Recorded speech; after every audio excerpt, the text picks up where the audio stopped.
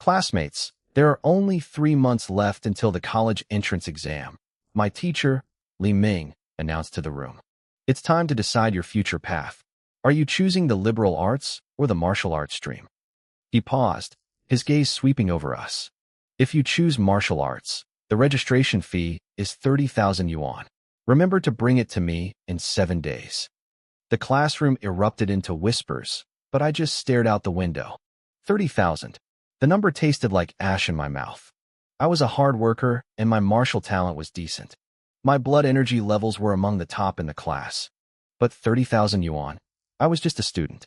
Even with my part-time jobs, there was no way I could scrape that together in a week. After class, I followed Li Ming to his office. My throat felt tight as I spoke. Teacher, can I turn in the registration fee a few days late? A few days late? Li Ming looked at me, and I saw a flicker of pity in his eyes. I knew he liked me. I worked harder than anyone, and I was ranked 10th in the class. But this was a regular class, not an elite one. Usually, only the top 3 had a real shot at getting into a martial arts university. For a family like mine, 30,000 yuan wasn't just a fee, it was a crushing burden. My parents died in a beast tide when I was 3. Since then, I'd lived with my uncle, Su Guoming. He had 2 children of his own, and both were practicing martial arts too. Supporting one martial artist is hard enough for a normal family. Supporting 3 was a nightmare. Su Hong, it's not that I don't want to help you, Li Ming said gently. But rules are rules. I can't grant an extension. He hesitated, then added, you know, you don't have to go through the exam to practice martial arts. There are always private dojos. I knew he didn't even believe his own words. The resources at a university compared to a private dojo were like heaven and earth. There was no comparison. I nodded slowly. I understand. Thank you, teacher. I turned and walked away, leaving him sighing at my back. As I stepped out of the school building, the sun hit my face, and for a moment, I felt dizzy. It had been 18 years since I crossed over into this world. It looked like my old world, but everything was different. 300 years ago, a star seed fell from the heavens. Martial arts awakened, and the animals of Earth evolved into monsters that ravaged humanity. The barrier of our world shattered, inviting invasions from thousands of alien races. Humanity survived because powerful warriors rose up, pushing the front lines from Earth into the galactic battlefield. When I first arrived here, I had grand dreams of becoming a supreme powerhouse and crushing our enemies. Now, those dreams were being strangled by a 30,000 yuan entry fee. Su Hong, what are you standing there for? Let's spar. A booming voice broke my trance. It was Chen Lin, my best friend and seatmate. I realized I had walked all the way to the gym without thinking. He was waving at me from the steps. I took a deep breath, pushing the frustration down. There was no point in obsessing over money I didn't have. I had to focus on what I could control. Coming, I shouted back. The sun dipped below the horizon, and the moon took its place. The lights of the Star City First High Gym stayed bright. The air was thick with the scent of sweat and the sound of heavy breathing as students pushed their bodies to the limit. Bang! A muffled impact echoed in the corner. Chen Lin stumbled back, clutching his palm and grimacing in pain. Damn, Su Hong, your Vajra punch got stronger again. Don't tell me you've reached the subtle stage? I nodded, wiping sweat from my forehead. Just reached it 2 days ago. In martial arts, mastery is divided into 5 levels: basic, proficient, subtle, great success, and perfection. Chen Lin gave me a thumbs up, his eyes full of respect. We had started learning the Vajra punch at the same time. He had only reached proficiency a few days ago, while I had already moved beyond. At this level of mastery, he said, I bet hardly anyone in class can match you. I didn't let the praise get to my head. Are you done resting? Let's go again. Are you kidding? Chen Lin groaned, looking at the clock. It's 8 p.m. You're made of iron, but I'm not. I need to eat. He'd been trying to sneak out since 5, but I kept him pinned here. Fine, go eat, I said.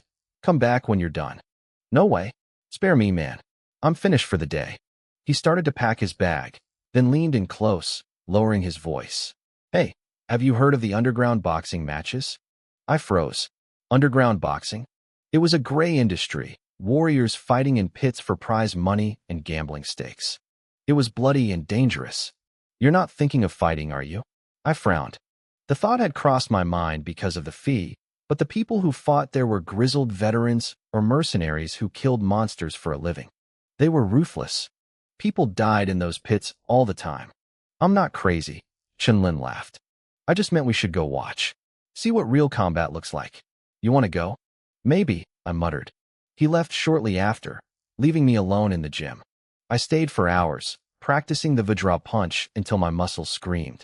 By the time I showered and walked out of the school, it was midnight. The streets were empty, the moon hanging high and lonely in the sky. I felt just as adrift as the clouds above.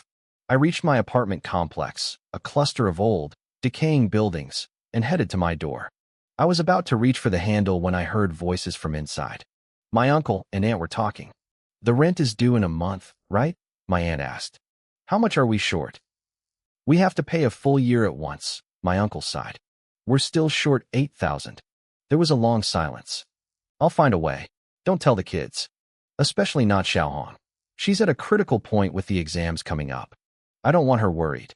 I froze, my hand hovering inches from the door. I leaned my back against the cold hallway wall, listening. I know, my aunt said, her voice trembling. But the neighbors said the registration fee for the martial arts stream is expensive. How much is it? A few tens of thousands, my uncle replied. I heard the click of a lighter. My uncle must have walked to the window to smoke. Maybe I should stop my medication, my aunt whispered. It's not curing me anyway. It would save so much. And Xiaohai and Xiaoming are in middle school now. They're growing. They're practicing martial arts. They need to eat well. I can go back to work. Doing needlework at home isn't enough. Your health is too poor for that. My uncle snapped, his voice thick with emotion. Don't even think about it. You keep up with your treatment. The kids will have what they need to eat. And Xiaohong's fee, she's the most talented one in this family. She has to take that exam. But, no buts, he grunted. I stood in the dark hallway, my heart feeling like it was being squeezed by a giant hand. I couldn't just walk in there. I couldn't look them in the eye. Not yet. As long as I'm here, this family won't fall, Su Guoming said softly. I'll find a way. Just don't tell the 3 kids. We don't want to wake Xiao Hai or Xiao Ming, and Xiao Hong should be home any minute. I'll help you with the medicated patch first, Shinshin whispered. I stood outside the door, my head hanging low. I didn't say a word. My fists were clenched so tight my knuckles turned white. I took a deep breath, forced a smile onto my face, and pushed the door open. I'm back, I called out. In the cramped living room, my uncle, Su Guoming, was lying on the sofa. My aunt, Shun Shun, held a pungent-smelling medicinal plaster. The moment they saw me, the worry on their faces vanished. They both beamed. Xiaohong, you're back, Su Guoming asked, smiling. How was practice today? Huge progress, I replied with a grin.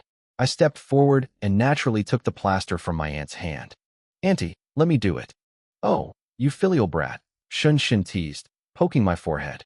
This is my husband you're trying to steal from me. We all laughed. After the patch was on, Su Guoming stood up and patted my shoulder. It's late. Get some rest so you have energy for tomorrow. You got it, I said playfully. Need me to carry you back to your room, old man? Su Guoming glared at me, his eyes wide. You kid, think you're a big shot now? Daring to tease your uncle? He raised a hand as if to swat me, but I laughed and ducked away, running into my room. That kid. Su Guoming shook his head, smiling. But as soon as he took a step, his face twisted in pain. He gripped his waist, and Shun Shin quickly moved to support him. They walked slowly back to their room. Inside my room, the smile died the moment I shut the door. Our home was tiny, 2 bedrooms, 1 bath. My uncle and aunt had 1 room. I shared the other with my brother, Xiao Hai, and my sister, Xiao Ming. We had 2 sets of bunk beds. My siblings shared one, and I took the bottom bunk of the other. The top bunk above me was just for storage. I looked at my sleeping siblings and tried to lie down quietly. But as soon as I pulled up the covers, Xiao Hai's voice whispered in the dark. Brother? You awake? Yeah, I whispered back. I'm awake too, Xiao Ming added, her head popping out from under her blanket. You too. I started to scold them, but Xiao Hai cut me off. Brother, I don't want to go to school anymore. I sat up instantly, my brow furrowed. Why? Is someone bullying you? No way, Xiaohai scoffed. I'd punch their faces in. I'm stronger than Dad now. I want to quit school and help him move cargo. Me too, Xiaoming whispered. I'm even stronger than Xiaohai. I can help Dad so he can finally rest. What did you say? Xiaohai hissed. You want to go? Let's go right now. Bring it, Xiaoming snapped back. I stayed silent, watching them. I realized they had heard everything our aunt and uncle said. Brother, what do you think? Xiaohai asked. I think it's crap, I said firmly. Stay in school. But brother, we aren't talented in martial arts like you. If we work, we can take the pressure off. You can focus on the exams, get into a martial arts university, and become a professional warrior. Then we can just relax and let you support us. Yeah, once you're a warrior, I'm never working again. I'll just live off you. I forced a smile. My heart felt heavy. They were too sensible for their own age, and it hurt to hear. That's enough, I said, rubbing my face. I gave them a confident look. Just focus on school. I've already found a way to handle the registration fee and the rent. Their eyes lit up. Really? Of course, I said, leaning back with a smirk. Do you think I've been practicing for nothing? Your brother is a genius. They laughed, seeing my exaggerated posture. There you go, bragging again. Xiaohai teased. I reached out and gave him a quick flick on the forehead, making him yelp. Xiaoming laughed, then quickly hid under her covers when I looked at her. Go to sleep, I told them. I walked back out and stood on the narrow balcony, staring at the night sky. My talent was good, but it wasn't enough. Not yet. I pulled out my cracked phone and searched for something Chen Lin had mentioned earlier, underground boxing. The prize money numbers stared back at me. With my mastery of the Vajra fist, I had a chance. I had been hesitant before, but seeing my younger siblings willing to give up their futures for the family changed everything. I was an 18-year-old man. I couldn't keep wavering. The moment I made my decision, a crisp electronic chime echoed in my brain. Ding. Host's indomitable martial heart detected. System binding successful. Ding. Beginner gift pack opened automatically. Ding. Congratulations. You have obtained the talent. Eternal unparalleled. Chapter 3. 1 second insight. I froze. A system? I had been in this world for 18 years and had given up hope on such a thing. Indomitable martial heart, I muttered to myself. I realized the system had likely been there all along, waiting for me to find the resolve to risk everything. Being indomitable was easy to say, but hard to do. If I hadn't heard my family's struggles tonight, I might never have reached this state of mind. I took a deep breath and felt a new power surging through me. Everything was about to change. I took a deep breath, trying to steady my racing heart. I needed to focus. I closed my eyes and started digging into this system. As the minutes ticked by, my excitement only grew. This thing was incredibly powerful. To put it simply, if I defeated or killed an enemy, be it a person or a fierce beast, I would earn martial points. I could use those points to increase my blood chi, my physical constitution, or my martial arts proficiency. Open status panel, I whispered. A sleek, translucent screen flickered to life in front of me. Name, Suhong. Talent, eternal unparalleled. Blood chi, 85 plus. Spirit, 23 plus. Constitution, mortal body 3% plus. Martial arts, Vajra fist, micro level 7% plus. Floating light palm, proficient 35% plus. Skytread step, entry level 56% plus. Martial points, 0. Every stat had a plus sign next to it. That meant as long as I had points, I could level up anything. My blood chi was at 85, up 3 points from last month. I was close. 90 points would make me a pseudo-martial artist, and 100 would officially make me a rank 1 martial artist. But then I saw this spirit stat. My eyes widened. In this world, there was another path besides being a martial artist, the spirit master. They could control objects with their mind. They were terrifyingly strong, and only one person in a million had the talent for it. And yet, this system could actually let me increase my spiritual power. I forced myself to calm down and looked at the rest. The martial arts stats were expected, but the mortal body caught my eye. I remembered reading that everyone's constitution was different. Some lucky people were born with special bodies that let them train 10 times faster than normal. There was a plus sign next to mine, too. Does that mean I can eventually evolve my body into something legendary? My heart hammered against my ribs. I took a second to breathe, then checked the description for my new talent, Eternal Unparalleled. The description was simple but arrogant. The greatest talent in history. None shall stand above you. The greatest in history? I muttered. I didn't feel any different. But then, I tried to recall the problems I'd been having with my Vajra fist training. Suddenly, my eyes snapped open. Every single confusing detail, every block I'd hit for months, it all felt incredibly simple. It was like looking at a child's puzzle. I thought about the floating light palm and the skytread step. A thought flashed through my mind. How was I ever struggling with this? It's so easy. It felt like being an adult asked to solve 1 plus 1. The answers just appeared in my head without me even trying. I had to test this. I knew there was an open space in our apartment complex. I vaulted over the balcony railing and instinctively activated the skytread step. Before, at entry level, I could barely kick the air to slow a fall. We lived on the 5th floor, and I figured one mid-air step would be enough to land safely. I was wrong. As I stepped out into the empty air, it felt like my foot hit solid concrete. A loud boom echoed through the silent night. I didn't just slow down, I shot upward like a rocket. I soared past the roof of the 8-story building and landed on the ledge of the top floor. I looked down at my feet, then back at the ground, completely stunned. Holy crap, seriously? I had jumped 3 stories up with a single step. As I stood there, a chime rang in my head. Skytread step, entry level. Proficient. Micro level. Wait, what? I gasped. I only moved once, and it jumped 2 levels. I finally understood what Eternal Unparalleled meant. Even if this was just a rank 1 technique, mastering it in a single breath was insane. If I could do this with a movement technique, what about my floating light palm? Or my Earth-grade Vajra fist? Would that take 2 breaths? Before I could celebrate, a window slammed open below and a man started screaming. Who's the idiot setting off firecrackers at 2 a.m.? Let people sleep. If I catch you, I'm gonna shove a firework up your. I winced and scratched my head. The sonic boom from my step must have woken up the whole block. Time to go, I whispered. I jumped off the other side of the roof, but this time I hopped down floor by floor manually. I didn't want to cause another explosion. I hit the ground as light as a feather and slipped toward the complex gates. The old security guard was fast asleep in his booth. I looked back at our crumbling apartment one last time. When I came home tonight, I was drowning in despair. Now, I felt like I could take on the world.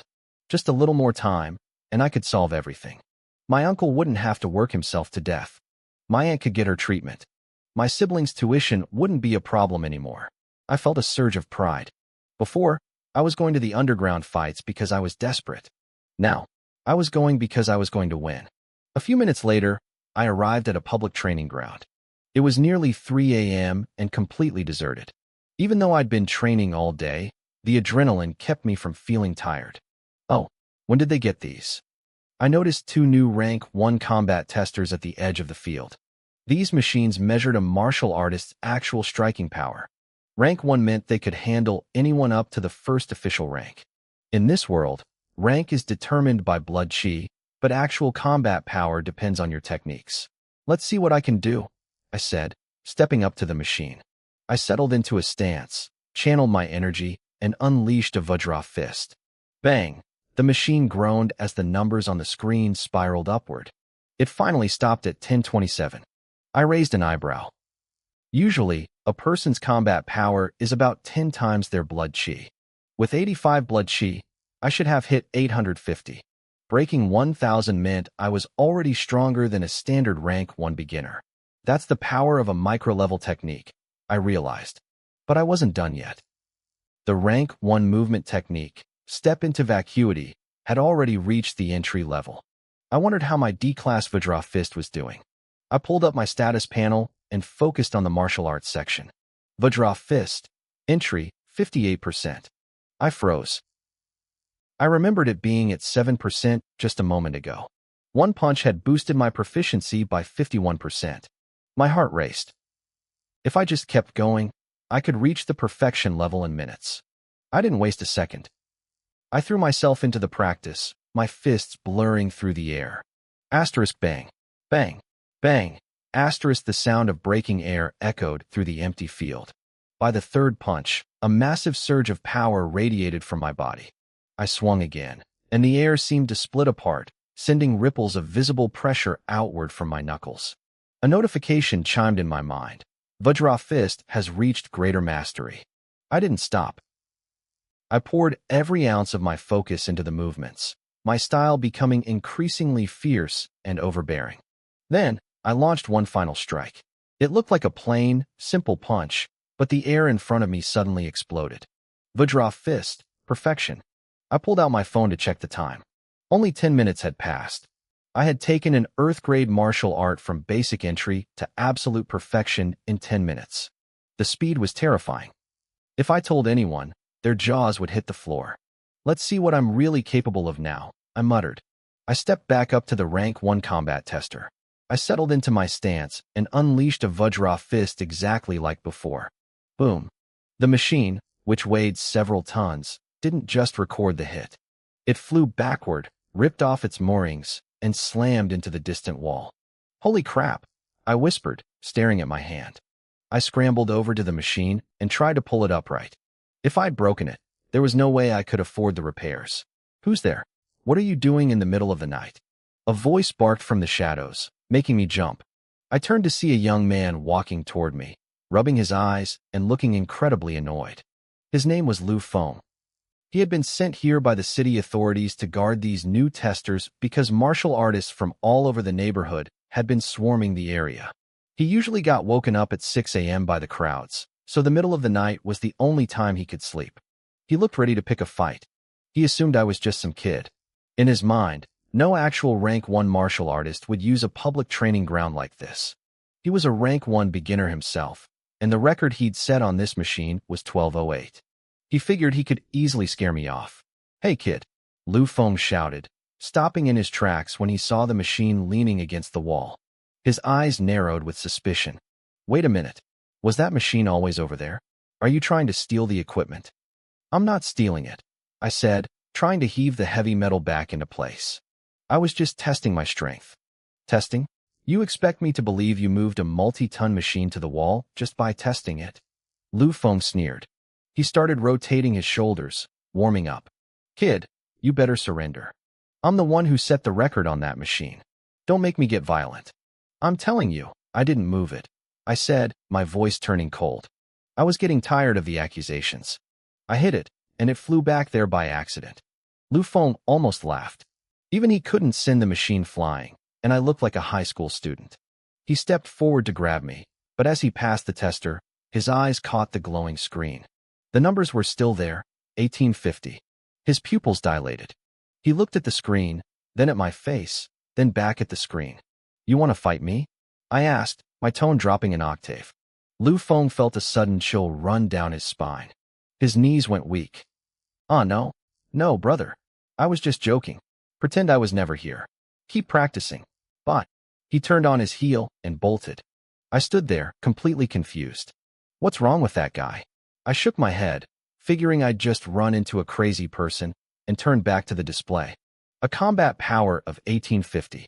The perfection level of Vajra Fist was even stronger than I'd imagined. Back in his small guard shack, Lu Feng sat in a chair, his heart hammering against his ribs. 1850. That was nearly the level of a Rank 1 mid-stage martial artist. One punch from that kid would have ended him. He wiped the sweat from his forehead, watching me through the window with lingering fear. He couldn't understand why a genius like that was hanging out in a public park at 3 a.m.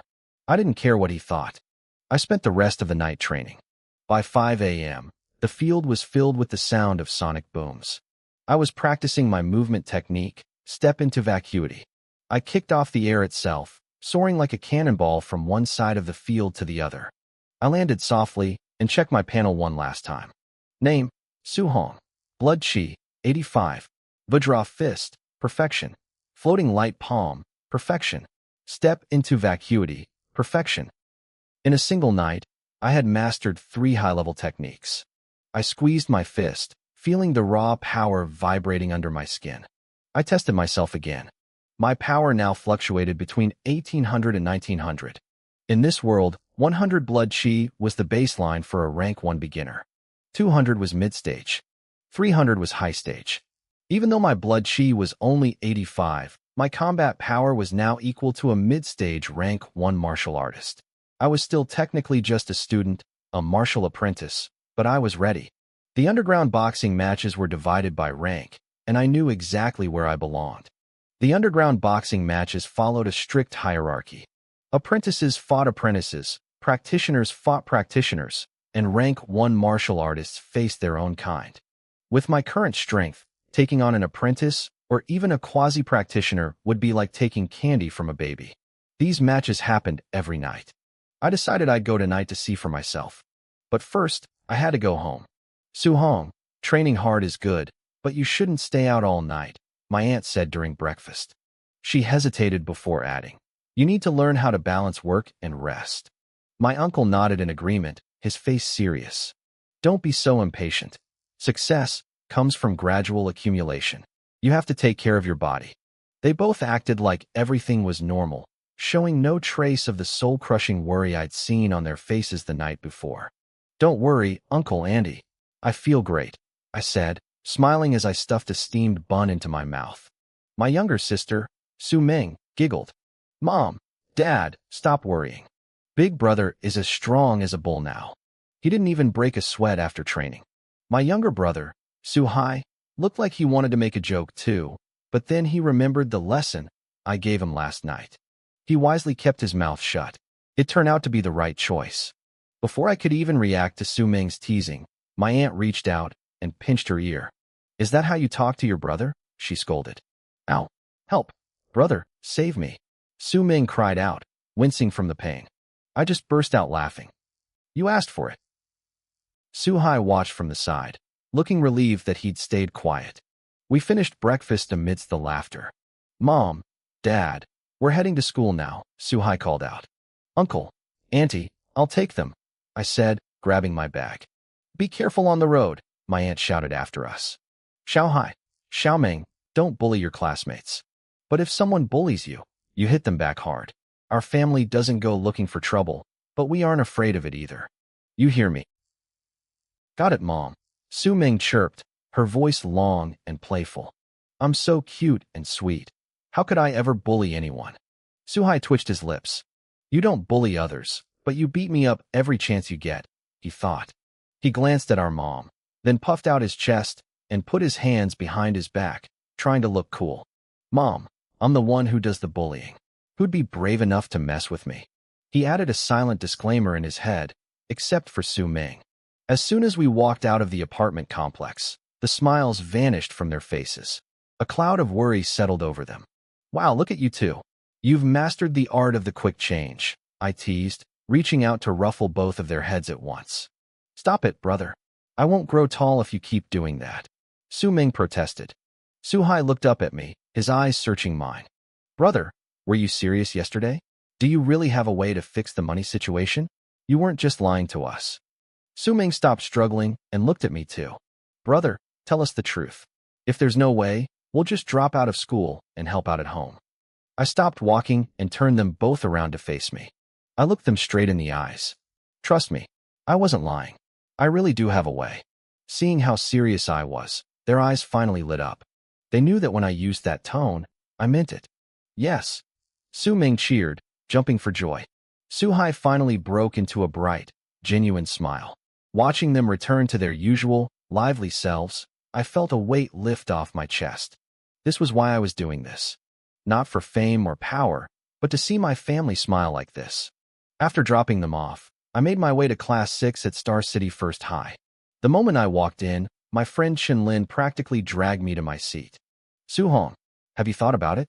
Are we going to the underground matches tonight? I'm not going, I said, shaking my head. Chinlin's eyes widened. Are you serious? You're going to miss out on watching real martial artists go at it? You won't regret it. I'm not going to watch, I thought. I'm going to fight. I didn't tell him. If I did, he'd try to stop me, or worse, tell my aunt and uncle. I didn't need them worrying more than they already were. Quiet down, everyone, our homeroom teacher, Li Ming, shouted as he walked in. Everyone head to the gymnasium immediately. The class looked confused. Teacher, what about morning study? Li Ming grinned. You can stay for study if you want, but the principal has invited a rank 3 martial artist to teach everyone a grade C technique. Are you sure you want to stay? A rank 3 master? A grade C technique? The class erupted into cheers and sprinted for the gym faster than they usually ran for lunch. My eyes lit up. I wasn't afraid of difficult techniques. I was afraid of not having enough of them to learn. A grade C technique. Chun-Lin whispered excitedly as we ran. If I learn this, I'll crush the monthly exams. Heck, I might even be brave enough to step into the underground ring myself. I looked at him, genuinely shocked. He blinked, then punched my arm. What? You don't believe me? Then he deflated. Fine, even if I learn it, I'm not going. Those guys are brutal. Most of them have mastered their techniques to the perfection level. I'd just be a punching bag. He paused, then patted my shoulder with a mischievous glint in his eye. But you, Su-hong, I've got high hopes for you. Once your Vajra fist hits perfection, you go fight. I'll place the bets, and we'll split the winnings 50-50. We'll be rich. He started laughing at his own joke. Pretty funny, right? I gave him a thumbs up. Hilarious. Over at the school gate, Principal Li Chengshan was waiting. A few minutes later, a black car pulled up and a fit, middle-aged man stepped out. This was Chun Tian, an old comrade of the principal. About time, you old fossil, the principal joked. I took a taxi here, and you're still complaining? Chun Tian barked back. I should have stayed at the hotel and waited for you to send a limo. They traded insults for a moment before laughing and bumping fists. Chun Tian was the rank 3 master the principal had invited. His strength was actually a sub-rank higher than the principal's.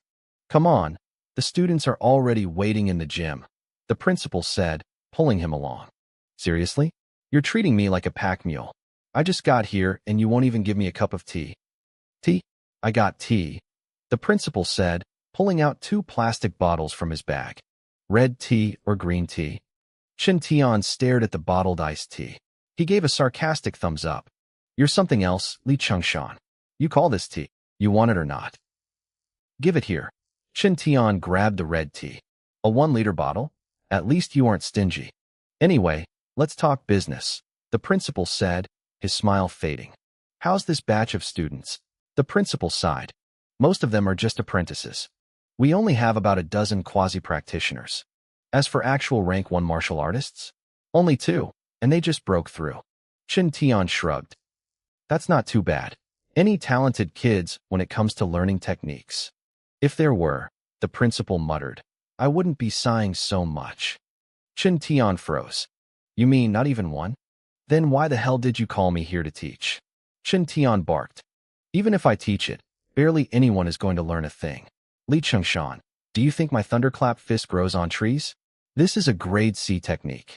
He looked out at the sea of students with a judgmental glare. With the quality of these kids, maybe those 2 rank 1 practitioners can learn it. The quasi-practitioners? They'll be lucky to even scratch the surface. As for the martial apprentices, thinking they can learn a grade C technique is a pipe dream. The principal looked annoyed. I'm not an idiot. I didn't bring you here for the apprentices. My focus is on the 2 rank 1s and the dozen quasi-practitioners. Then why did you cram every single student into the gym? Chun Tian asked. Equal opportunity, the principal replied. As the principal, this is the most I can do for them. Who knows? Maybe one of those apprentices has a hidden spark. Chun Tian shook his head, unimpressed. Great. Now you're talking in your sleep. We watched as the 2 men walked into the gym. Every eye in the building locked onto them. Students, the principal announced. Let's welcome rank 3 martial artist, Chun Tian. He's here to teach you a powerful technique. Thunderous applause broke out. I joined in, clapping along with my classmates. Our class was led by our teacher, Li Ming, and we were positioned right in the middle of the gym. The genius class was at the very front, closest to the stage. They had plenty of space to move and practice, a special privilege for the elite. The rest of us in the ordinary classes were packed in like sardines. We could barely move, let alone practice. I saw the envy and jealousy in the eyes of the students around me. The kids in the genius class just puffed out their chests, soaking in the attention. At the very front stood Li Tu and Shin Shan, the only 2 rank 1 practitioners in the school. They looked calm, acting like the world belonged to them. I won't waste your time with small talk. Tian said, his voice booming. Today, I'm teaching you the grade C technique, thunderclap fist. I will demonstrate it 10 times. How much you learn depends entirely on you. He dropped into a stance. The gym went silent. Everyone stared, terrified of missing a single detail. The genius class students immediately started mimicking his movements. Watch closely, Li Ming whispered to us. This is a rare opportunity. Even our teacher was wide-eyed. As a rank 1 himself, this was a massive chance for him to grow, too. Tian began the demonstration. Thunderclap fist is fierce and overbearing, he explained as he moved. When you reach the entry level, your punch will produce a single crack of thunder. He threw a punch. Boom. A sound like a lightning strike echoed through the gym. At the proficient level, you hit 3 sounds. At the mastery level, 5. At the great success level, 7, which is where I am now. Suddenly, his speed exploded. Asterisk boom. Boom. Boom. Asterisk. 7 consecutive thunderclaps shook the air. He pulled back his fist and stood tall. And if you reach perfection, that's 9 sounds. He shook his head. I haven't even reached that level yet. Don't get ahead of yourselves. If any of you can hit the entry level today, I'll be impressed. He glanced at the genius class. Li Tu and Chen Shan were copying him, but their movements were hollow. They had the form, but none of the spirit. 10 seconds to memorize, Chen Tian said. Then I go again. In my row, Chun Lin leaned over and hissed. Are you kidding me? How are we supposed to learn this? The difficulty is insane. He looked around at the crowded space. I can't even stretch my legs. By the time we find space to practice, I'll have forgotten everything. Right, Suhong? Chun Lin turned to look at me, but I wasn't there. His jaw dropped. Where did he go? He looked left and right, then poked Li Ming. Teacher, Suhong is gone. Li Ming blinked, confused. He was just here. He scanned the room and caught a glimpse of my back disappearing through the gym's back door. Li Ming sighed and shook his head. He thought I had given up. He remembered me asking for an extension on my school fees and figured I had finally lost my spirit. Let him go, Li Ming muttered. Just focus on your own learning. Outside the back door, I stood in the quiet air and rubbed my chin. Grade C martial arts. Doesn't seem that hard, I muttered to myself. I closed my eyes and replayed Chen Tian's movements in my mind. I stepped into the clearing, found my balance, and threw a punch. A single, crisp thunderclap rang out. Ding! A notification sounded in my head. Thunderclap fist, entry level reached. I didn't stop. I was locked in. I threw myself into the rhythm, my body moving with a fluid, violent grace. Moments later, 3 cracks of thunder exploded in quick succession. Ding! Thunderclap fist, proficient level reached. Inside the gym, the atmosphere was tense. Chun Shan and Li Tu were locked in a silent rivalry, ignoring everyone else. They were determined to see who could master it first. Chun Tian finished his 7th demonstration and walked over to the principal. How is it? The principal asked. Not bad, Chun Tian replied.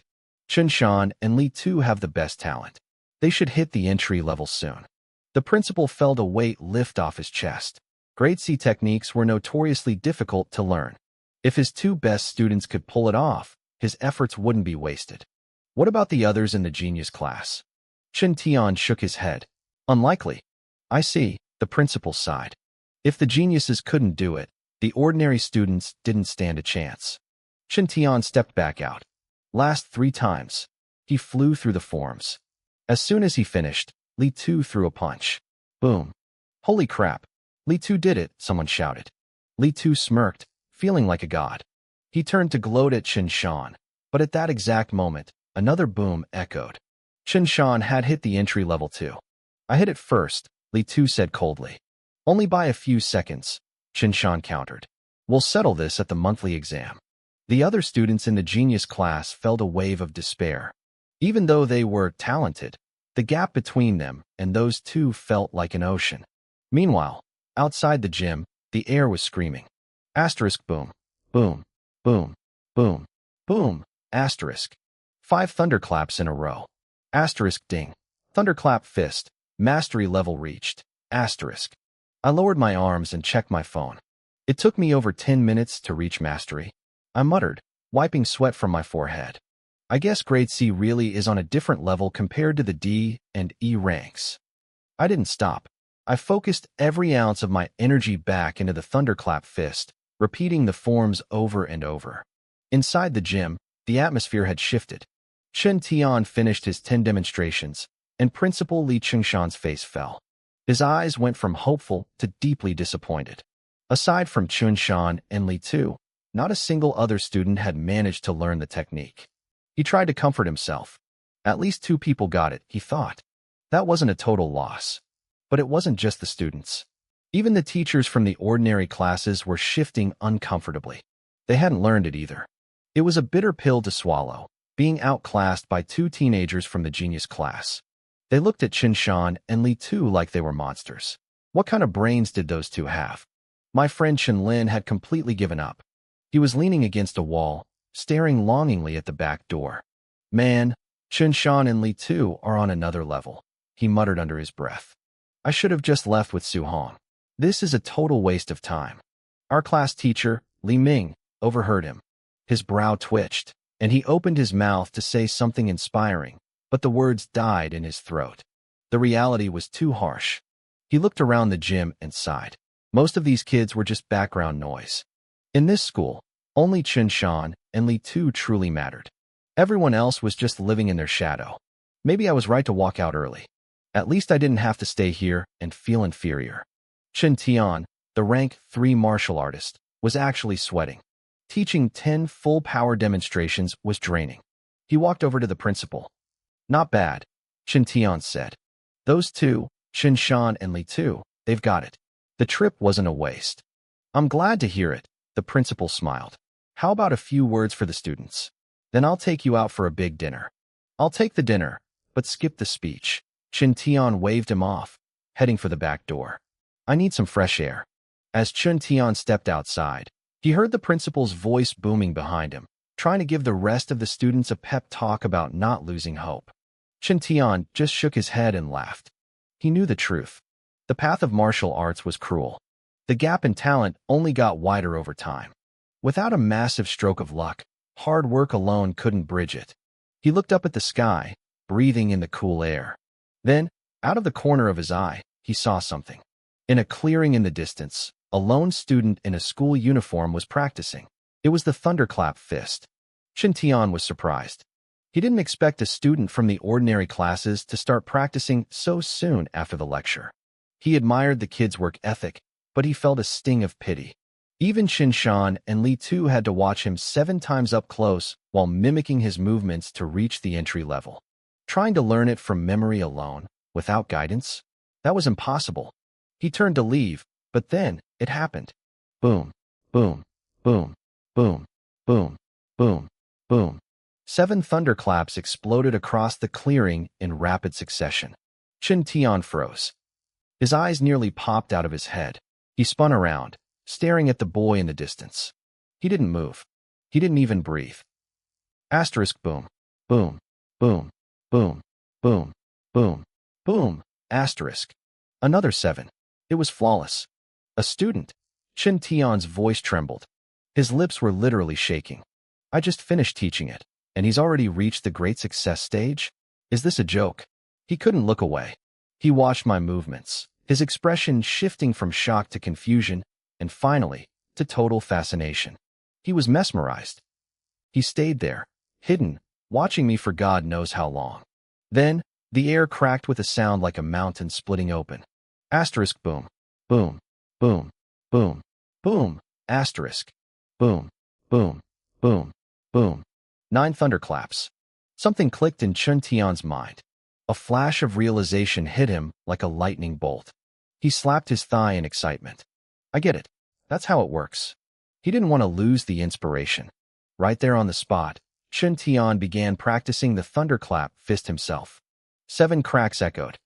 Then, with a burst of newfound understanding, he threw one more punch.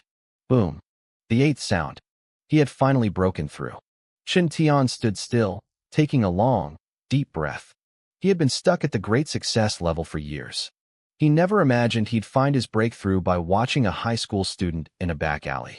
Holy crap, old Chen, you improved again. Principal Li had just walked out, and caught the tail end of it. Then his face soured. Wait a minute. You old fox, were you holding out on me? You told me you could only hit 7. What are you talking about? Tian was still dazed. You hit 8? I bought you that expensive tea and you didn't even show my students the full version? Tian snapped out of it and started cursing. You have the nerve to bring up that cheap tea?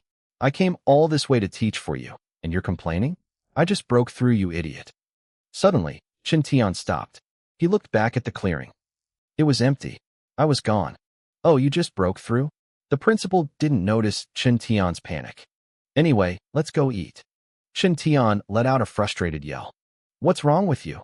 The principal asked, baffled. It's because you showed up and distracted me. Tian was fuming. He actually swung and punched the principal right in the eye. Ow. What the hell, Tian? It was just a joke about the tea. The principal clutched his bruised eye, hissing in pain. You said this school didn't have any top-tier talent, Tian said, his voice low. The principal nodded reflexively. Yeah, you saw them. Shan and Li too are the best we've got. Tian let out a cold, hysterical laugh. Is a student who can hit 9 thunderclaps considered best we've got? The principal rolled his eyes. Are you crazy? Someone like that isn't a good prospect. They're a freaking monster. Wait. He froze. His breath hitched. What do you mean? What did you see? Tian explained everything.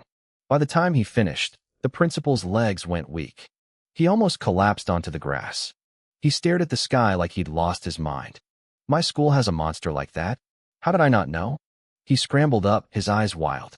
You said he was right here? In this clearing? Yes. The principal didn't wait.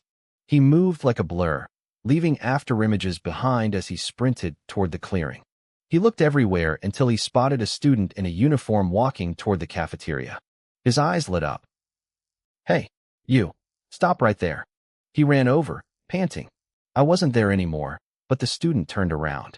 What's your name? The principal demanded. I'm Lin, the boy stammered, looking terrified. Quick, show me the thunderclap fist. Right now. Here? Right now. Lin scratched his head, looking completely lost. Hurry up. Okay. Lin took a stance. He tried his best to remember what he'd seen in the gym, throwing a series of awkward, wobbly punches that looked nothing like the technique. When he finished, Lin looked at the principal with a sudden spark of hope. Why would the principal pick him out of everyone? Maybe he was a secret genius? A hidden dragon? So, principal, Lin asked, his voice full of excitement. How was it? Am I a natural? Principal Li stood there in dead silence. He looked at Lin's expectant face, opened his mouth to speak, and then just shut it. He looked like he wanted to cry. The principal stared at Lin's pathetic display. He didn't want to hurt the boy's feelings, so he just gave a half-hearted shrug. It's okay, he lied, his voice sounding hollow. Keep practicing. He turned and walked away without another word. As soon as he was out of earshot, he burst into a loud, frantic laugh. He pulled out his phone and barked an order into the receiver. Every single teacher, get to my office right now. Move. Lin stood there, his heart thumping against his ribs. He watched the principal rush off and felt a surge of pure ego. The principal saw my thunderclap fist and immediately called a staff meeting. He whispered to himself, his eyes shining. It's obvious. I really am a hidden genius. A suppressed talent. Nearby, Tian, the rank 3 martial artist, overheard him. His lip twitched. He wanted to say something, to tell the kid he was delusional, but he stopped himself. It felt too cruel to shatter a teenager's dream like that. 5 minutes later, the office was packed. Every teacher, including my homeroom teacher, Li Ming, was present. I want the names of every student who left the gym early today, Principal Li demanded, his voice low and serious. The teachers exchanged nervous glances. Li Ming hesitated before speaking up. Principal, are you planning to punish them? Because if so, he thought of me. He knew why I was struggling. He didn't want to add more weight to my shoulders. Punish them.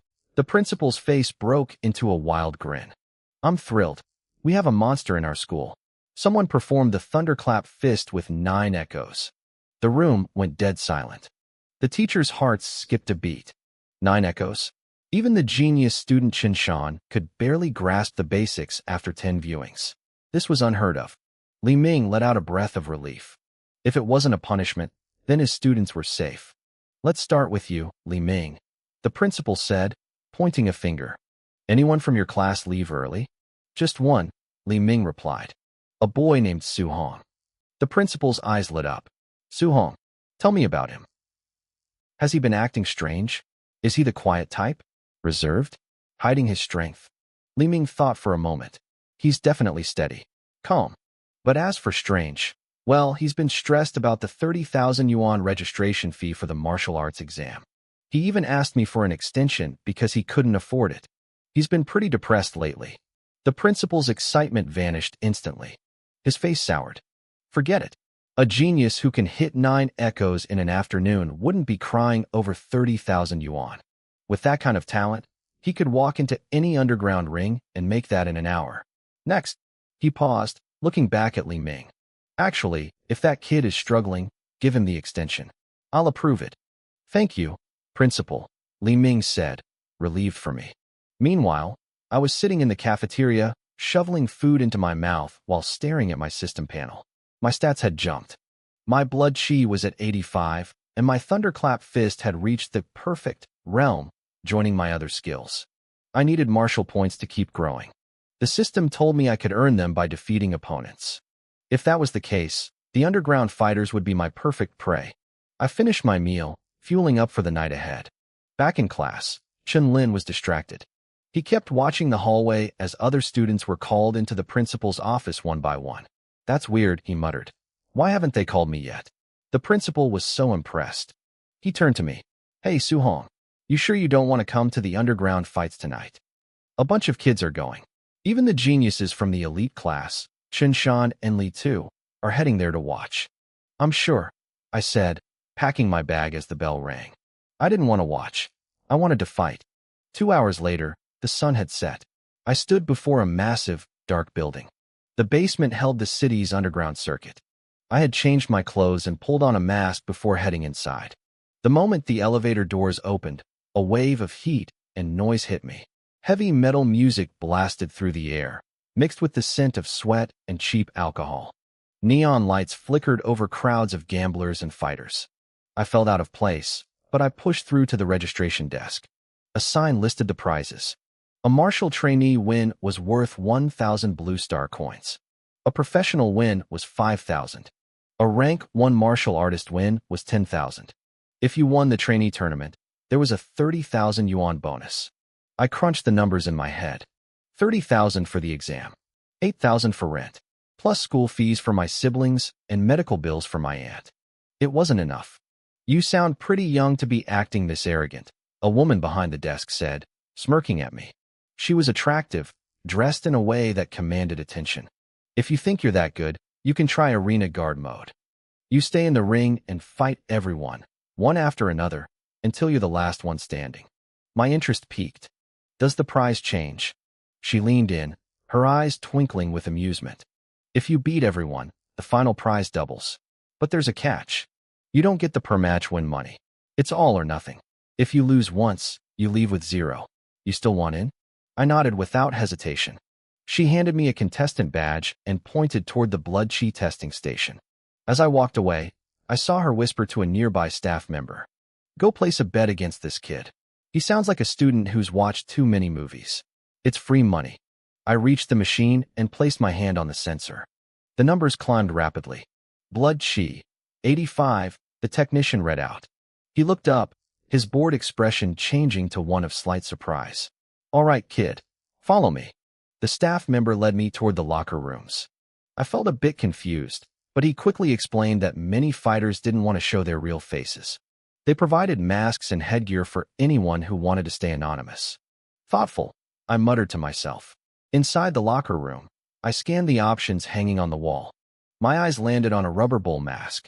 It looked ridiculous, but it was sturdy. I pulled it on, making sure my vision wasn't blocked. I shook my head, watching the 2 horns wobble in the mirror, and then headed to the waiting area. As soon as I stepped inside, a loud bang echoed through the room. A group of fighters was huddled around a combat power tester, shouting and cheering. I stood off to the side and watched. There were 50 of us in total, not counting me. Most of them had power ratings between 1,000 and 1,200. I was impressed.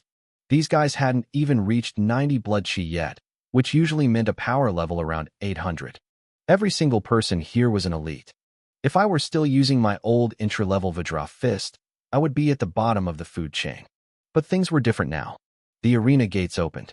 The crowd of fighters began walking toward the ring, but I didn't wait. I surged forward, my movements a blur as I leaped past them and landed firmly on the stage. I'm choosing Arena Guard mode, I announced. My voice echoed through the stadium. The stadium went dead silent for a heartbeat. Then it exploded. Holy crap. Starting the night with Arena Guard mode. Who is this bullhead guy? I've never seen him before. He looks like a beast. In the students section, Chun-Lin, Li Tu, and the others looked completely lost. They had no idea what Arena Guard mode even was. Once someone nearby explained that I had to fight everyone until the end, Li Tu's jaw dropped. That's insane, Li Tu whispered. This guy is either a god or a lunatic. Chun-Lin pumped his fist in excitement, then leaned over to the others. Man, it's a shame Su Hong didn't come tonight. He's going to regret missing this so much he won't be able to sleep tomorrow. While the crowd cheered, the other fighters in the waiting area were fuming. By choosing this mode, I was basically telling them they weren't worth my time. It was a direct insult. I'll deal with you. A middle-aged man roared as he jumped onto the stage. Friend, you must be new here. You're acting way too. Bam. Before he could finish his sentence, I lashed out with a kick. He flew backward, tumbling off the stage and landing hard on the floor. Next, I said. The man sat on the ground, blinking in confusion. He hadn't even seen me move. He checked his ribs and realized he wasn't actually hurt. He stood up and gave me a small nod of thanks. In this ring, people died or left with broken bones every night. I had shown him mercy by just knocking him out of bounds without injuring him. I gave him a casual wave. I was here for the money, not to start blood feuds. The crowd was stunned. Usually, these fights were grinds. Seeing a guy get kicked off the stage before he could finish a sentence was rare. This bull guy has some real skill. No wonder he dared to pick Arena Guard mode. Suddenly, a loud laugh erupted from the professional tier waiting area next door. A man wearing a white mustache mask leaped onto the neighboring stage. I'm taking Arena Guard mode too, he shouted. The stadium hit a new level of frenzy. It's White Mustache. He's been the champion for 7 days straight. Tonight is going to be legendary. As the crowd roared, a notification popped up in my mind. Defeated martial trainee. Gained 3 martial points. 3 points? I wondered how many I'd need to increase my blood chi. 1 win, the referee shouted into his megaphone. 48 fighters left. Will the bullman succeed, or will someone shut him down? The audience was standing on their chairs, screaming for blood. I blocked out the noise and looked down at the remaining fighters. I beckoned with my hand. Next, a burly man jumped up. He grinned at me. Hey, thanks for going easy on my brother just now. As a reward, I'll try not to hurt you too much. He released his blood chi. The pressure he gave off was intense, just a hair's breadth away from being a professional. He was strong. Come on then, I said, stepping into a stance. Here I come, he roared. He closed the distance in 3 steps and threw a punch that whistled through the air. I didn't dodge. I threw a punch of my own, meeting him head-on. The man's eyes widened. He didn't expect me to match his power directly. Fearing he might kill me, he tried to pull his punch back slightly. He shouldn't have. My fist accelerated instantly. Our knuckles collided, and the man's face went pale as a terrifying force surged through his arm. He tried to roar and put his full weight into it, but I was faster. My foot swept up and caught him square in the chest. He flew off the stage, landing right next to his brother. He sat there, dazed, feeling the lingering warmth on the floor where his brother had just been sitting. I lost. He looked up at me, his eyes filled with shock. His blood chi was 89. He was the best among the trainees tonight. Yet I had matched his strength and kicked him out effortlessly. He realized then that if I had wanted to, I could have shattered his ribs. 2 wins, the ref screamed. After that, it was a blur. One by one, over a dozen fighters charged the stage. One by one, I sent them flying. I wasn't even winded. With my Vajra fist at the perfect realm, no trainee could touch me. 5 wins, a voice shouted from the neighboring ring. I glanced over. White Mustache was standing calmly over his fifth opponent. As expected of White Mustache, someone in the crowd yelled, "He's on another level." I turned back to my own line of opponents. I had a lot of work to do and a lot of debt to pay. I didn't care who White Mustache was. Tonight, the ring belonged to the bull. I heard the crowd whispering. They said White Mustache had mastered an Earth-grade technique to the perfect realm, putting him on a level far beyond any other trainee. My eyes narrowed. If that was true, he was at the exact same level as my Vajra fist. If that kind of power was enough to win 5 matches in a row with ease, I knew exactly where I stood. Suddenly, a sharp whistle of wind cut through the air behind me. I didn't think. I just moved. I lunged to the side, and a heavy thud echoed right where my head had been a second ago. I looked up and saw a young man grinning at me. He didn't look embarrassed about the sneak attack at all. My blood turned to ice. That punch had been aimed at the back of my skull. If I hadn't dodged, I'd be a corpse on the floor right now. "Look, it's that shameless Lin Ping again," someone in the crowd yelled. They started shouting about how he had won yesterday's championship by blindsiding his opponents and intentionally crippling them. The referee didn't move. This was an underground ring. The fight started the moment you stepped onto the stage, and the rules were written in blood. Lin Ping didn't care about the insults. He just waved at the crowd with a smug smile. He thought he was untouchable. I moved faster than he could blink. 1 second I was standing still, and the next, I was a blur in his peripheral vision. My fist grew larger in his pupils as it roared toward his face. Lin Ping's expression shattered. He tried to tilt his head and throw a counterpunch, but he was too slow. When our fists collided, his hand didn't just break, it deformed. His knuckles crushed into powder. The sheer force of my strike sent his arm bones sliding out of alignment, driving his forearm bone straight through his skin. A jagged shard of white bone poked out into the open air. He hit the floor on his knees, screaming in pure agony. I didn't stop. I walked toward him with heavy, deliberate steps. Lin Ping looked up, his face twisted with terror. He tried to open his mouth to surrender, but I reached out and snatched his chin. With a sharp jerk, I dislocated his jaw. His plea for mercy turned into a muffled, garbled mess. He tried to crawl away, his legs shaking as he scrambled toward the edge of the ring. He wanted out. "Go on, wave again," I said, my voice cold and hollow. "Wasn't that what you liked?" I didn't hesitate. I drove my foot into his chest. I felt his ribcage collapse under my boot. His body went limp instantly, his heart silenced by the impact. I pulled my leg back and stood in the center of the ring. If someone showed me respect, I gave it back tenfold. But this man had tried to kill me from behind. I felt no guilt. The arena went silent. The crowd was frozen, staring at Lin Ping's sunken chest. Then, the silence broke. The audience exploded into a roar of approval. They were screaming for the bull. In the stands, my classmates were a different story. Chen Lin and the others were pale, some of them clutching their stomachs and gagging. This wasn't a school tournament. This was life and death. Even Li Tu, who always bragged about his lightning fist, was dead silent. This was the first time I had ever taken a life. I stood there, feeling my body tremble. I couldn't tell if it was from the adrenaline, the fear, or the sudden realization of what I was capable of. I took a deep breath, forced the nausea down, and looked toward the waiting area. Next, I called out. The referee glanced at me, a new level of respect in his eyes, and announced my 3rd consecutive win. But seconds turned into a minute, and no one stepped up. In the trainee waiting room, the other fighters were paralyzed. They had seen me show mercy to the first 2 challengers, but seeing Lin Ping dragged away like a dead dog changed everything. They realized that if they stepped onto that stage, they might never leave it. "I'm out," one fighter muttered, turning toward the exit. "He's too strong. It's not worth it." One by one, the other trainees followed him. They didn't want the money anymore. They just wanted to live. Within minutes, the waiting room was empty. The referee looked at his notes, then at me, completely stunned.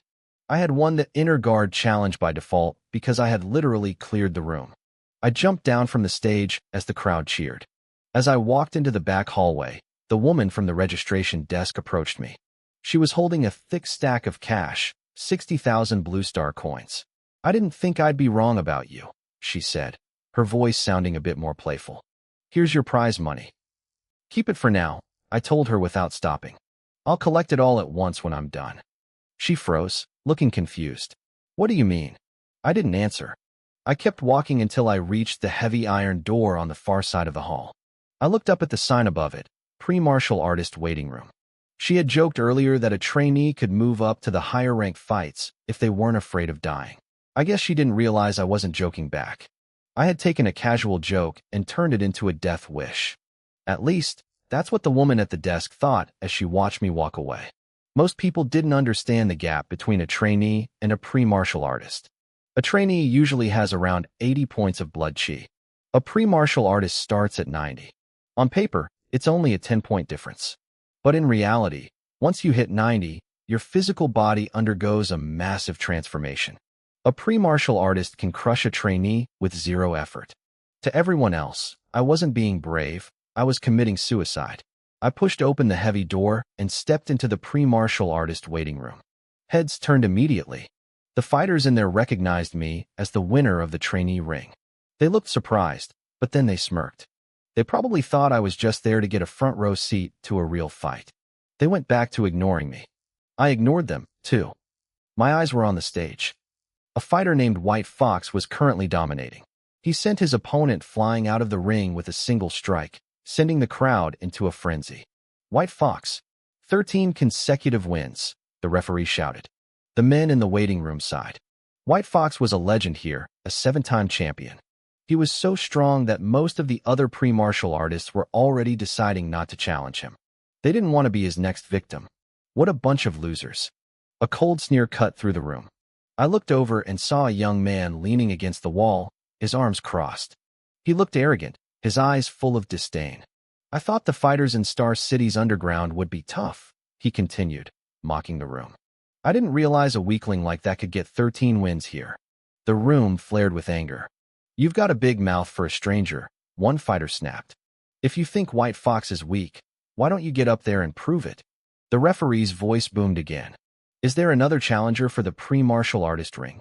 The arrogant youth, Li Ming, let out a sharp laugh and started walking toward the exit. Watch closely, he tossed back over his shoulder. I'll show you the difference between a frog in a well and a real warrior. On stage, White Fox stood with his hands behind his back, waiting for his victory to be declared. Suddenly, Li Ming leaped onto the platform. The crowd, thinking the show was over, roared with new excitement. White Fox offered a polite martial arts salute. Li Ming didn't bother.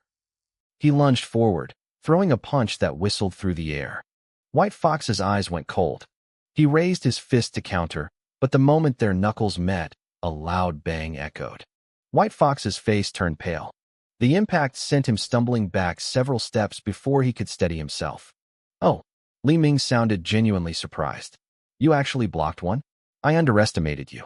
He closed the distance instantly. Try blocking this. Asterisk boom. Boom. Boom. Asterisk. 3 thunderous cracks erupted in quick succession. It sounded like actual lightning hitting the stage. White Fox didn't stand a chance. He was blown backward like a rag doll, coughing up blood as he crashed onto the floor outside the ring. The arena went dead silent. The thunderclap punch. Chen Lin gasped from the stands. We had just learned the basics of this technique in school this morning, but seeing it in a real fight was terrifying. 3 cracks meant he had reached the mastery level. Even the school geniuses, Li Tu and Chen Shan, had only barely scratched the surface of the entry level. The crowd eventually broke into applause, but it was hesitant. This kid was a monster. He had dismantled a champion like he was nothing. Li Ming stood in the center of the ring, looking around with a sneer. Is this it? Star City's fighters are pathetic. Compared to my home in Yang City, you're all garbage.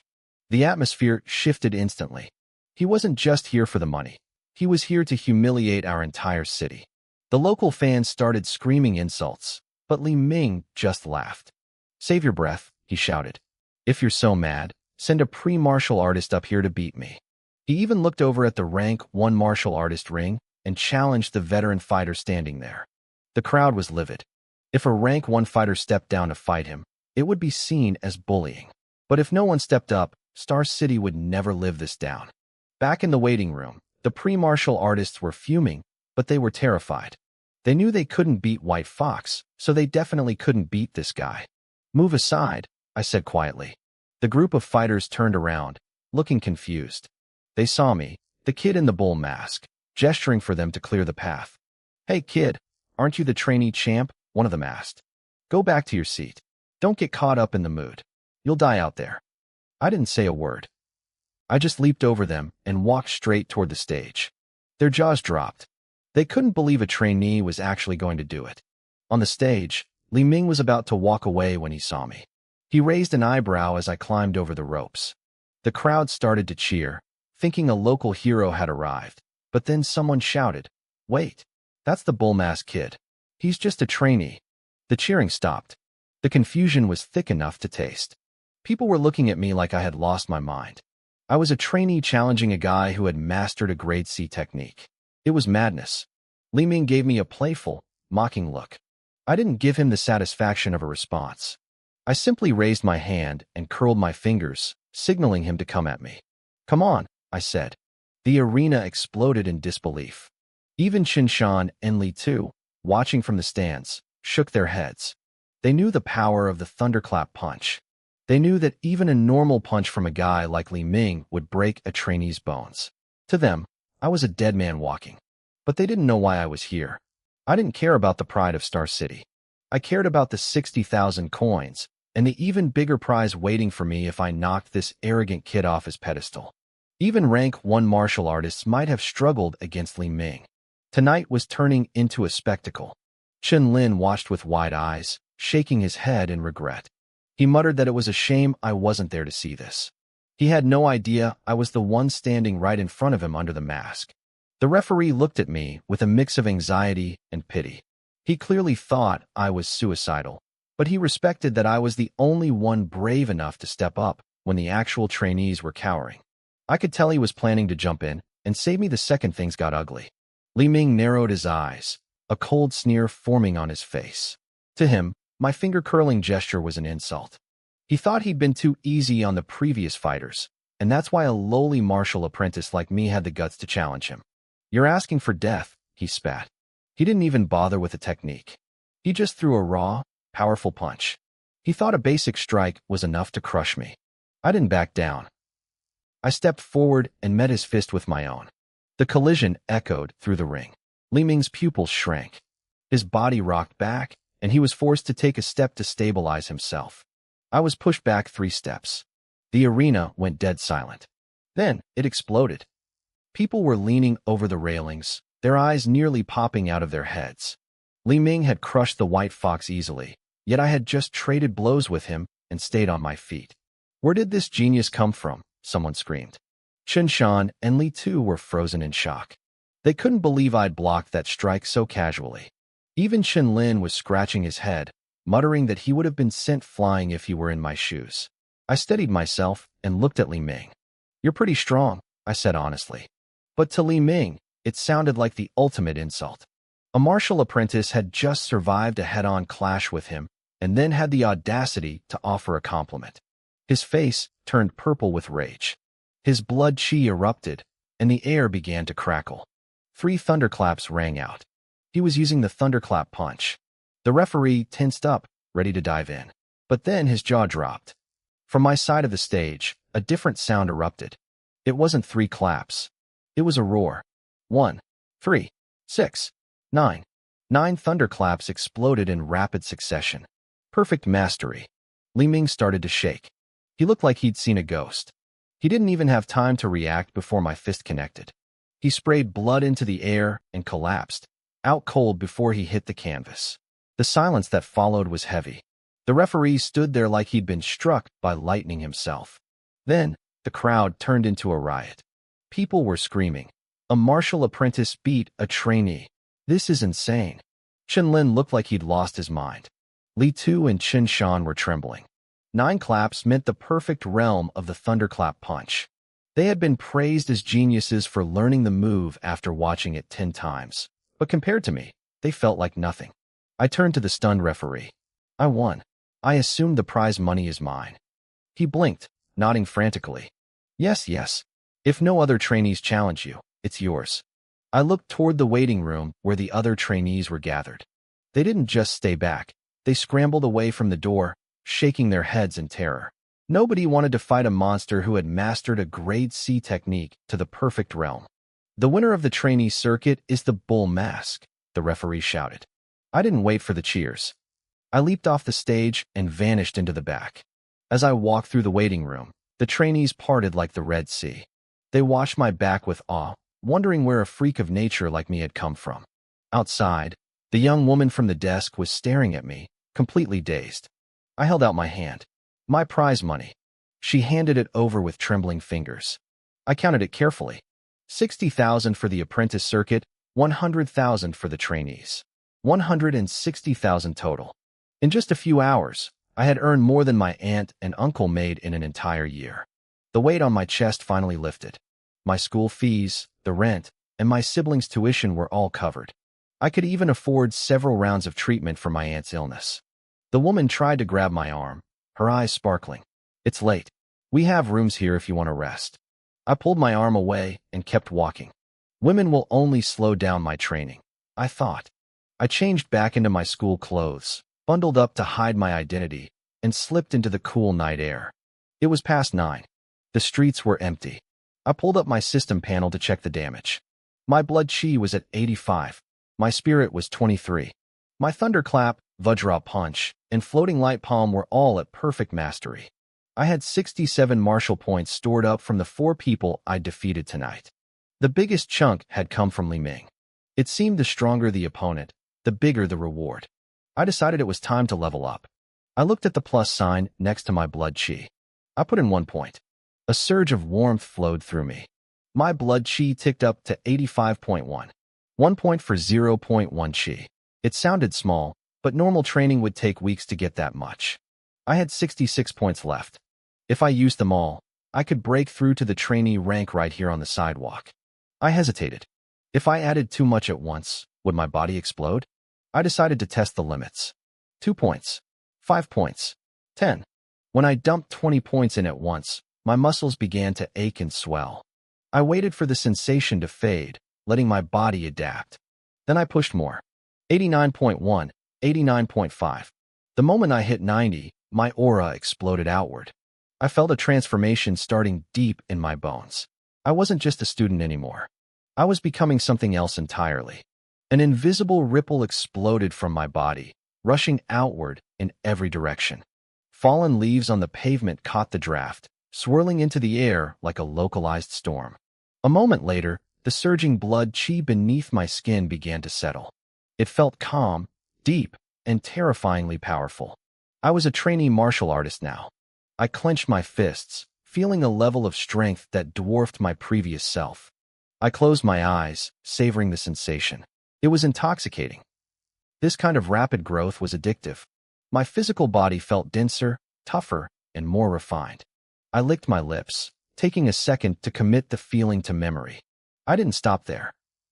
I looked at my remaining martial points and dumped every last one into my blood chi. The numbers ticked up steadily until they hit 91.7. I had gained nearly 7 full points in a single night. My phone buzzed in my pocket. I pulled it out and saw the name on the screen, Song Fei from the Raging Thunder Dojo. Before I had this system, I worked part-time at the dojo every week to make ends meet. I was a sparring partner. For 100 credits an hour, I let people use me as a human sandbag. Even with protective gear, I usually went home covered in bruises. I hadn't gone every day lately because the injuries interfered with my own training, but I had a scheduled session tonight. I picked up. Suhong, it's almost 10. Where are you? On my way, I said. Good. Hurry up. The line went dead. Even though I didn't need the pocket change anymore, I'd given my word. A man stays true to his promises. I checked my bearings and started heading toward the dojo. 10 minutes into the walk, I passed an open-air martial arts field. My eyes lit up. I remembered this place from yesterday. It had a grade 1 combat power tester. I wanted to see exactly how much stronger I'd become after the breakthrough. I slipped inside. In a small shack nearby, a young guard let out a long yawn. He was thrilled that the training field had emptied out early for once. Finally, he could get some sleep. He lay down, thinking about a genius who had shown up in the middle of the night a few days ago to test his strength. He pushed the thought aside. Lightning wouldn't strike twice. He drifted off, his snoring filling the room. Then it happened. Boom. 9 consecutive thunderclaps erupted, sounding like they were right next to his ear. The guard bolted upright, his head slamming into the ceiling with a loud crack. He crumpled back to the floor, clutching his skull and hissing in pain. Not again, he growled. He shoved the door open, ready to scream at whoever was making the noise. But halfway to the field, he slowed down. What if it was that same genius from before? He hesitated. People like that usually trained at elite schools or private gyms. Finding one here twice was impossible. He calmed himself down and walked toward the testing machine. The screen was glowing bright in the dark, but the field was empty. The person was already gone. Are you kidding me? The guard muttered. Hit the machine and run? What is wrong with people? He walked up to the screen, intending to shut it off. He was cursing under his breath until his eyes caught the numbers on the display. Combat Power, 2023. A strangled yelp escaped his throat. His jaw dropped so far he could have swallowed a light bulb. He spun around, looking left and right like a thief. When he realized no one was there, he let out a shaky breath and wiped cold sweat from his forehead. Thank God, he whispered. He didn't hear me calling him a psycho. He slapped himself hard across the face. He'd almost offended a monster. Then he slapped himself again, the sound echoing through the empty night. Over 2,000 power. That was insane. I walked toward the Raging Thunder Dojo, feeling pretty satisfied with that number. Song Fei was already waiting for me at the entrance. He waved me over as soon as he saw me. Suhong, come on, let's get some practice in. I hired a specialized instructor tonight. You can learn alongside me. An instructor? I asked. Song Fei grinned. It's a grade C spear technique. Pretty rare stuff. My interest piqued. A weapon changed everything. For a martial artist, a good alloy weapon combined with the right technique could multiply their lethality. Alloy weapons and their corresponding manuals were ranked from F to SSS, and grade C was way out of my price range. I'd been meaning to pick up a weapon anyway. If I ran into an enemy with a blade and I was still using my bare hands, I'd be at a massive disadvantage. I followed Song Fei into the dojo. We headed to a massive training hall, over 200 square meters of polished floors and mirrored walls. About a dozen other martial artists were already there, stretching and chatting. Song Fei, you're late, one of them shouted. Did I miss it? Song Fei asked, his eyes wide. No, but you missed the last few days. Today is the final day for the grade C spear training. Song Fei groaned, clutching his head. I shouldn't have gone out partying. I could have mastered the basics by now. The room went quiet. The other martial artists looked at each other with bitter smiles. What's wrong? Song Fei asked. Don't worry about it, one man sighed. The instructor is Jiang Ming, a rank 3 martial artist. He's only here because he owes the owner a favor. He doesn't actually care about teaching us. He just performs the forms a few times and leaves. No tips, no corrections, nothing. We've been here for 6 days and none of us have even reached the entry level. The man looked at me. Who's this? My buddy, Song Fei said. I figured he could tag along. That okay? Sure, plenty of room. Don't be shy, brother. We're all in the same boat. I nodded. Thanks. I appreciate it. No problem. We might not be experts, but we've been watching him for a week. If you have questions, just ask us. Even a little bit of a grade C technique is better than nothing. Before he could finish, the heavy doors swung open. A young man stumbled in, his clothes torn and stained with fresh blood. The young man limped into the room, leaning heavily against the wall for support. He looked like he'd been dragged through a gravel pit. His clothes were shredded and soaked with fresh blood.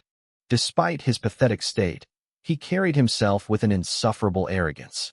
If my teacher is bad at explaining things, it's because you guys are too stupid to understand. He spat, his voice rasping. Stop making excuses for your own lack of talent. The room turned cold. The martial artists around me bristled, their brows furrowing in collective anger. I stayed quiet, but I was surprised. Who was this kid? And why was he acting like he owned the place? Who is that? Song Fei whispered to the guy next to him. He's got a big mouth for someone who looks like a used rag. That's Li Ming. The man whispered back, his voice tight. He's the instructor's disciple. He's always like this. Thinks he's better than everyone in Star City, just because he's from the capital. Li Ming's eyes snapped toward us. What are you losers whispering about? None of your damn business, someone barked back. Li Ming let out a sharp, mocking laugh. Typical. No talent, and no spine either. That was the breaking point. One of the older martial artists stood up, a sneer on his face. You're talking big for someone who just got his ass kicked. Look at you. You look like a dying dog. Where's all that talent now?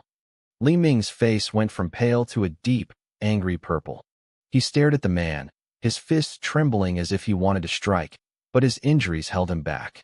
He let out a bitter huff and turned away, limping toward the stairs leading to the second floor. Upstairs, in a private room, Jiang Ming stood by the window. He was a rank 3 martial artist, his hands tucked behind his back as he stared out at the city. Teacher, I think Li Ming went out again, a burly young man named Li Yin said, bowing respectfully. Jiang Ming frowned. That boy. I brought you both from Yang City to challenge the geniuses of Star City's high schools. Spending time in these low-level places is a waste of effort. Jiang Ming was annoyed. Li Ming was already a peak martial trainee. He knew the spear techniques and had even mastered the grade C thunderous punch to the proficient level. To Jiang Ming, Li Ming going to underground fights was like a professional athlete bullying kids in a playground. It was beneath him. Li Yin, go find him and bring him back, Jiang Ming ordered. He needs a lesson in discipline. Just then, the door pushed open. Li Ming stumbled in, looking like a wreck. Jiang Ming and Li Yin both froze, their eyes widening in shock. What happened? Jiang Ming demanded, his voice dropping an octave. Did you pick a fight with a rank 1 martial artist? No. Li Ming looked at the floor, his face burning with shame. He didn't want to admit it, but under his teacher's piercing gaze, he had no choice. He told them everything. When he finished, Li Yin looked like he'd seen a ghost. A martial trainee? He hit 9 consecutive thunderous punches. Jiang Ming's brow furrowed deep. A genius like that wouldn't be wasting time in an underground ring. Are you lying to me? I swear, teacher, I'm telling the truth. Li Ming cried out. Jiang Ming went silent. He had hired a master who had studied the thunderous punch for decades to teach his disciples. It took Li Ming 3 months to reach the proficient stage. Li Yin, being a rank 1, reached the micro stage faster. The master had called them both prodigies. But now, a mere trainee had used the perfect stage of the punch to dismantle his student. It was hard to swallow. Seeing Li Ming's confidence shattered, Jiang Ming sighed and softened his tone. Don't compare yourself to a freak of nature like that, he said, trying to comfort him. Focus on healing. Once you're better, you and Li Yin will challenge the students at Star City High. It doesn't matter how many geniuses are out there. You only need to be strong enough to crush them. Use them as stepping stones for your future. Li Ming looked up, a spark of ambition returning to his eyes. Yes, teacher. He clenched his teeth, silently vowing to find that mysterious trainee one day and wash away this humiliation. When do we start the challenge? Li Yin asked. Jiang Ming thought for a moment. Li Ming needs a few days to recover. Let's aim for the end of the month. The end of the month? Li Yin hesitated. I think that's when Star City High has its monthly exams. Even better, Li Ming interrupted, his voice full of malice. All their geniuses will be there. We'll show up and crush them in front of everyone. Li Yin nodded. Which school first? Li Ming grinned. We start with the strongest. Star City First High? Downstairs, I was still waiting in the training hall. It had been 30 minutes. The other martial artists were getting restless, grumbling about the instructor's lack of respect. Suddenly, the doors swung open. Jiang Ming walked in, carrying a standard-issue long spear. He didn't apologize for being late. Instead, he looked at the men sitting on the floor and barked, "What are you waiting for? Get your spears." The mood in the room soured instantly, but no one dared to argue with a rank 3. Everyone grabbed a spear and fell into line. I stood at the very back, my fingers wrapping around the cold wood of the weapon. Today is the last day I'm teaching the Raging Sea Spear technique, Jiang Ming said indifferently. Watch closely. I'm only going through the forms 3 times. After that, I'm done. He didn't wait for a response. He started immediately. The other martial artists scrambled to follow, their movements clumsy and frantic. Song Fei was swinging his spear like a blind man with a stick. I didn't move. I just watched.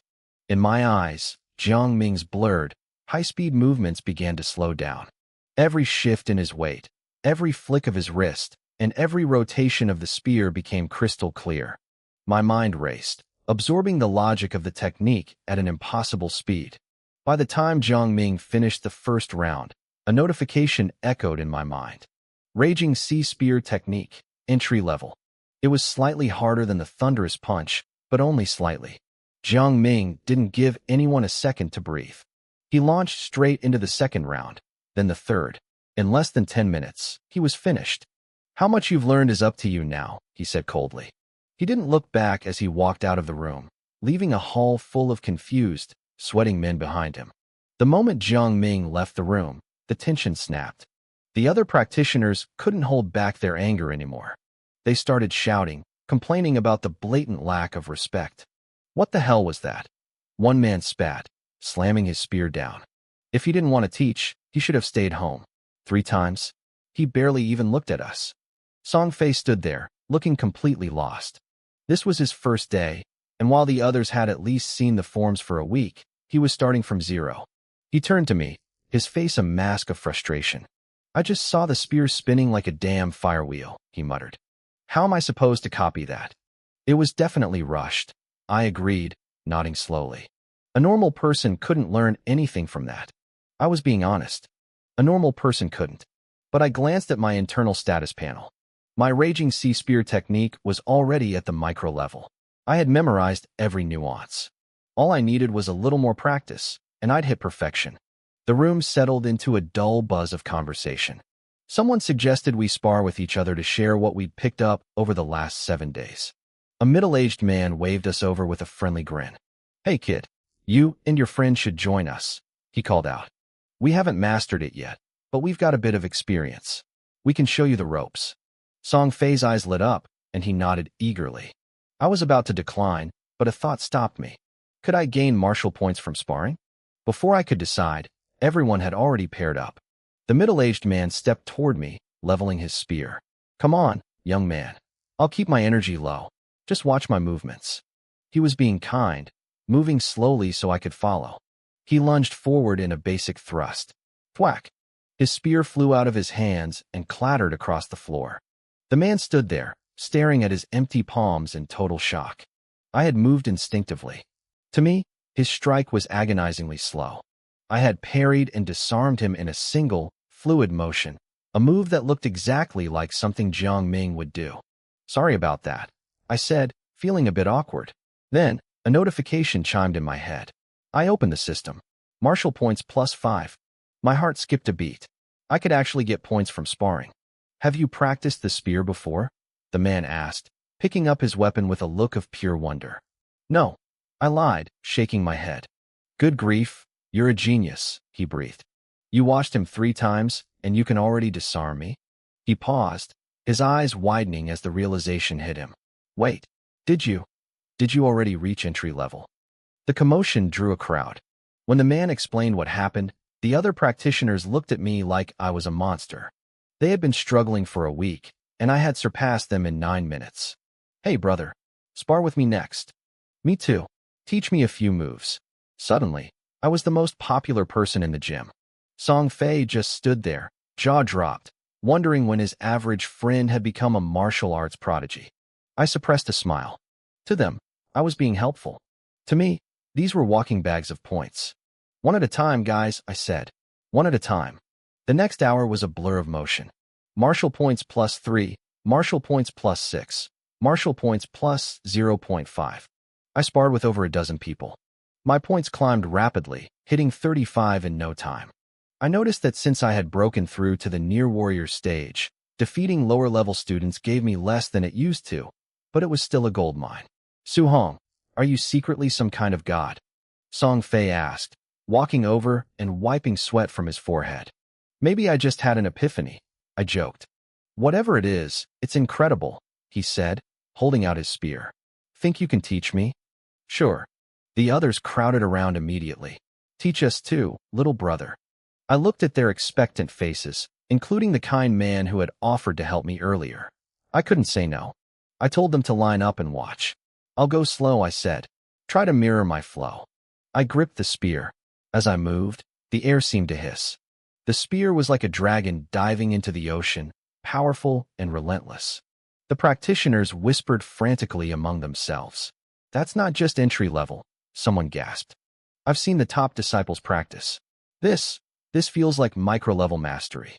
I didn't stop. I went through the form 3 times. With each rotation, my own understanding of the technique skyrocketed. By the end of the 3rd round, I checked my panel again. Raging Sea Spear Technique. Great success. I gripped the wood of the spear, feeling the power thrumming in my arms. I spent the rest of the session walking through the crowd, correcting their stances, adjusting their angles, and explaining the logic behind the strikes. I was actually a better teacher than Jiangming. I cared if they learned. Suddenly, a loud whoosh echoed through the hall. The middle-aged man had just executed a perfect thrust, the sound of a crashing wave following his spear tip.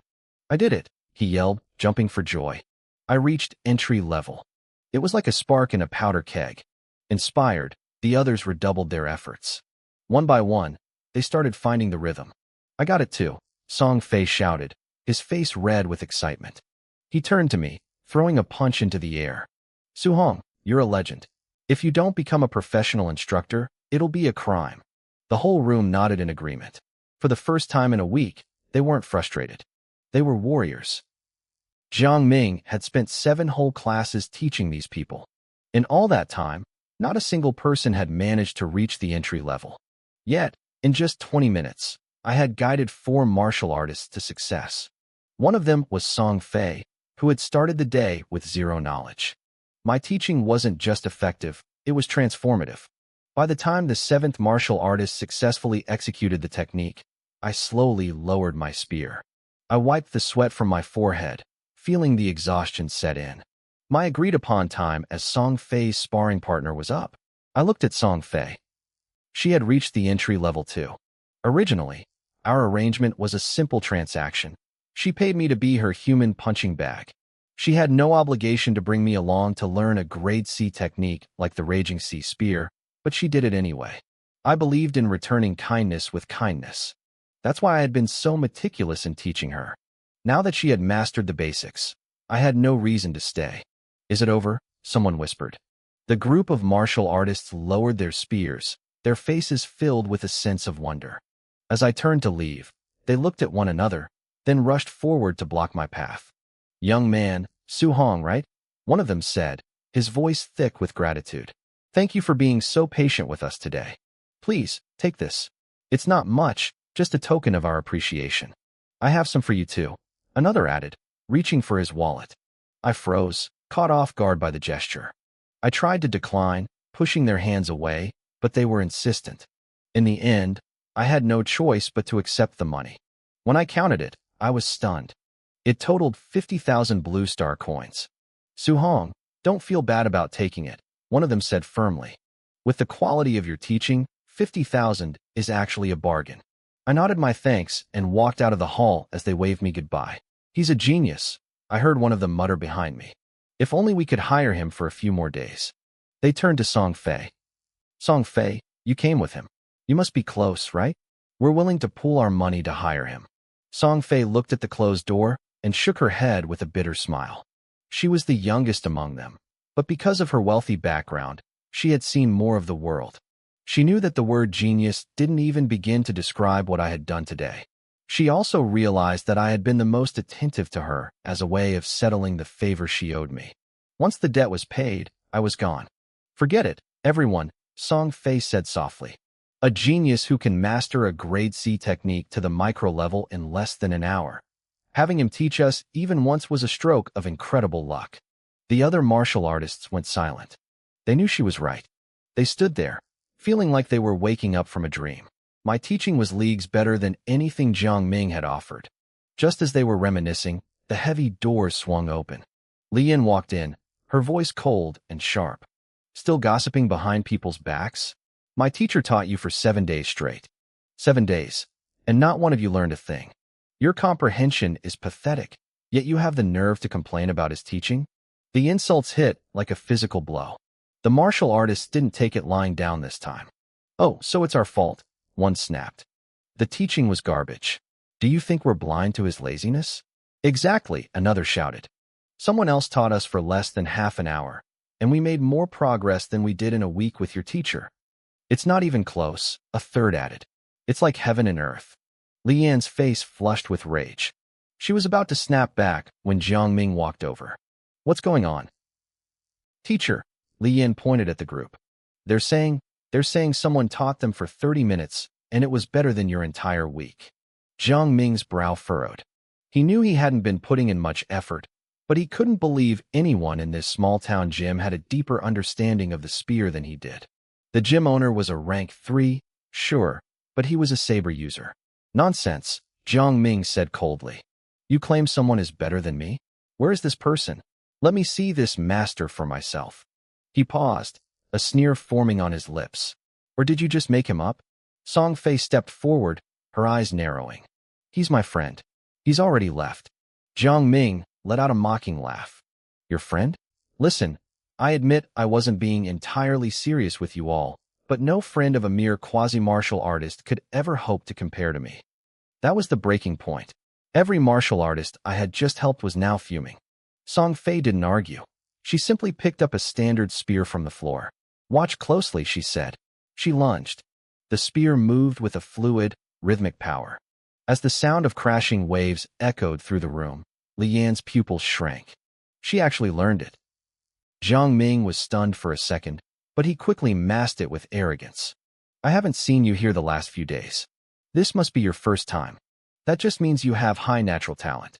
You picked it up from watching my 3 demonstrations. The room erupted in scoffing laughter. Your 3 demonstrations? You finished those in 9 minutes and walked away. And if you think she's just talented, what about us?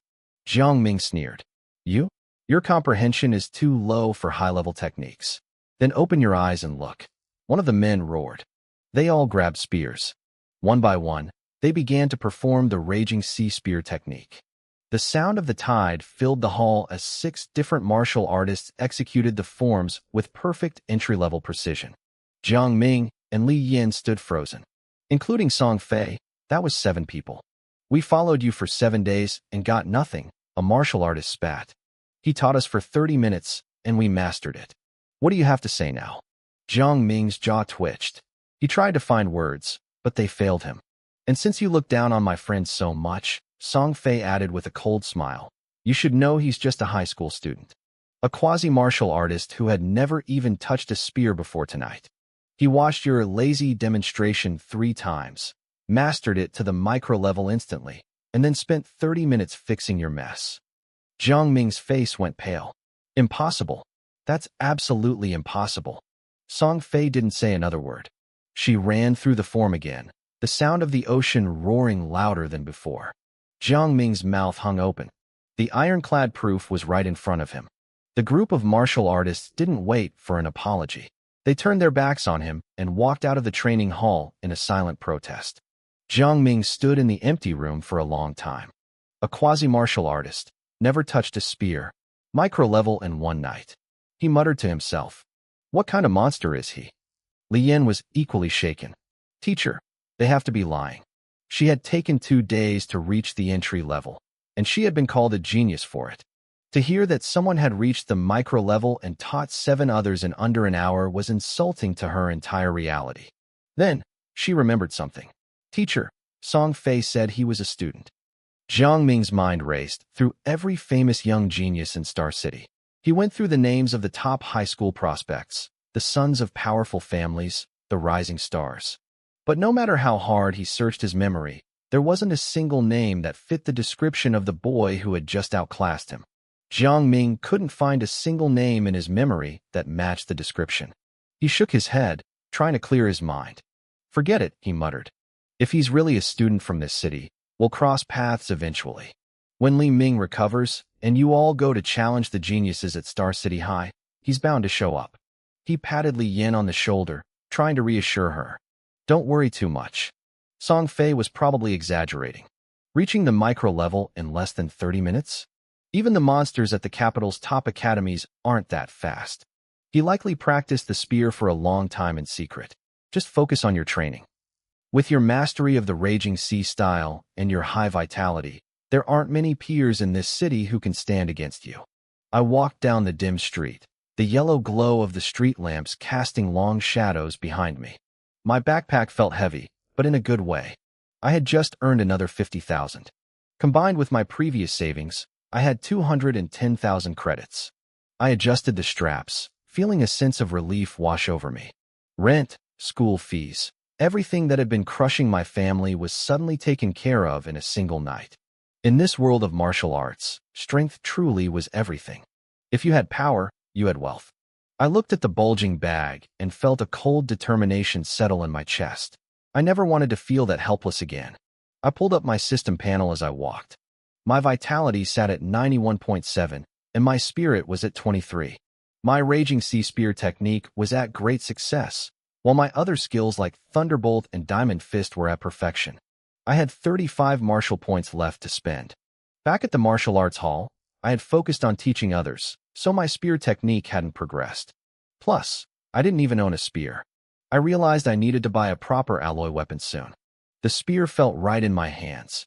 It felt like it was meant to be my primary weapon. I looked at my stats. The most urgent task was increasing my vitality. Without a guidance technique, relying on normal exercise was painfully slow. In this world, quasi-martial artists are stuck in a bottleneck. You can't absorb the energy of heaven and earth because it's too violent for a weak body. If you try to take it in before your vitality hits 100, you'll literally explode. It was a lesson learned through centuries of bloody history. I needed to reach rank 1. I didn't hesitate and dumped all 35 points into my vitality. Immediately, a warm current flooded my limbs. My blood began to churn, racing through my veins like a mountain stream. It wasn't painful, just intense. After a few minutes, the sensation faded. I checked the panel again. Vitality, 95.2. I was only 4.8 points away from becoming a rank 1 martial artist. I was so close. But my points were gone again. I needed a new way to earn them. Then it hit me. The school's monthly exams were coming up in 6 days. The top 10 students got rewards, and the combat would definitely give me points. But I couldn't wait 6 days. I needed money for that alloy spear now. As I passed a small convenience store, a news broadcast caught my ear. Beast activity outside Star City is increasing. The city lord is calling for martial artists to hunt them down. High bounties are being offered. My eyes lit up. Killing beasts would give me points and money. Plus, I thought back to the moment I killed Lin Ping in the ring. It was my first time taking a life, and honestly, it had left me feeling a bit unsettled. I needed to get used to the sight of blood if I was going to survive this world. The wilderness it is, I decided. Tomorrow, I'd head out. Since the college entrance exams were close, the school let us decide our own schedules anyway, as long as we showed up for the monthly test. Across town, in our cramped, aging apartment complex, my uncle Su Guoming was limping home. He moved slowly, his face twisted in pain as he clutched his lower back. He had strained it yesterday, but spent all day hauling heavy crates anyway. We needed the money. He stood at the bottom of the stairs and sighed, looking up at the 5 flights he had to climb. He felt a wave of powerlessness. After a moment of silent frustration, he gripped the railing and began the slow, agonizing ascent. It took him 15 minutes just to reach our door. He paused, rubbed his face to force a smile, and walked in. My younger siblings, Xiao Hai and Xiao Ming, were in the tiny living room, drenched in sweat as they practiced their horse stances. "Dad, you're back," they chirped. He nodded, his heart aching with a mix of pride and guilt. My aunt came out of the kitchen, still wearing her apron. Seeing him clutching his back, her face fell. She rushed over to help him sit. "I didn't get it," he whispered to her. They had hoped to get an advance on his salary. She looked disappointed but forced a smile. "We'll find another way. Let me get the ointment." Just then, the sound of a key turned in the lock. "I'm home," I called out. My uncle quickly grabbed my aunt's arm and shook his head. He didn't want us kids to worry. I walked in, unable to hide the grin on my face. "Brother," the kids shouted. "Xiao Hong, why are you so happy?" my uncle teased, trying to hide his pain. "I haven't seen you look like this in a long time. Don't tell me you actually broke through and became a quasi-martial artist?" It was a joke. He knew how hard it was to raise vitality when you were poor. I blinked, pretending to be shocked. "Uncle, how did you know?" The room went silent. Xiao Hai and Xiao Ming were so startled they lost their balance and fell right onto their butts. They scrambled up, rubbing their backsides, eyes wide. Wait, are you serious? I looked at my family, my smile widening. I'm serious. I'm a quasi-martial artist now. Su Ming and Su Hai rushed forward, wrapping their arms around me. Their small faces were full of pure worship. My uncle and aunt were beaming, their smiles coming from the bottom of their hearts. They were genuinely happy for me. But as my uncle, Su Guoming, laughed, I saw a shadow cross his eyes. His heart was heavy. Earlier that day at work, he had chatted with some colleagues who also had kids in school. That was how he found out the registration fee for the 5 core martial arts subjects was a staggering 30,000 yuan. Even worse, it had to be paid within a week, or I wouldn't be allowed to take the courses. It was a massive burden, yet I hadn't breathed a word about it to the family. He felt a deep sense of shame, thinking he was dragging me down. He silently resolved to beg his boss for an advance again tomorrow. He had to get that money together, no matter what. Xiao Hai, Xiao Ming, uncle, aunt, come here for a second, I said with a mysterious grin. I pulled the 4 of them toward the dining table. What is it? Su Guoming teased, trying to match my mood. Don't tell me you have a surprise for us. It's definitely a surprise, I laughed. I swung my backpack onto the table and unzipped it. Then, I started pouring. Stacks of cash tumbled out of the bag, piling up on the table one after another. Su Guoming, Aunt Chinlan, and the 2 kids just stood there, frozen. 20 stacks. Then one more. 21,000 blue star coins in total. The small dining table was practically buried under the sea of bills. None of them moved. Their minds went completely blank. For a family like ours, this much cash was something they had never seen in their entire lives. Xiao Hong. My uncle finally stammered, his voice trembling. This money, where did it come from? He looked terrified, scared that I had taken a dark path or done something illegal to get it. My aunt and the kids stared at me, waiting for an answer. Don't worry, uncle, I said, telling a white lie. After I broke through and became a quasi-martial artist, the principal saw my potential. He gave me a special scholarship. I knew if I told them I wanted in an underground death match, they would never sleep again. As soon as I said scholarship, the tension left their bodies. They let out a massive sigh of relief, and their smiles became genuine again. Uncle, aunt, you've worked so hard all these years, I said, my voice thick with pride. From now on, I'll be the one to carry this family. Winning the underground championship was great, and being praised by martial artists at the gym felt good, but nothing compared to the satisfaction of this moment. Good boy, Su Guoming whispered, his voice cracking. He tried to stay composed, but his emotions were overflowing. Auntie, focus on your treatment. I'll earn the money for everything, I told her.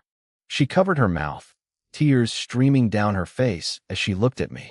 Xiao Hai and Xiao Ming had stars in their eyes. Their admiration for me had reached a peak. That night, nobody really slept.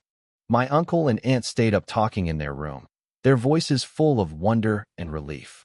Meanwhile, the kids dragged me around, asking a million questions. Every time I showed off a tiny bit of my strength, they cheered and clapped like I was a superhero. The next morning at breakfast, my uncle and aunt pushed the money back toward me. They insisted I was at a critical stage in my training and couldn't afford any distractions. They wanted me to keep it all. After a long argument, I managed to force them to keep most of it, only taking 50,000 for myself. They kept trying to persuade me to take more, so I eventually just bolted out the door. I'm staying at school to train for a while. Don't wait up, I shouted back. Walking down the street, I let out a long breath. Still not enough, I muttered. If I had brought home 2 million instead of 200,000, maybe they wouldn't have been so hesitant to spend it. It was time to hunt some beasts and make real money. I hailed a taxi and headed for the outskirts. About 10 kilometers outside Star City sat a martial artist base.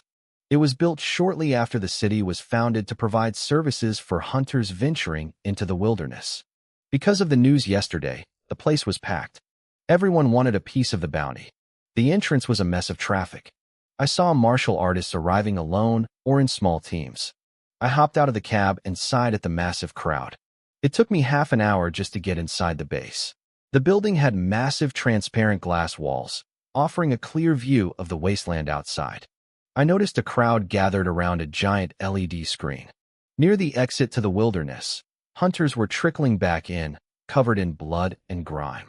Most of them carried dripping bags. I realized those bags were filled with the left ears of mutated beasts. I watched as they went to a settlement counter.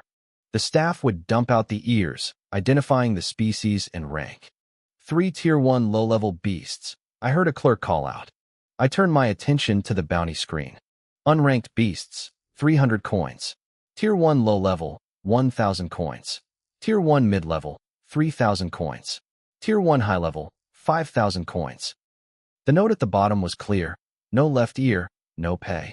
It was straightforward. With my current strength, Tier 1 low levels would be easy pickings. 10 of them meant 10,000 coins. Plus, the pelts and meat were worth money too, though most hunters ignored them because they took up too much space. I headed for the exit to the wilderness, but the line was long. I hope they haven't killed everything nearby already, I thought. Suddenly, a loud, gruff voice cut through the chatter. Move it. Out of the way. I looked over. A team of 5 Tier 1 martial artists was walking past everyone, led by a cocky-looking young man. They were blatantly cutting the line. There were stronger teams waiting, even some Tier 2 martial artists, but surprisingly, everyone stepped aside without a word. The arrogant guy smirked and led his team through the gates. Once he was gone, the whispers started. Damned brat. Thinks he's special just because of his uncle. If it wasn't for Yi Chi, I would have slapped the teeth out of his mouth. I listened in and pieced it together. The guy was Yi Feng, a Tier 1 mid-level fighter. His uncle, Yi Chi, was a Tier 3 martial artist and the head of this entire base. He spoiled his nephew rotten. I shook my head. There's always someone like that. Finally, it was my turn at the gate. The guard looked at me, surprised. Huh, you're pretty young to be heading out alone. The guard gave me a surprised look, but he didn't say anything. He waved me through, and I stepped into the tunnel. After walking a dozen meters, my boots hit the soil of the wilderness. The air out here was sweet and fragrant, a sharp contrast to the city. I took a few deep breaths, picked a random direction, and started walking. I moved through a dense forest filled with massive, ancient trees. My eyes scanned the shadows. I stayed alert, my body ready for anything. Suddenly, the grass ahead rustled. I dropped into a low crouch, muscles tensed. A second later, a person stepped out from the brush. I felt a bit speechless. I had been walking for a while now and hadn't seen a single beast. Instead, I kept running into other martial artists. The outskirts were picked clean. If I wanted to find anything, I had to go deeper. I shook my head and decided to pick up the pace. I leaped into the air, my body nearly parallel to the ground. I kicked off the air itself with a sudden burst of power. A loud sonic boom echoed through the trees. For a moment, I felt like a superhero, flying forward dozens of meters in a single bound. I kicked again mid-air, my speed increasing until I vanished into the deep forest. 10 minutes later, I finally found my first target. It was a wolf, 2 meters long with tusks curved like crescent moons. I recognized it immediately from my school textbooks, a Tier 1 mid-level beast, the ghost moon wolf. The wolf's mouth dripped with saliva. Its oily green eyes were locked onto me, sensing my blood energy. After a moment, a look of predatory joy flashed in its eyes. To this beast, I was the weakest human it had encountered all day. It let out a chilling howl and lunged. Its jaws snapped toward my throat. My breathing quickened, and my body tightened instinctively. That feeling of life and death being decided in a split second made me feel strangely alive. My hands were actually trembling with excitement. As the wolf flew through the air, my mind became incredibly clear. I didn't hesitate. I ducked low, sliding right under its belly. My eyes turned cold. I threw a punch. 9 thunderous cracks rang out as my fist connected. The wolf's abdomen caved in. It slammed into the ground and stopped moving within seconds. I let out a long breath, my heart racing with adrenaline. Then, my face twisted in disgust. The smell of the wolf's saliva hit me. It was beyond foul. I held my breath, reached down, and ripped the left ear off the carcass. I tossed it into my backpack and kept moving. As I walked, I replayed the fight in my head. That duck, I hadn't even thought about it. It was like a reflex. Before I gained my new abilities, my reaction time was never that fast. It felt like my body knew exactly what to do before my brain even processed the threat. It seemed my peerless talent wasn't just about learning techniques. It had maxed out my combat instincts too. I hadn't noticed this during the underground fights because those opponents were too weak, but against a beast, the difference was obvious. I needed to test this again. I pushed further into the forest where the beasts were more common. It didn't take long to find a massive black bear. A Tier 1 mid-level furious black bear. "Come on," I said, beckoning with my finger. The bear lived up to its name. Seeing my provocation, it let out a roar that shook the trees and charged. Its mountain-like body made the ground tremble with every step. It swung a massive paw at me. I stepped aside easily. The bear attacked again and again, but it couldn't even touch a thread of my clothes. After 10 minutes, the bear was huffing and puffing, exhausted. I stood a few feet away, my breathing steady, not a single hair out of place. My combat instincts were definitely maxed out. A mid-level beast couldn't even graze me. This talent was terrifying. Test over. Time to finish this. The bear roared one last time and tried to lift its paw. Before it could, a loud boom echoed. A wave of pain hit the bear. It looked down, confused, only to realize its front paw was gone. It looked up just in time to see my fist expanding in its vision. Its head exploded. I jumped back quickly to avoid the mess. The bear's massive body slumped to the ground, shaking the earth. I stepped forward, took the left ear, and turned to leave. Suddenly, I heard a sharp whistle of air behind me. My instincts kicked in, and I blurred to the side. A long spear slammed into the spot where I had just been standing. "Oh, fast reactions," a voice said. I looked over. A thin, scrawny man was pulling his spear out of the dirt. He pointed the tip at me and grinned. "Kid, hand over the ears you've collected. Do it, and I might let you live." "You don't hunt beasts? You just hunt people?" I asked, my face expressionless. "Young people are so naive," the man sneered. "Why hunt beasts when robbing is so much faster? Ears or your life. I'll give you 3 seconds." I started to speak, but then my eyes landed on his weapon. I smiled. "Is that an alloy spear?" The man blinked, caught off guard. "Duh. What else would it be?" "What grade?" "First grade alloy." "Wait, why am I answering you?" He realized I was stalling and turned red with rage. "You had your chance. Die." He lunged, the spear tip aimed straight for my throat. I didn't even flinch. I just looked at the weapon with a hint of disappointment. "Only first grade. Well, I guess it'll do for now." The man laughed, thinking he had me. But just as the spear was about to pierce my skin, his vision blurred. His hand went numb, and he instinctively let go of the weapon. A split second later, a foot slammed into his chest. He flew backward, crashing into an ancient tree with a sickening thud. He slid to the ground, coughing up a mouthful of blood. He looked dazed, having no idea what had just happened. "Not bad," I said, weighing the spear in my hand.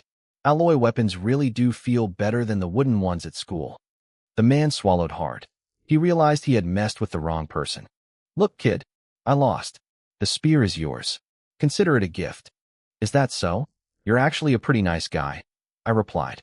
"Go ahead. Leave." The man forced a smile and turned around. As he walked away, his eyes filled with malice. Suddenly, he heard a sound like a crashing tidal wave behind him.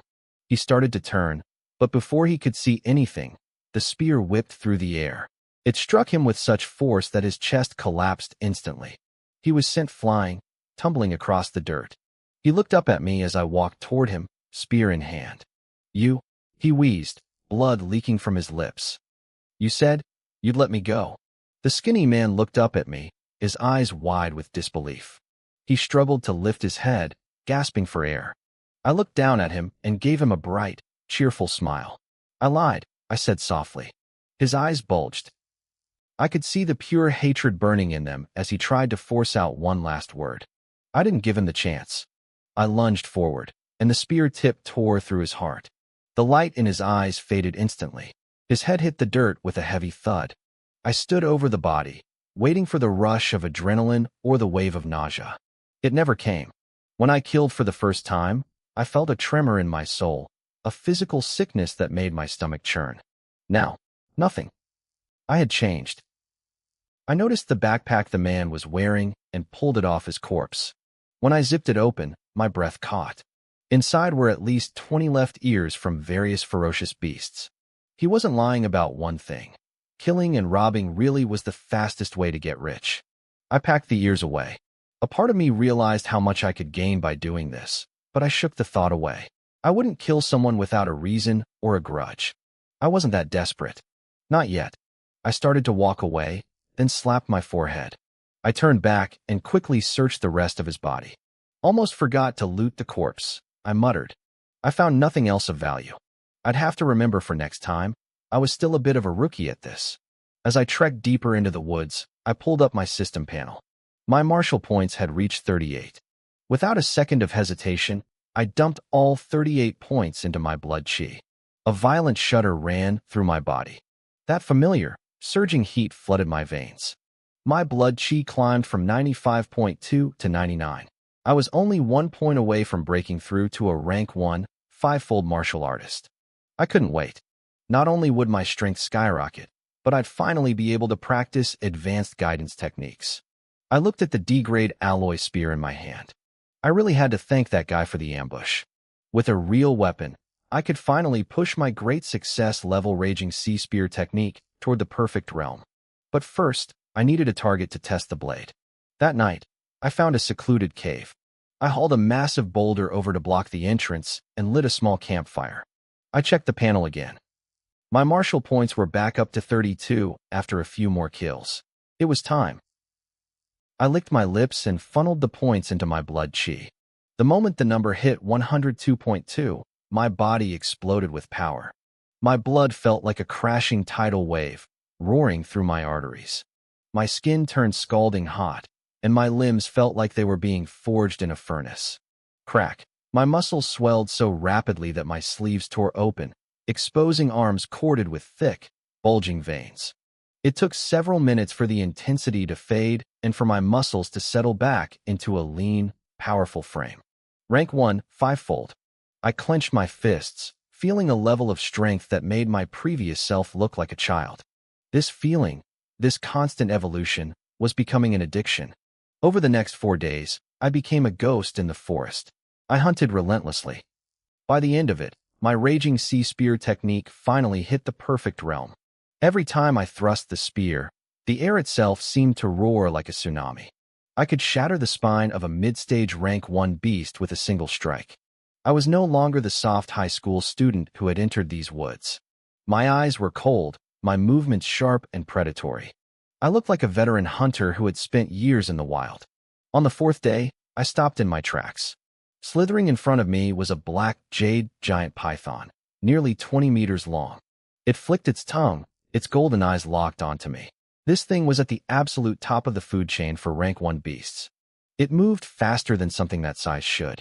Its tail whipped toward me like a thunderbolt, shattering a boulder in its path. I didn't try to block it. That would be suicide. I leaped into the air, using my skystep movement.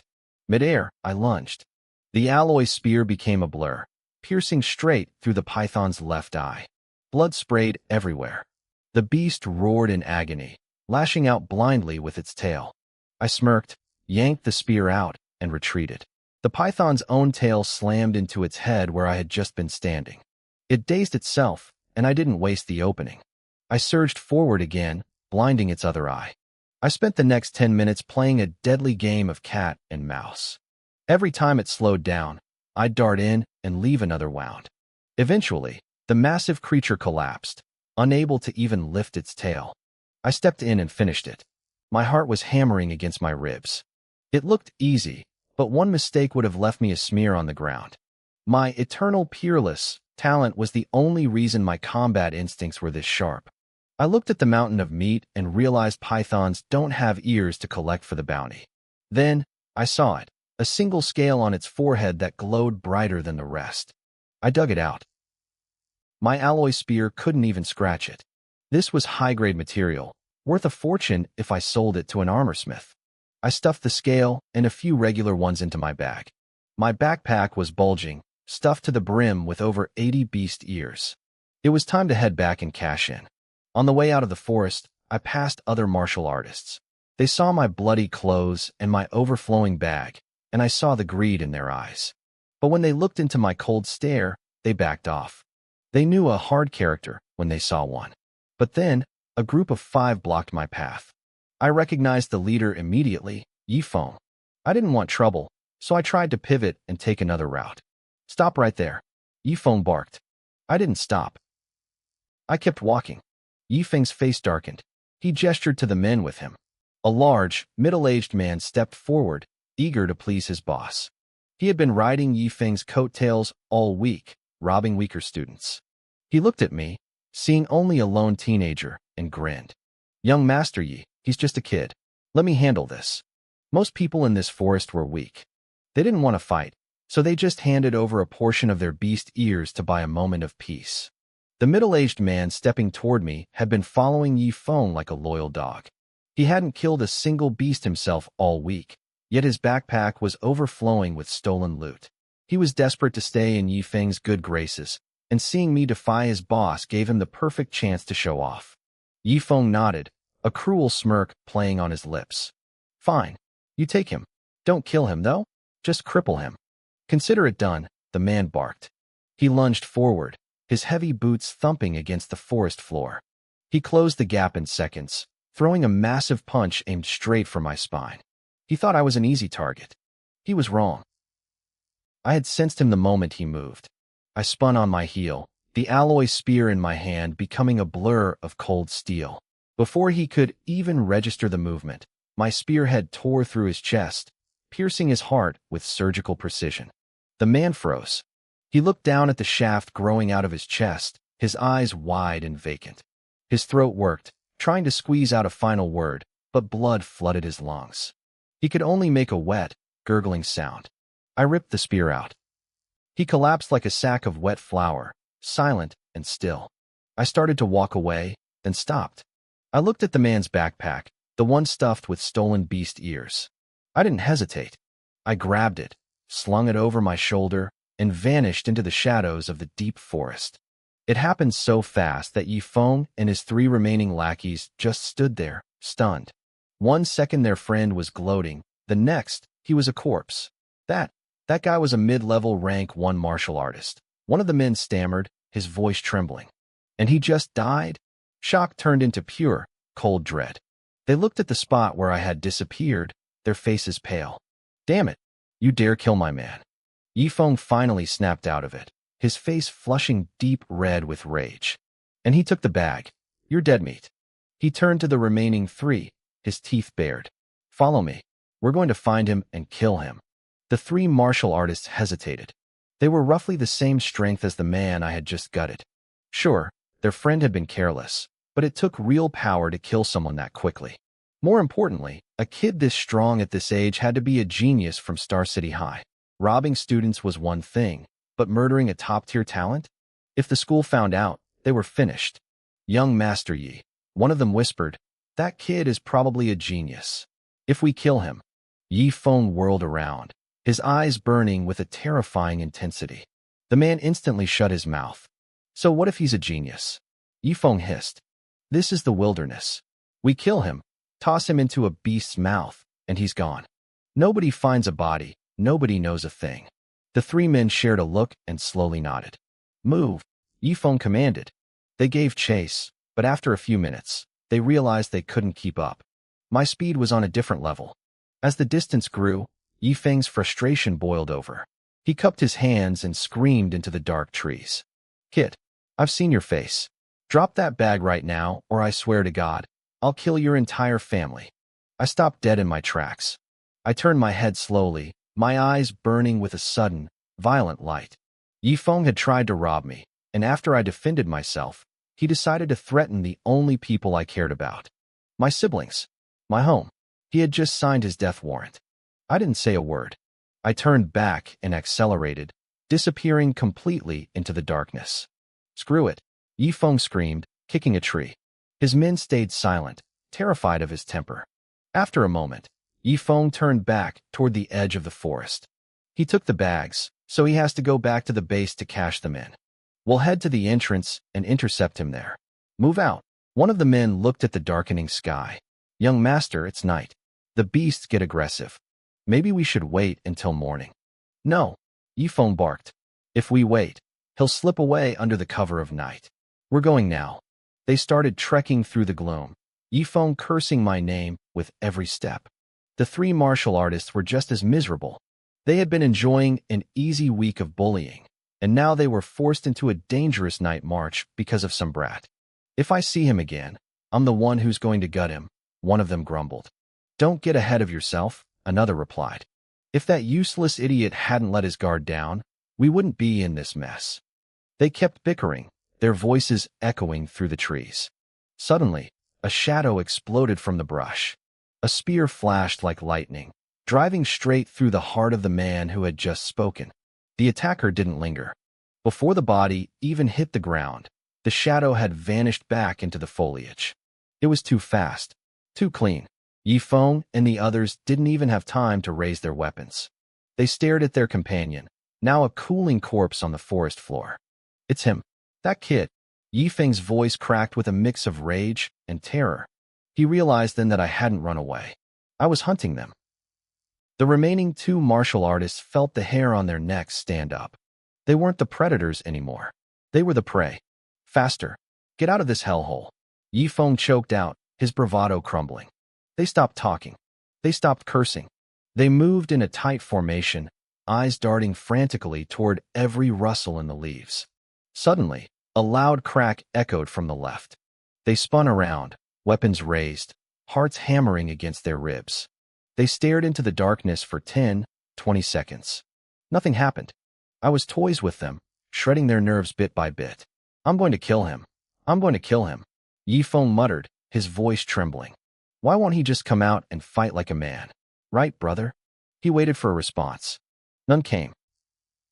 Yifeng and the last remaining martial artist froze. A cold pit formed in their stomachs.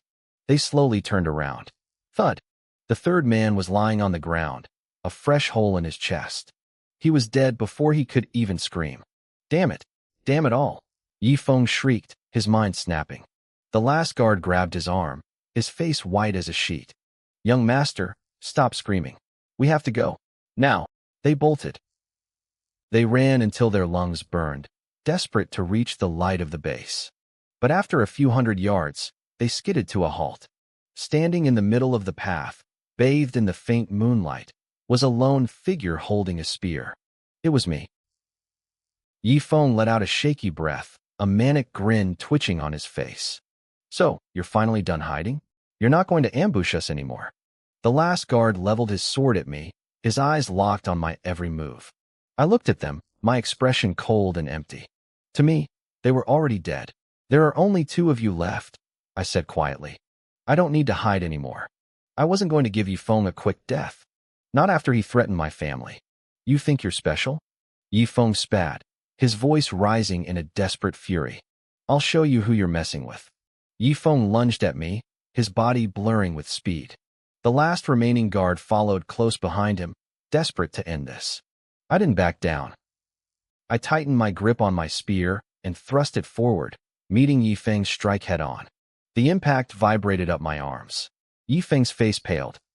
He let out a muffled grunt and staggered back several steps. He looked at me, his eyes narrowing with a newfound gravity. He was a rank 1 high-stage martial artist. He hadn't expected a student like me to force him back with a single blow. I didn't give him time to recover.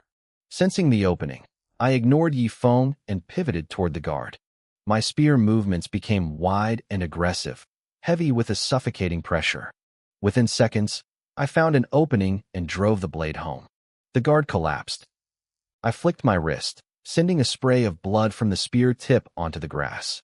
Yifeng's expression turned deathly pale. In just a few hours, his 5-man team had been whittled down to just him. Now it's your turn, I said. My voice was cold. I began to walk toward him, step by deliberate step. You think you've won? Yifeng sneered. When we were barely 10 feet apart, he suddenly raised a finger. Die!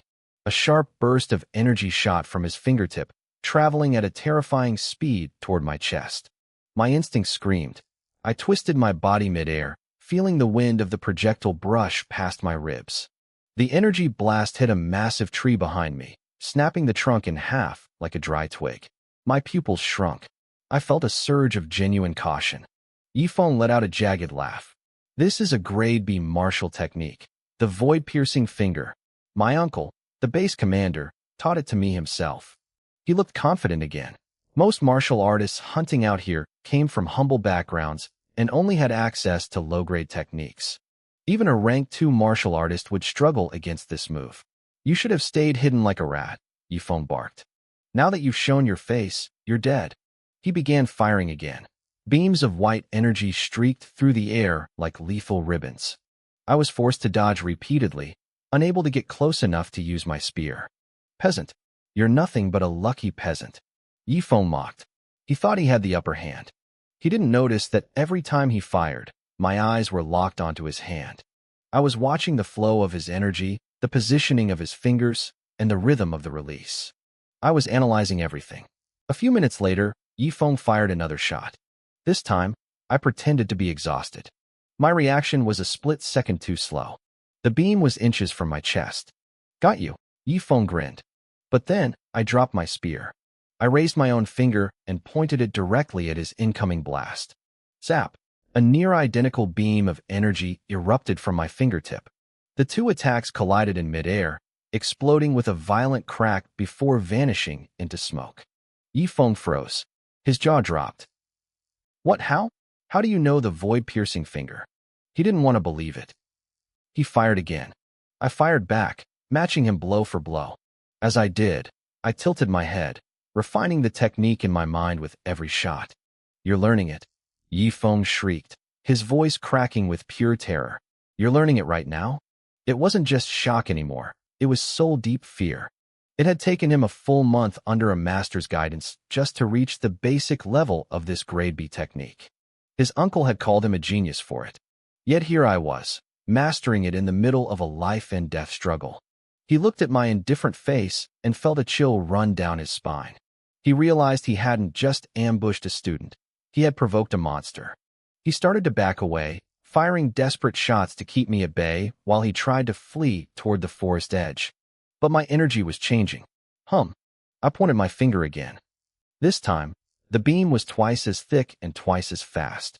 It shattered his defense and tore straight through his thigh.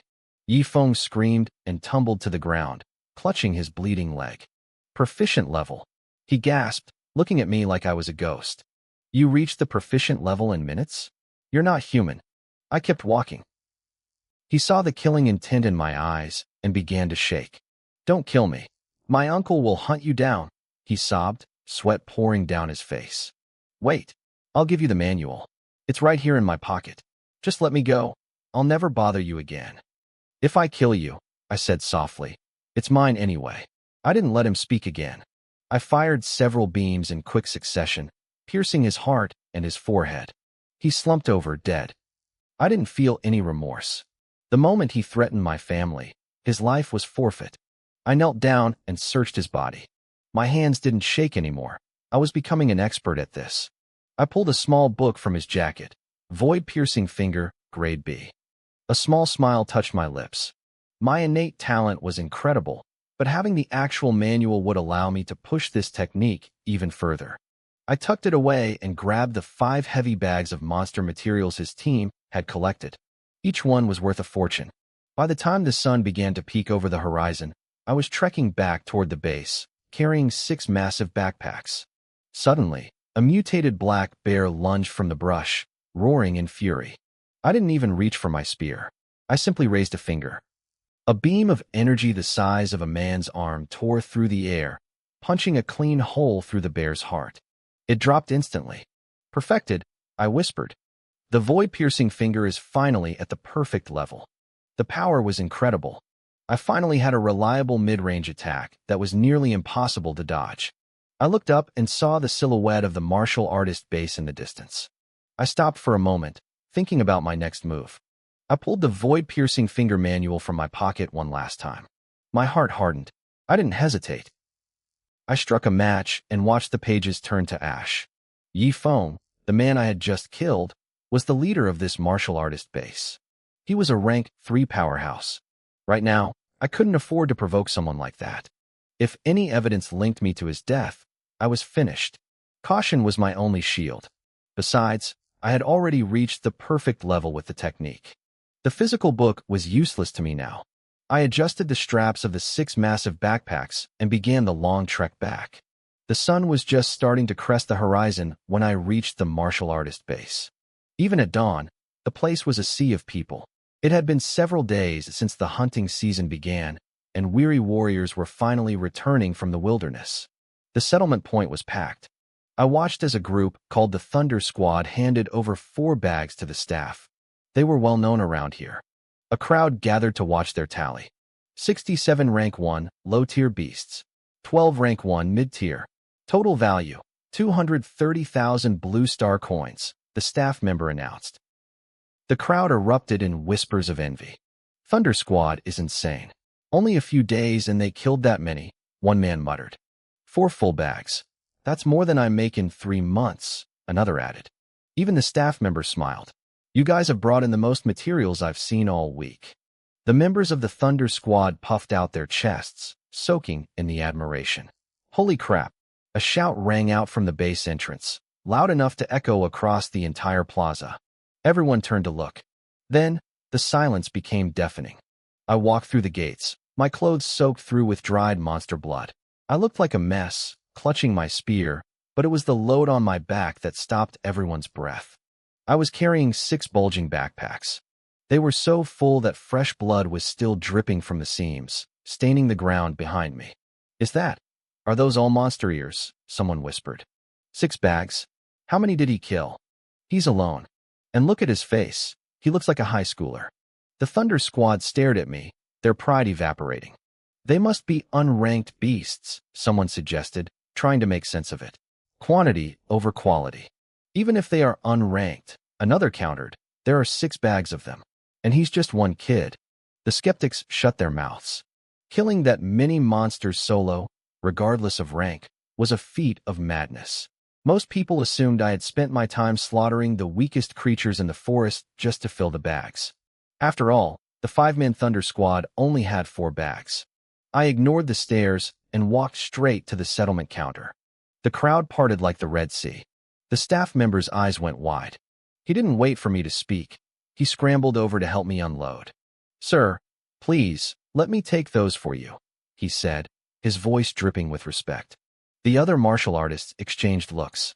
This guy hadn't been nearly this polite to them. He grabbed the first bag and turned it over. Clatter! A mountain of monster ears spilled onto the floor. The crowd surged forward to see. Rage Black Bear, Ghost Moon Wolf, a veteran warrior gasped. My God, these are all rank 1. I don't see a single unranked ear in the pile. He looked at the other 5 bags, his heart visibly racing. The others, they can't all be rank 1, right? That's impossible. The staff member didn't say a word. He grabbed the remaining 5 bags and dumped them all. In seconds, the floor was carpeted in monster trophies. The air smelled of iron and death. The crowd went numb. Not one unranked beast, someone whispered, their voice trembling. They're all rank 1.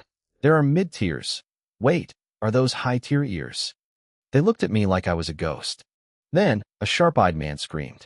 Look, is that a black jade python scale? The black jade python. It was the king of rank 1 monsters.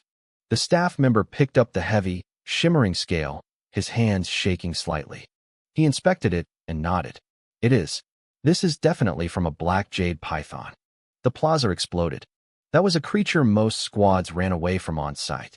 The Thunder Squad, who had been feeling bitter about being upstaged, went completely silent. They had encountered one once and nearly been wiped out. And here I was, a lone teenager, having hunted it down. The staff member looked up at me, a sudden thought crossing his mind.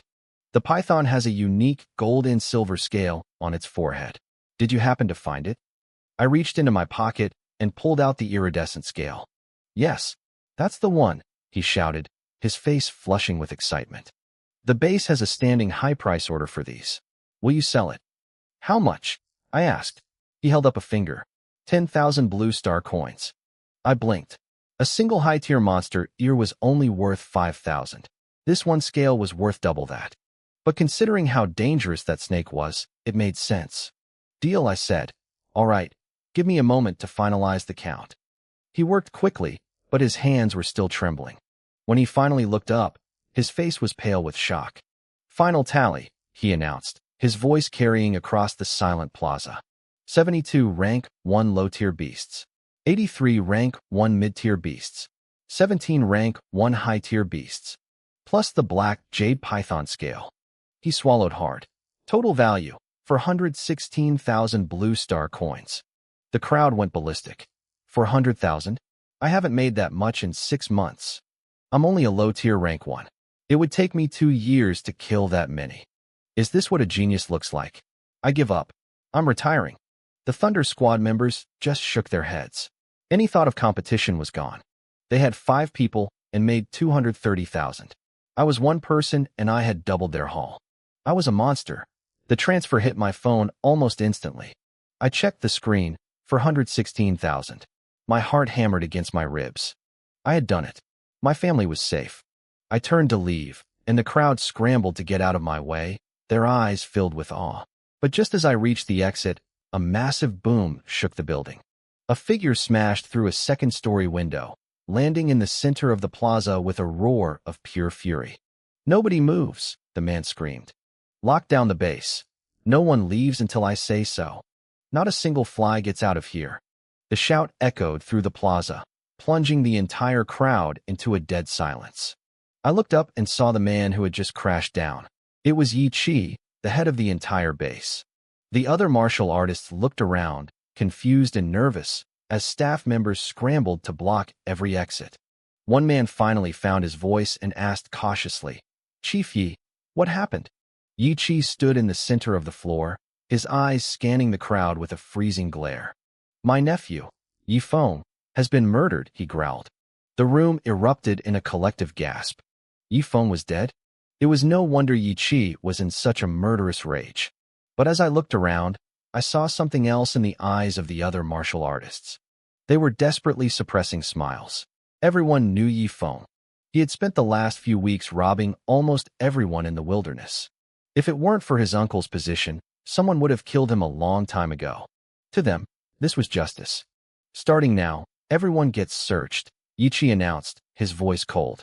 "Once you're cleared, you can leave." The mood shifted instantly from secret joy to outrage. "Searched?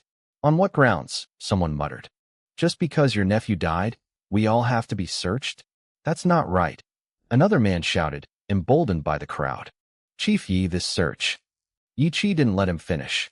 He let out a cold snort, his eyes flashing with killing intent. Yi Feng was carrying a grade B weapon. Whoever killed him definitely took it. Until you're searched and cleared, nobody leaves. A grade B weapon? The crowd went quiet.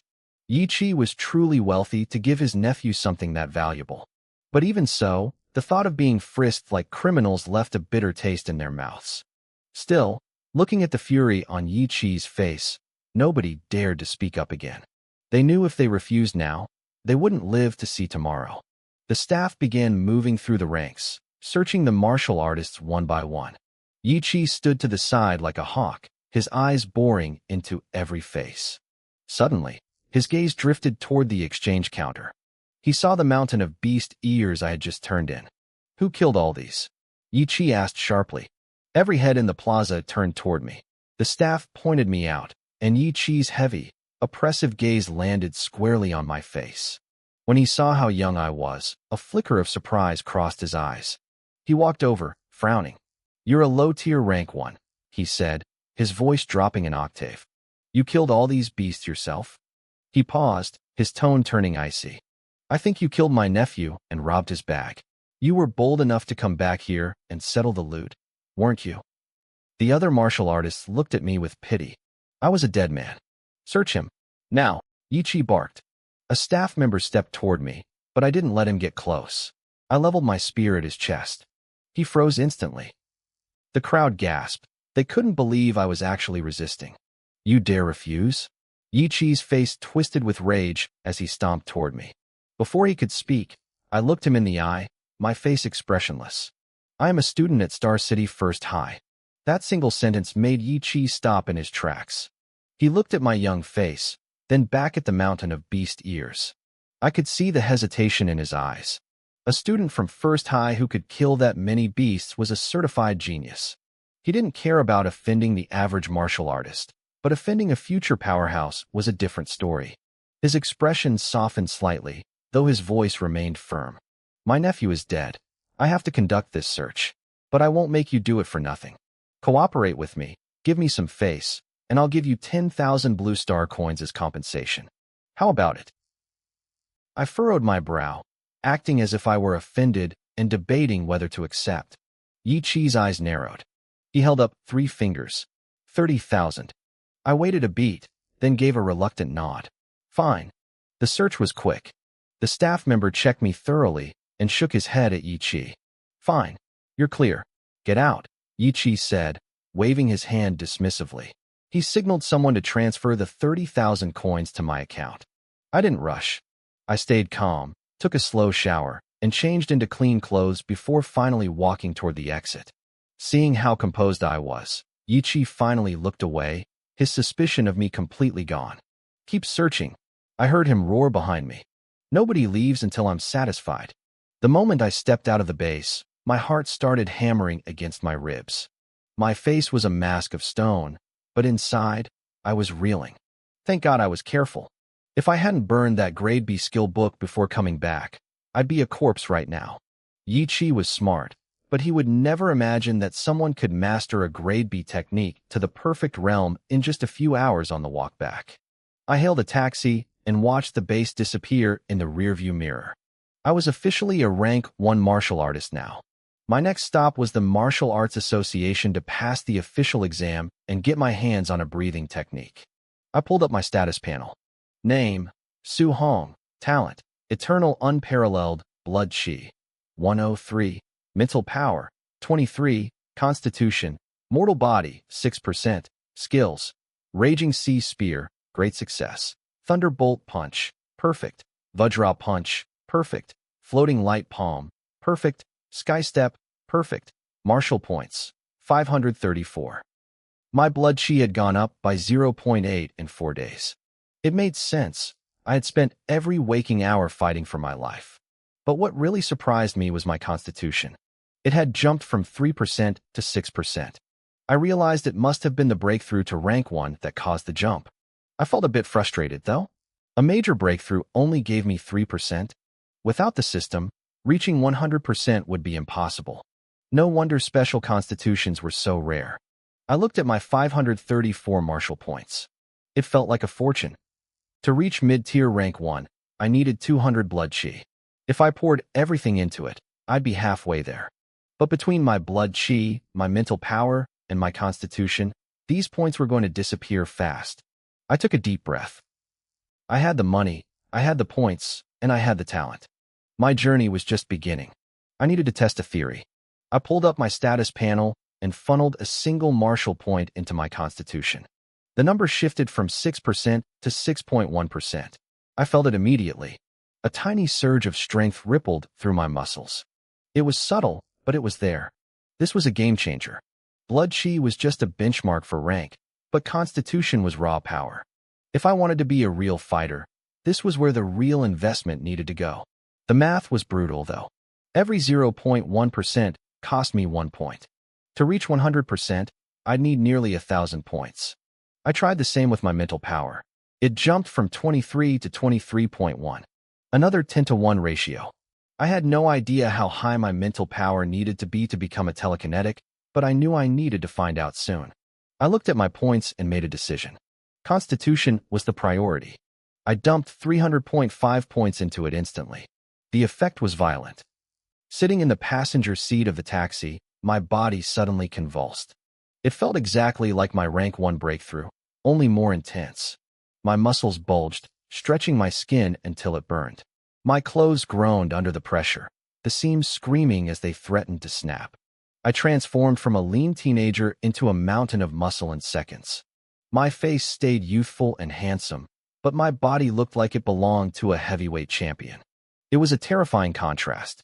The taxi driver caught a glimpse of me in the mirror and nearly swerved off the road. His face went pale, and his lips started trembling. Big brother, he stammered, his voice shaking. Whatever I did wrong, I'll fix it. Just tell me. The man was a pro, though. Even while terrified, he kept the car steady. I couldn't answer him. I was too busy feeling the raw, explosive energy coursing through my veins. I felt like I could punch a hole through a tank. I was leagues stronger than I had been 5 minutes ago. Slowly, the swelling subsided. My muscles relaxed, and I returned to my normal, slender frame. I looked down at my clothes. They were stretched out and loose now. I made a mental note to buy high-elasticity gear. If I kept doing this, I'd end up naked in the middle of the street. I'm fine, I said, giving the driver a reassuring smile. Sorry about that. As long as you're okay, I'm okay, he muttered, letting out a massive breath of relief. I wasn't done. I put 200.5 points into blood chi, watching it climb from 103 to 123. Because my constitution had improved, my body handled the massive jump without any discomfort.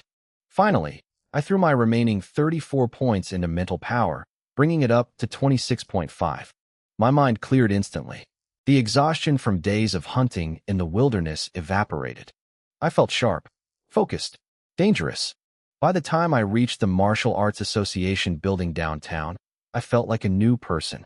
I walked inside, headed for the front desk, and asked for the location of the Rank 1 exam. As I turned to head toward the testing hall, I heard voices behind me. Familiar voices. Master, my talent isn't bad, right? My injuries are gone, and I've already broken through to Rank 1. It's decent, a deeper voice replied. Just don't embarrass me during the exam today. I glanced back. It was Li Ming and his master, Jiang Ming. They were walking toward the same hall. I didn't linger. Li Ming's progress meant nothing to me. I turned and kept walking. Wait, Li Ming muttered, staring at my back. That guy looks familiar. Where have I seen him? He shook his head, unable to place me, and followed his master to the check-in desk.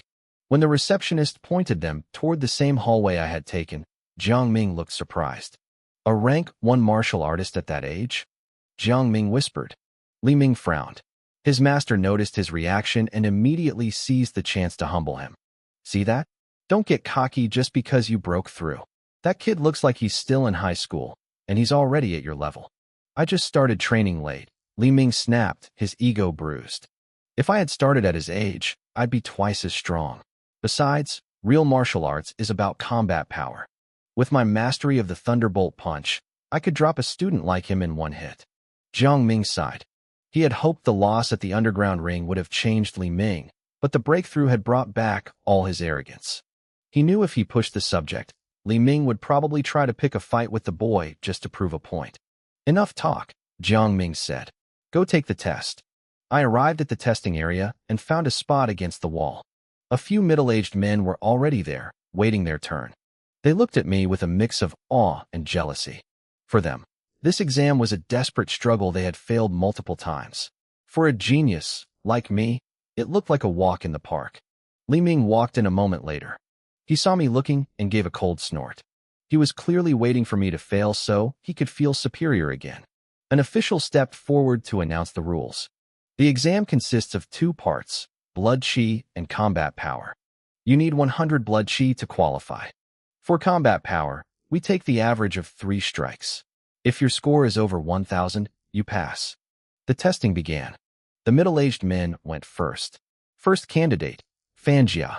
Blood chi, 102. Combat scores, 992, 994, 1003. Average, 996.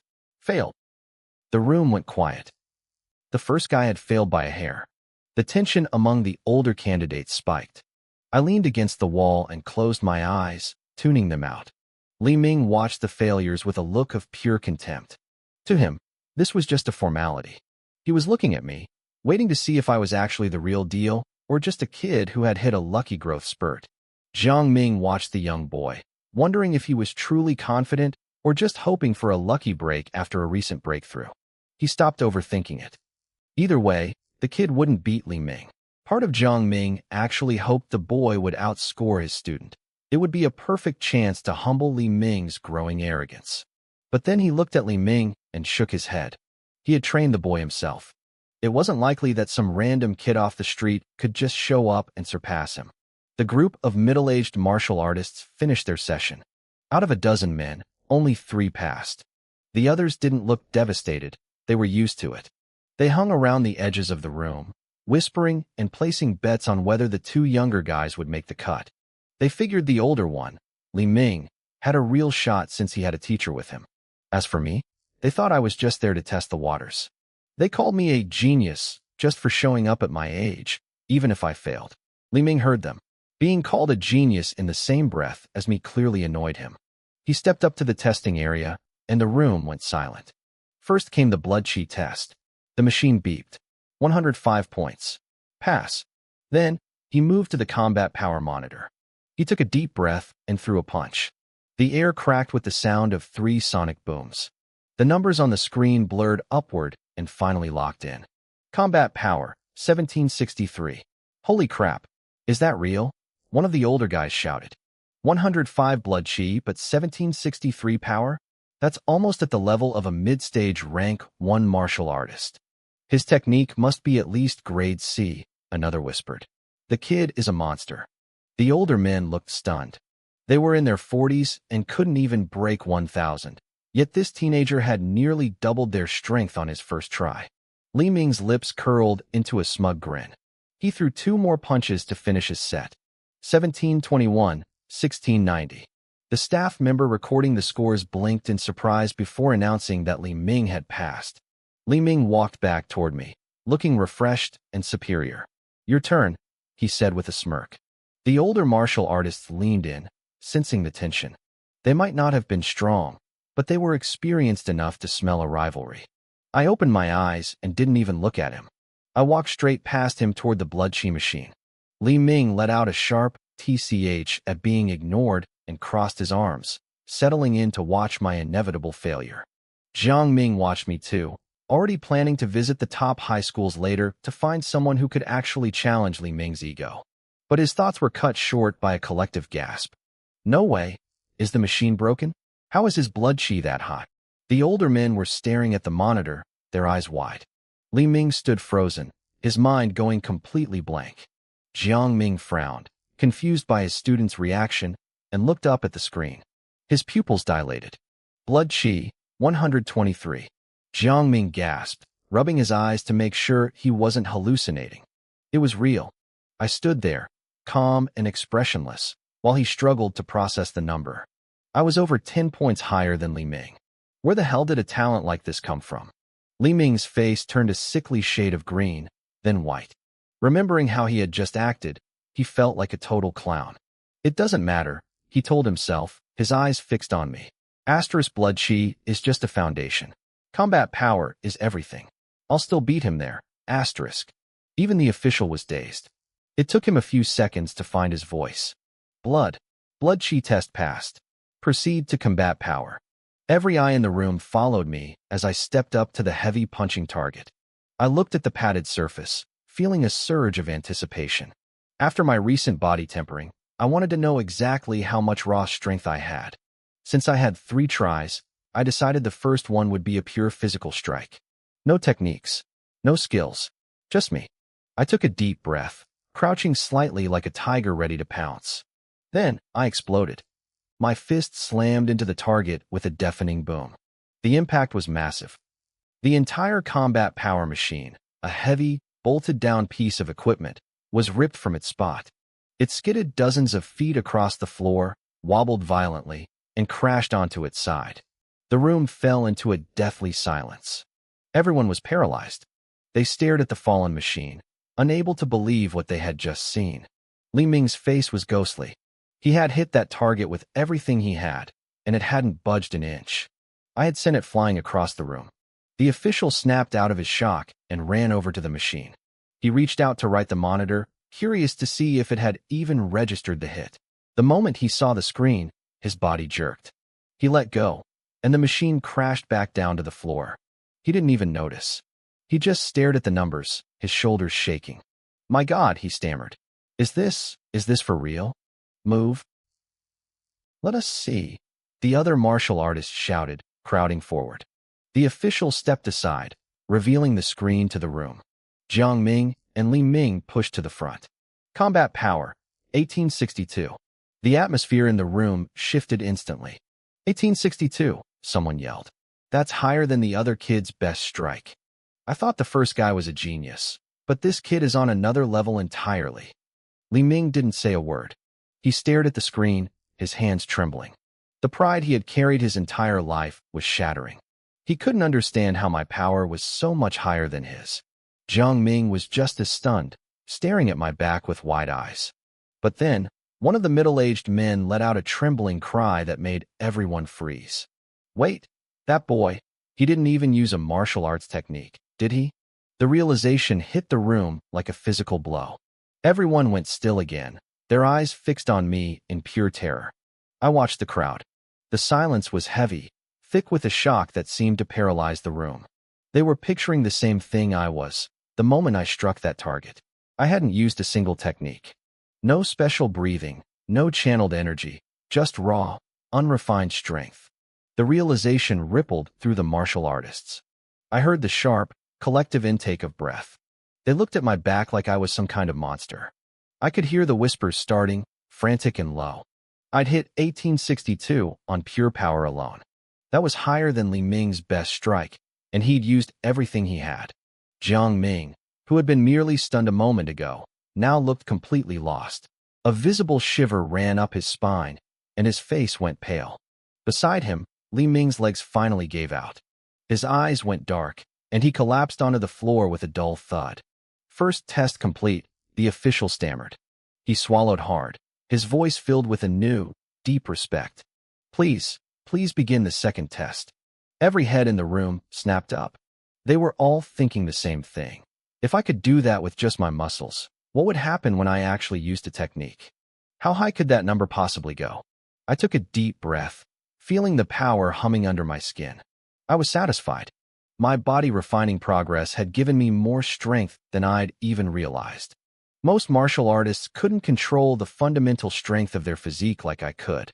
In time, if I kept this up, my physical body alone would be a weapon beyond imagining. Now, I thought, let's see what my actual limit is. I squared my shoulders and adjusted my breathing. I locked my eyes on the target. Then I lunged. Void-shattering finger. A terrifying surge of energy exploded from my hand. The air hummed with a violent vibration. The target let out a high-pitched, metallic groan, unable to withstand the pressure. A split second later, the entire thing shattered. Metal and padding sprayed across the room in a jagged explosion. The onlookers stood there with their mouths hanging open. I destroyed the testing equipment. The numbers on the monitor began to climb, blurring past 2,000 in a heartbeat. It didn't stop until it hit a final, staggering digit. 3,004. The room stayed silent for a long time. 3,000 was the benchmark for a rank 1 high-stage martial artist. I was only at the beginning stage, yet my combat power was already on par with someone at the peak of the rank. I can't believe it, someone whispered. This kid is a freak. A total monster. The older martial artists were trembling. Their faces were twisted in a mix of awe and fear. Jiang Ming looked like he'd seen a ghost. His voice went up 3 octaves as he sputtered. 3,004? That's impossible. Is he some kind of special constitution? He swallowed hard. In big cities like the demon capital, there were geniuses born with special physical traits that gave them insane power. They were the kind of people who could end a fight in a single blow. Seeing what I'd just done, Jiang Ming was convinced I was one of them. He looked down at Li Ming, who was still sitting on the floor, staring blankly at the screen. The kid looked like his soul had left his body. Jiang Ming's eyes twitched. He'd wanted to humble the boy, but he hadn't meant to destroy his spirit entirely. He stepped over and gave Li Ming a sharp slap across the face to snap him out of it. Li Ming, listen to me, Jiang Ming hissed. He's a monster with a special constitution. It's normal to be beneath him. Don't lose your mind over this. Your goal is the monthly exam at Star City High, not competing with a freak like this. I ignored them and looked at the smoking remains of the machine. The official was twitching. Do I have to pay for that? I asked. It was a bit awkward. I'd been so focused on testing my limits that I forgot the machine might not be able to take the hit. No, of course not, the official blurted out. The target is broken, I noted. Do you need to fix it for the 3rd round? No need. He shook his head frantically. Why would he fix it just to watch me blow it up again? You've passed. You're done. While I was finishing my test, Wu Linxian, the president of the Star City Martial Arts Association, was sitting in her office. She was scrolling through her phone, her brow furrowed with worry. To the world, she was a powerful leader, but she knew the truth. If Star City didn't produce some incredible talent this year, she was going to lose her position. The college entrance exams were coming up. Presidents from other cities were constantly bragging in their group chats about their genius students and their terrifying power. It made her head ache. Star City was usually ranked near the bottom of the province. We had talent, sure, but nothing that could compete with the top-tier cities. I'm losing this job, she sighed, leaning back in her chair. I'm definitely losing it. There was a frantic knock at the door. Come in, she said lazily. An official burst in, gasping for air, his face flushed. Wu Linxian frowned. What's the rush? Sit down. Have some water. She poured a cup for him and one for herself. The official didn't touch the water. President, he wheezed. Downstairs, at the Rank 1 assessment, we found a monster. Wu Linxian sprayed her water across the desk. She stood up so fast her chair flipped over. She didn't even bother wiping her chin. A monster? What happened? Tell me everything.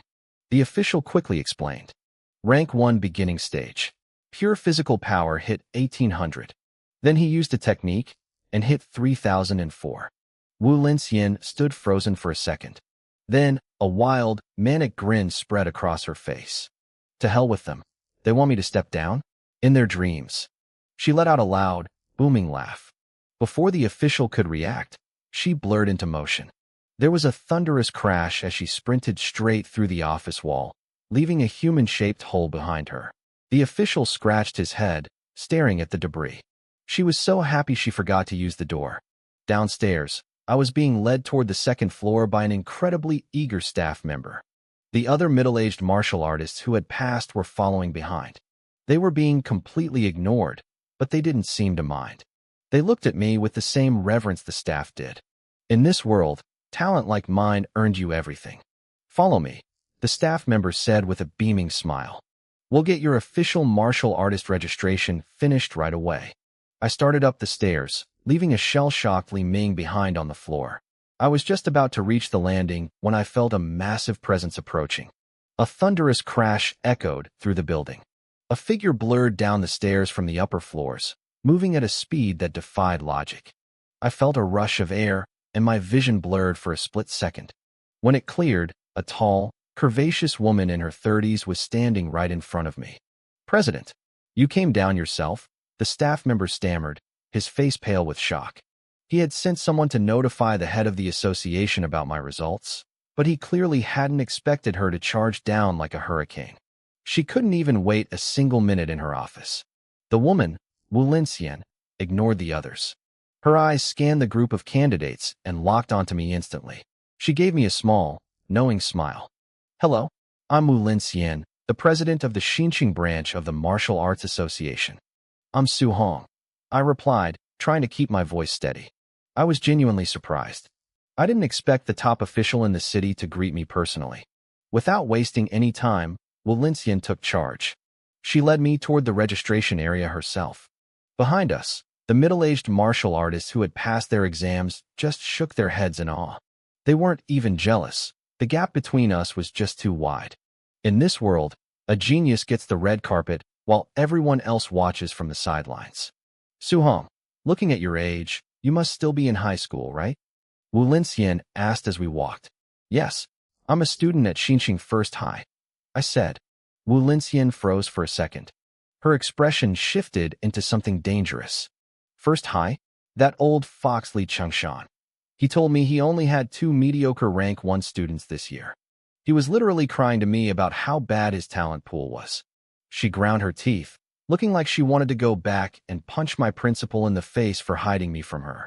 Under her personal supervision, my registration was finished in less than a minute. I was officially a rank 1 martial artist. It came with perks.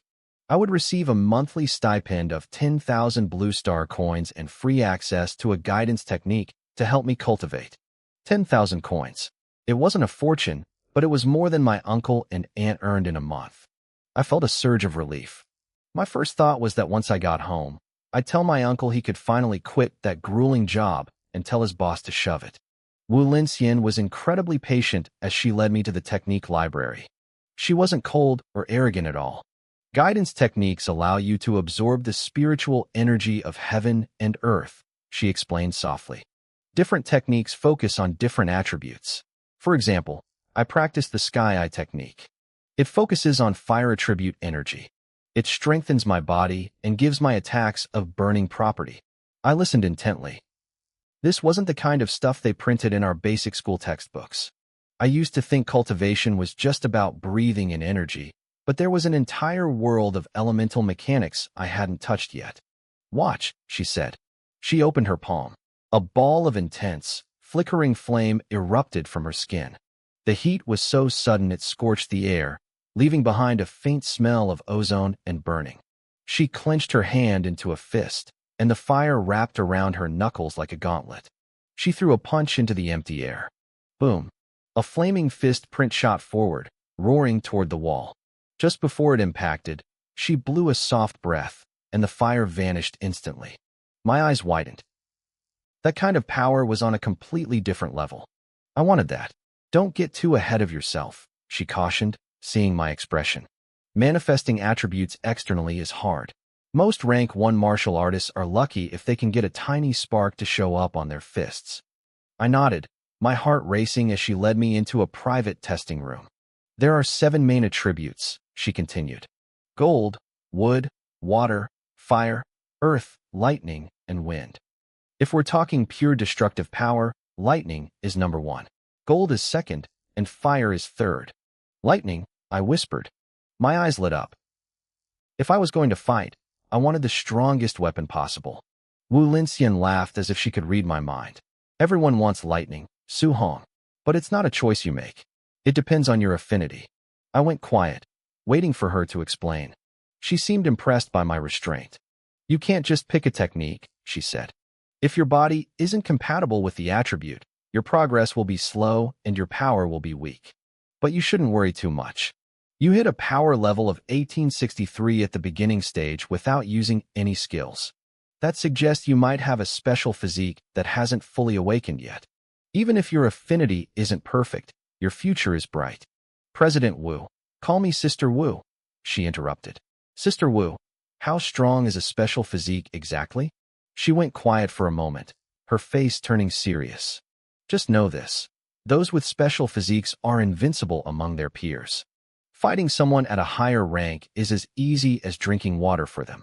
Invincible. Higher rank. My pulse quickened. If I pushed my body tempering progress to 100%, would that trigger a special physique?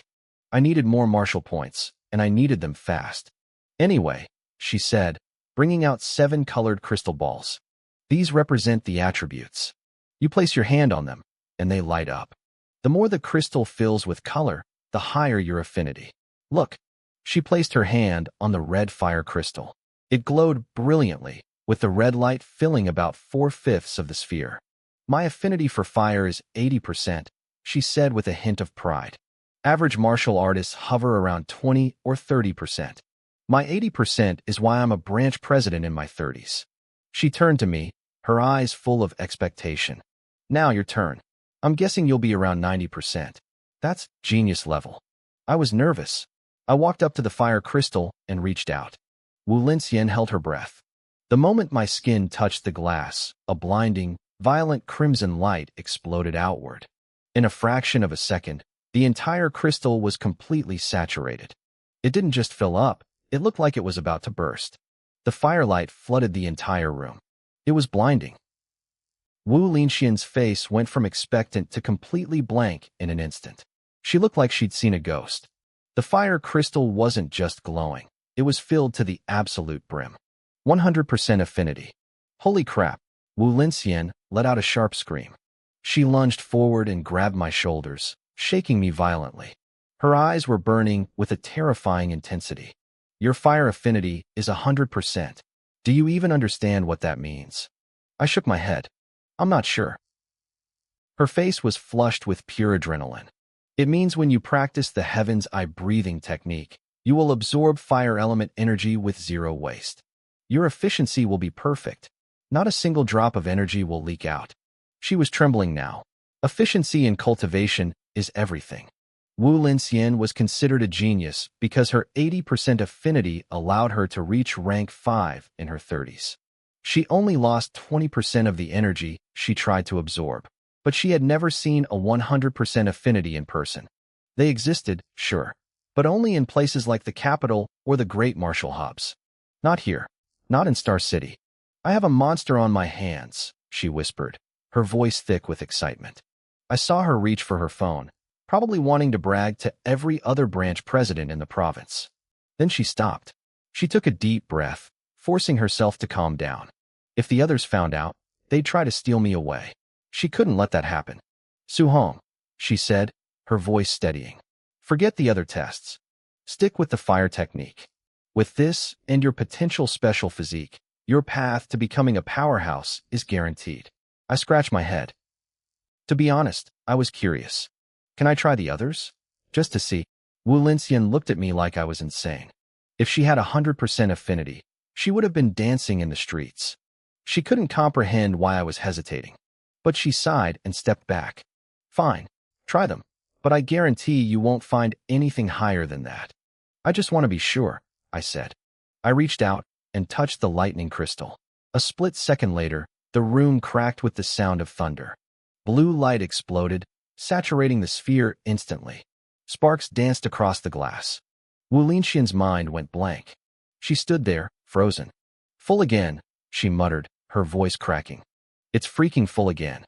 She looked at me like I was a literal monster. I didn't notice her stare. I was staring at the lightning crystal, feeling a strange suspicion. My eternal peerless talent was no joke. Was it possible that I was perfect in everything? I moved my hand toward the wind crystal. Wait, you're still not satisfied. Wu Linxian stammered. That's lightning. The most aggressive element. What more could you? The wind crystal lit up completely. Wu Linxian looked like she'd been struck by a physical blow. Three attributes at 100%.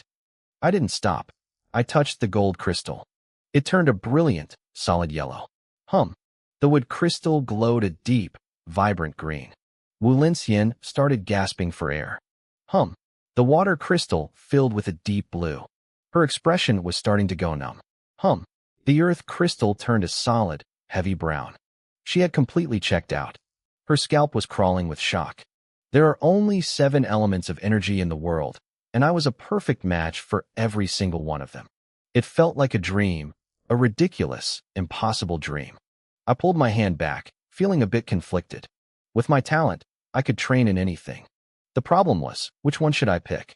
I scratched my head, looking troubled. Seeing my expression, Wu Linxian looked like she wanted to cough up blood. What are you looking so sad for? You have the ultimate choice. You can pick anything.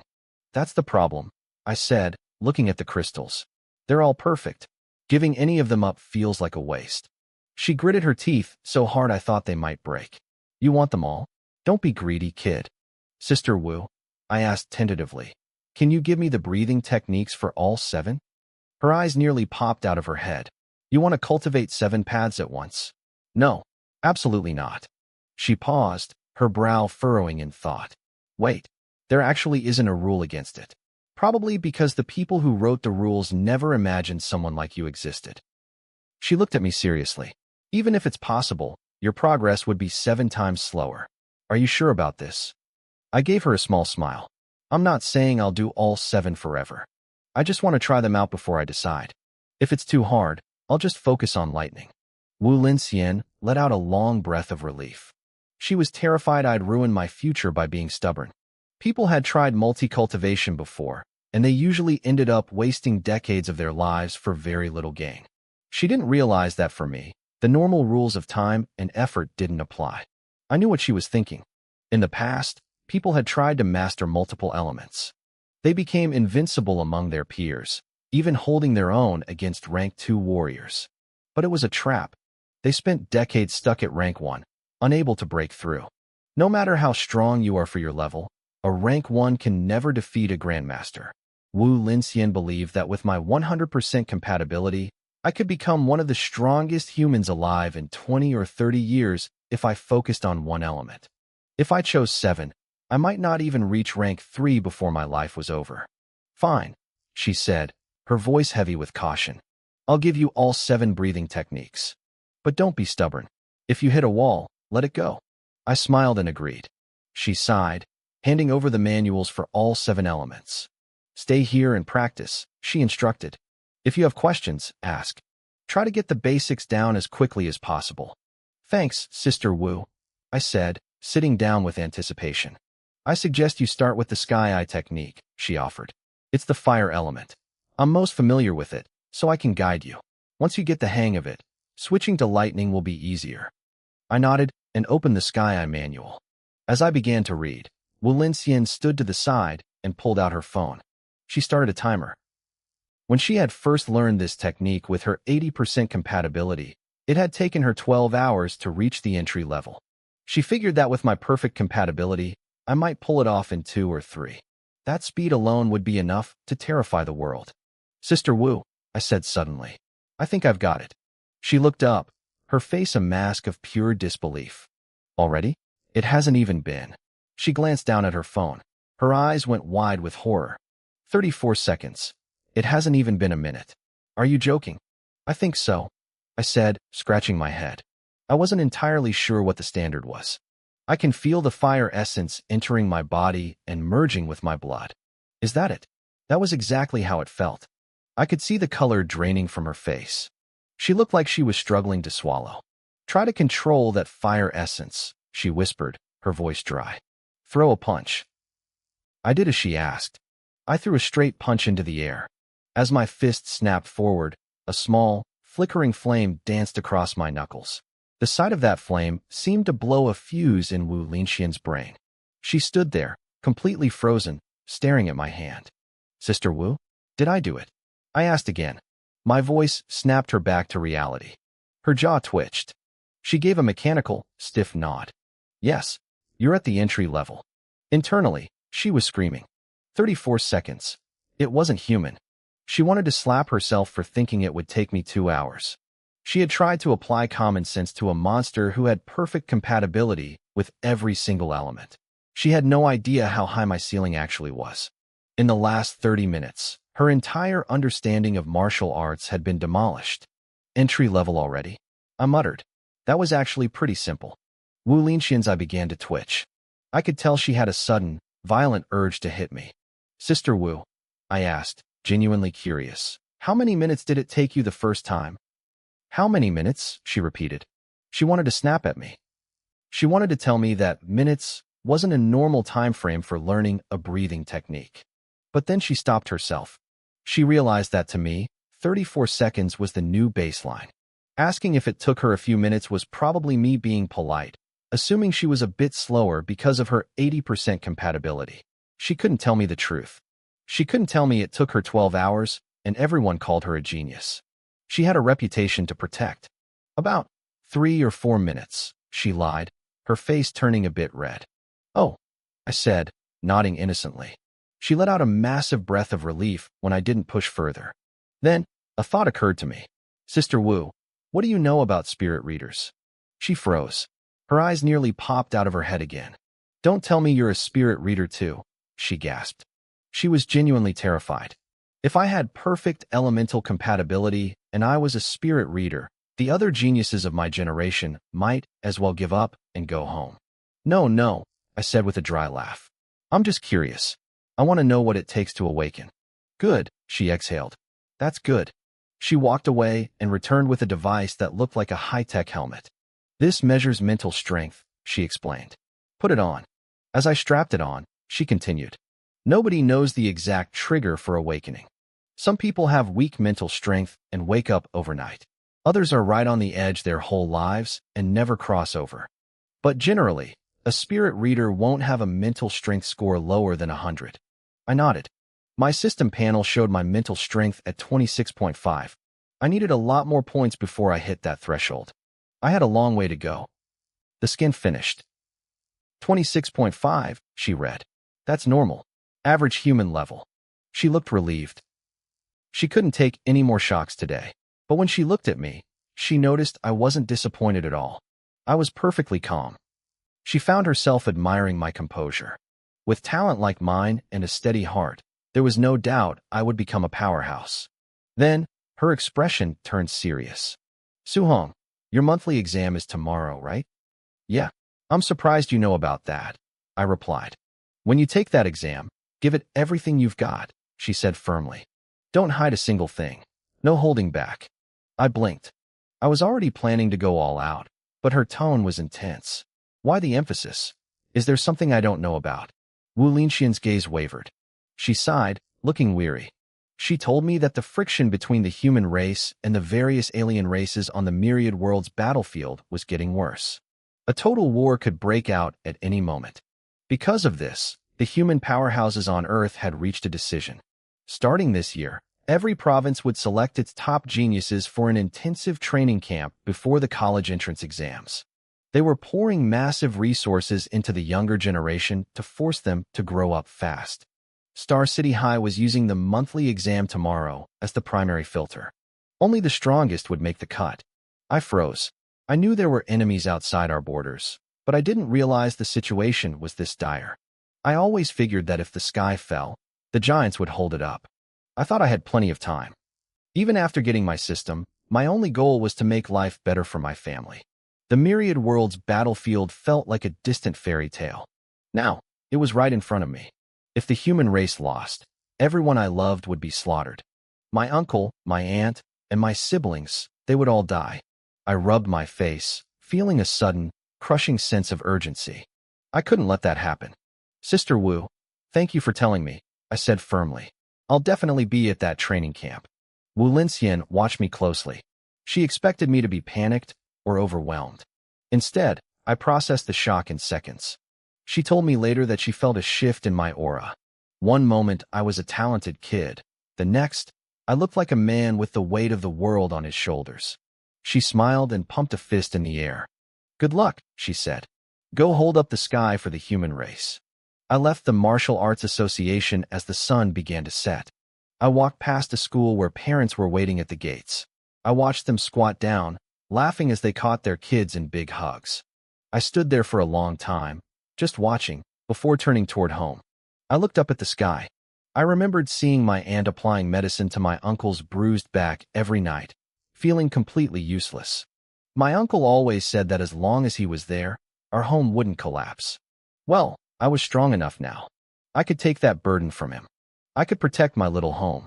But if I protected my home, who was protecting the rest of humanity? I clenched my fists. I had to get stronger. I needed to be so powerful that if the human champions ever fell, I could step forward and hold up the sky myself. If anyone asked me to choose between my family and my race, I'd just kill whoever asked the question. I stopped daydreaming and hurried home. My family was waiting. With the money I'd brought home earlier, the atmosphere had changed. My aunt wasn't working late anymore. My siblings, Su Hai and Su Ming, were training like possessed spirits. They had seen the pride on our parents' faces when I brought home that cash, and they wanted to do the same. I'm back, I called out. The door flew open. My aunt looked at me with teary eyes, complaining that I looked thinner and asking if I was eating enough at school. I just laughed. I was actually much more muscular now, but to her, I'd always be the nephew who needed feeding. Uncle, I said seriously, you don't need to go to work anymore. I can support us. My uncle started to shake his head, telling me to save my money for my martial arts training. I cut him off with a grin. I'm a rank 1 martial artist now. I get a monthly stipend of 10,000 credits from the government. Seriously, stop working. The whole room went silent. They stared at me like I'd grown a second head. Before they could recover, I pulled out a card and set it on the table. There's over 400,000 credits in here. Use it. Wu Linxian had told me that the training camp used a contribution point system, not cash. Money was useless there. I decided to leave everything I'd earned from the beast hunt for my family, keeping only 30,000 for myself. 40,000. Suhai's eyes were literally sparkling. My uncle muttered, good, good, good, over and over, his voice thick with emotion. My aunt bit her lip, tears streaming down her face. Seeing them like this made me feel like a kid again. That night, we went out to a restaurant and ate until we could barely walk. Back at the house, the kids begged me to teach them martial arts. With my eternal peerless talent, my understanding of techniques was at the peak level. I tried to teach them the void-piercing finger, but it was too complex for their age. I settled for the thunderclap punch instead. I broke it down simply. Because my mastery was so high, I knew exactly how to explain it. Within 30 minutes, both of them had mastered the basics.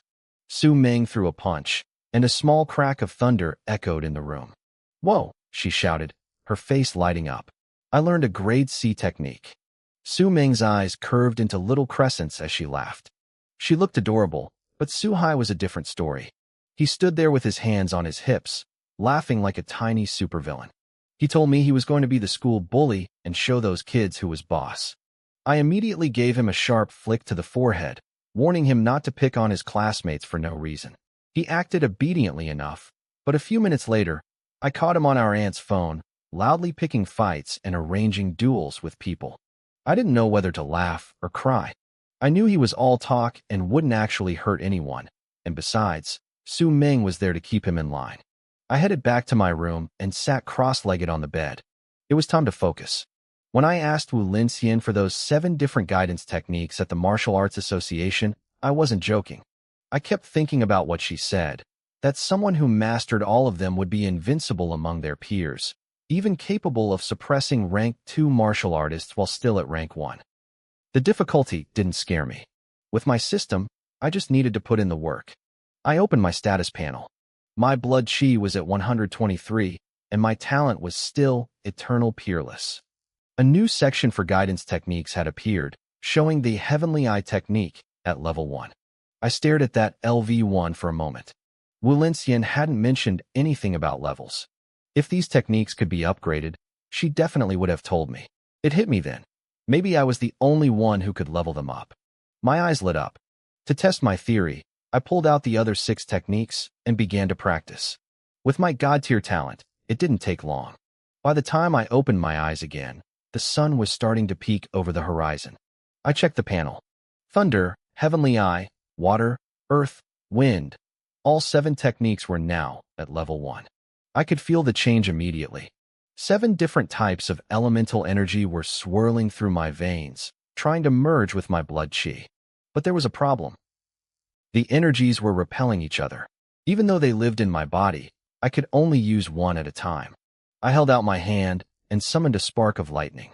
When I tried to add fire to it, the 2 elements clashed violently and vanished. I frowned. Now I understood why that martial artist Wu Linxian mentioned stayed at rank 1 for decades. The elemental rejection was a massive wall. I decided to start with lightning and fire, the 2 most aggressive elements. I failed over and over, the energy snapping back at me every time. But just as the sky turned fully bright, I tried one more time. Lightning flickered in my palm, then fire bloomed beside it. They fought, they hissed, but under my absolute control, they finally fused into a single, shimmering force. I let out a long breath, wiping sweat from my forehead. That was brutal. Even with my talent, it took hours just to fuse 2. I needed to see what this could actually do. I hurried out of the house and found a local martial arts gym. I wasn't going to use the public outdoor equipment this time. I'd already broken a rank 1 tester, and I didn't want to pay for damages. I found a rank 3 testing machine, which should have been more than enough for a rank 1 student like me. First, I tested just the lightning. I took a deep breath, balled my fist, and let the sparks fly. I slammed my fist into the pad. The numbers blurred. 2,343. My eyes widened. I hadn't even used a combat technique. That was just raw physical strength boosted by 1 element. During my official exam, I hit 1,863. This was a 500-point jump, putting me on par with a mid-stage rank 1 martial artist. Now for the real test, the lightning fire fusion. I focused every ounce of my will, merging the 2 powers in my fist. I threw the punch. There was a dull, heavy boom as I hit the machine. The numbers spiraled up and stopped at 3,041. I stood there stunned. 3,000 was the benchmark for a high-stage rank 1 martial artist, someone with at least 300 blood chi. I only had 123. This fusion was terrifying. I walked out of the gym with my heart racing. If I could do this with just 2 elements, what would happen when I fused all 7? I was going to be an absolute monster on the battlefield. Back home, I tried to add a 3rd element, but after 2 hours of zero progress, I realized my technique levels were too low. I needed more martial points to upgrade them, and the upcoming monthly school exam was the perfect place to earn them. A bit later, my aunt called me for breakfast. Soon after, I was walking Su Ming and Su Hai to school. They were still buzzing from the thunderclap punch I taught them, throwing tiny punches into the air as we walked. Once I dropped them off, I went straight to the teacher's office. "Oh, Su Hong, you're here," my teacher, Li Ming, said. He looked a bit surprised. "About those exam fees for the 5 elective categories, the principal said you can have a few extra days to pay." I blinked, surprised the principal even knew who I was. I reached into my bag and pulled out 30,000 credits. "Actually, I have the money right here, teacher." Li Ming looked at the stack of cash, then looked at me, his expression softening. He told me that since my aunt and uncle worked so hard for me, I needed to give it my all. He said if I studied hard, I might still have a chance at a martial arts university. I just nodded. When I got back to class, Chen Lin immediately jumped me, throwing an arm around my shoulder with a massive grin. "You've been gone for a few days, so you missed a lot," Chen Lin said, leaning in close. I raised an eyebrow. "Like what?" "The elite class," he whispered, his voice thick with envy. "Principal Li has been giving them special treatment. He even got Chen Tian, the thunderclap punch master, to give them private lessons. A few of those guys have already broken through to rank 1. Some of them even learned the technique." He paused, sighing heavily. "But none of them compare to Chen Shan and Li Tuesday. I heard their thunderclap punch is already at the proficient level. They can trigger 3 sonic booms. The power is insane." Chen Lin looked out at the crowd of students, his shoulders slumping. "This monthly exam is going to be a one-man show for those two. The rest of us are just background noise, especially us in the regular classes. We aren't even in the same league." I started to say something, but our teacher, Li Ming, walked into the room. "Everyone, follow me to the field. It's time for the exam." When we reached the sports field, it was a sea of black hair and school uniforms. Thousands of students were gathered. Principal Li Chengshan stood on the high stage, waiting for the noise to die down. "Students," the principal began, his voice booming. "Today's exam is different. Because of the pressure on the front lines, the government has decided to establish a special training camp for young geniuses. The resources there are beyond your imagination: rare pills, high-level manuals, and even grandmasters serving as personal mentors." The crowd exploded. "A grandmaster? That was a rank 7 warrior. Our principal was only a rank 3. The top 3 students from this exam will earn a spot in the Star City training camp." The principal finished. The excitement turned into bitter reality for most. Everyone's eyes drifted toward the front of the pack, where the elite class stood. Specifically, they looked at Li Tu and Chen Shan. Those two looked completely calm. To them, the spots were already theirs. "Last time, you were a bit faster with the thunderclap punch," Chen Shan said, his eyes burning with competitive fire. "But in a real fight, I'm taking first place." Li Tu didn't even look at him. "I hope you're still that confident after I knock you into the dirt." Back in the regular class section, Chen Lin was practically drooling with jealousy. With those two monsters around, everyone else is just fighting for third place. And for us? Forget about it. I looked at Li Tu and Chen Shan for a moment, then looked away. I didn't say a word. "Begin the drawing process," the principal announced. "The exam starts now." As the students began drawing lots for their matchups, Principal Li stepped over to Chen Tian. He looked frustrated. "Still no sign of that genius? The one who hit 9 booms." Chen Tian shook his head. "Nothing. I thought you'd have found him by now. I've checked every student who left the gym that day," the principal sighed. "I even looked at the ones who dropped out of the martial arts track. Nothing. I'm starting to think he wasn't even from our school." He rubbed his temples, then changed the subject. "How do Li Tu and Chen Shan compare to the others in the upcoming camp?" Chen Tian thought for a second. "Mid to low tier. Some students from other cities have already reached mid-rank 1. A few are even high-rank 1. The principal winced. "So my school's reputation is just a hollow shell this year." He couldn't stop thinking about that mysterious student. If only that 9-boom genius belonged to him, he wouldn't have to worry. "Hey, Oldly, why the long face? Did your wife run away?" A mocking voice cut through the air. The principal's face darkened instantly. He looked up to see a man named Jiang Ming walking toward him, followed by 2 students. "Jiang Ming," the principal spat. What the hell are you doing in my school? They were old comrades, but they had spent their entire lives trying to outdo each other. Jiang Ming scanned the field, his eyes lingering on the elite class students before he smirked. I heard Star City First High was falling behind. Looking at these kids. Yeah, you're losing your touch, oldly. It's a bit embarrassing. Mind your own business, the principal snapped. My students could still beat your young city brats with their eyes closed. Jiang Ming's eyes lit up. He had been waiting for that. Is that so? I brought 2 of my disciples today. How about this? Once your exam is over, your number 1 student can have a friendly match with them. The 2 students behind Jiang Ming stepped forward. One was Li Yin, looking sharp and confident.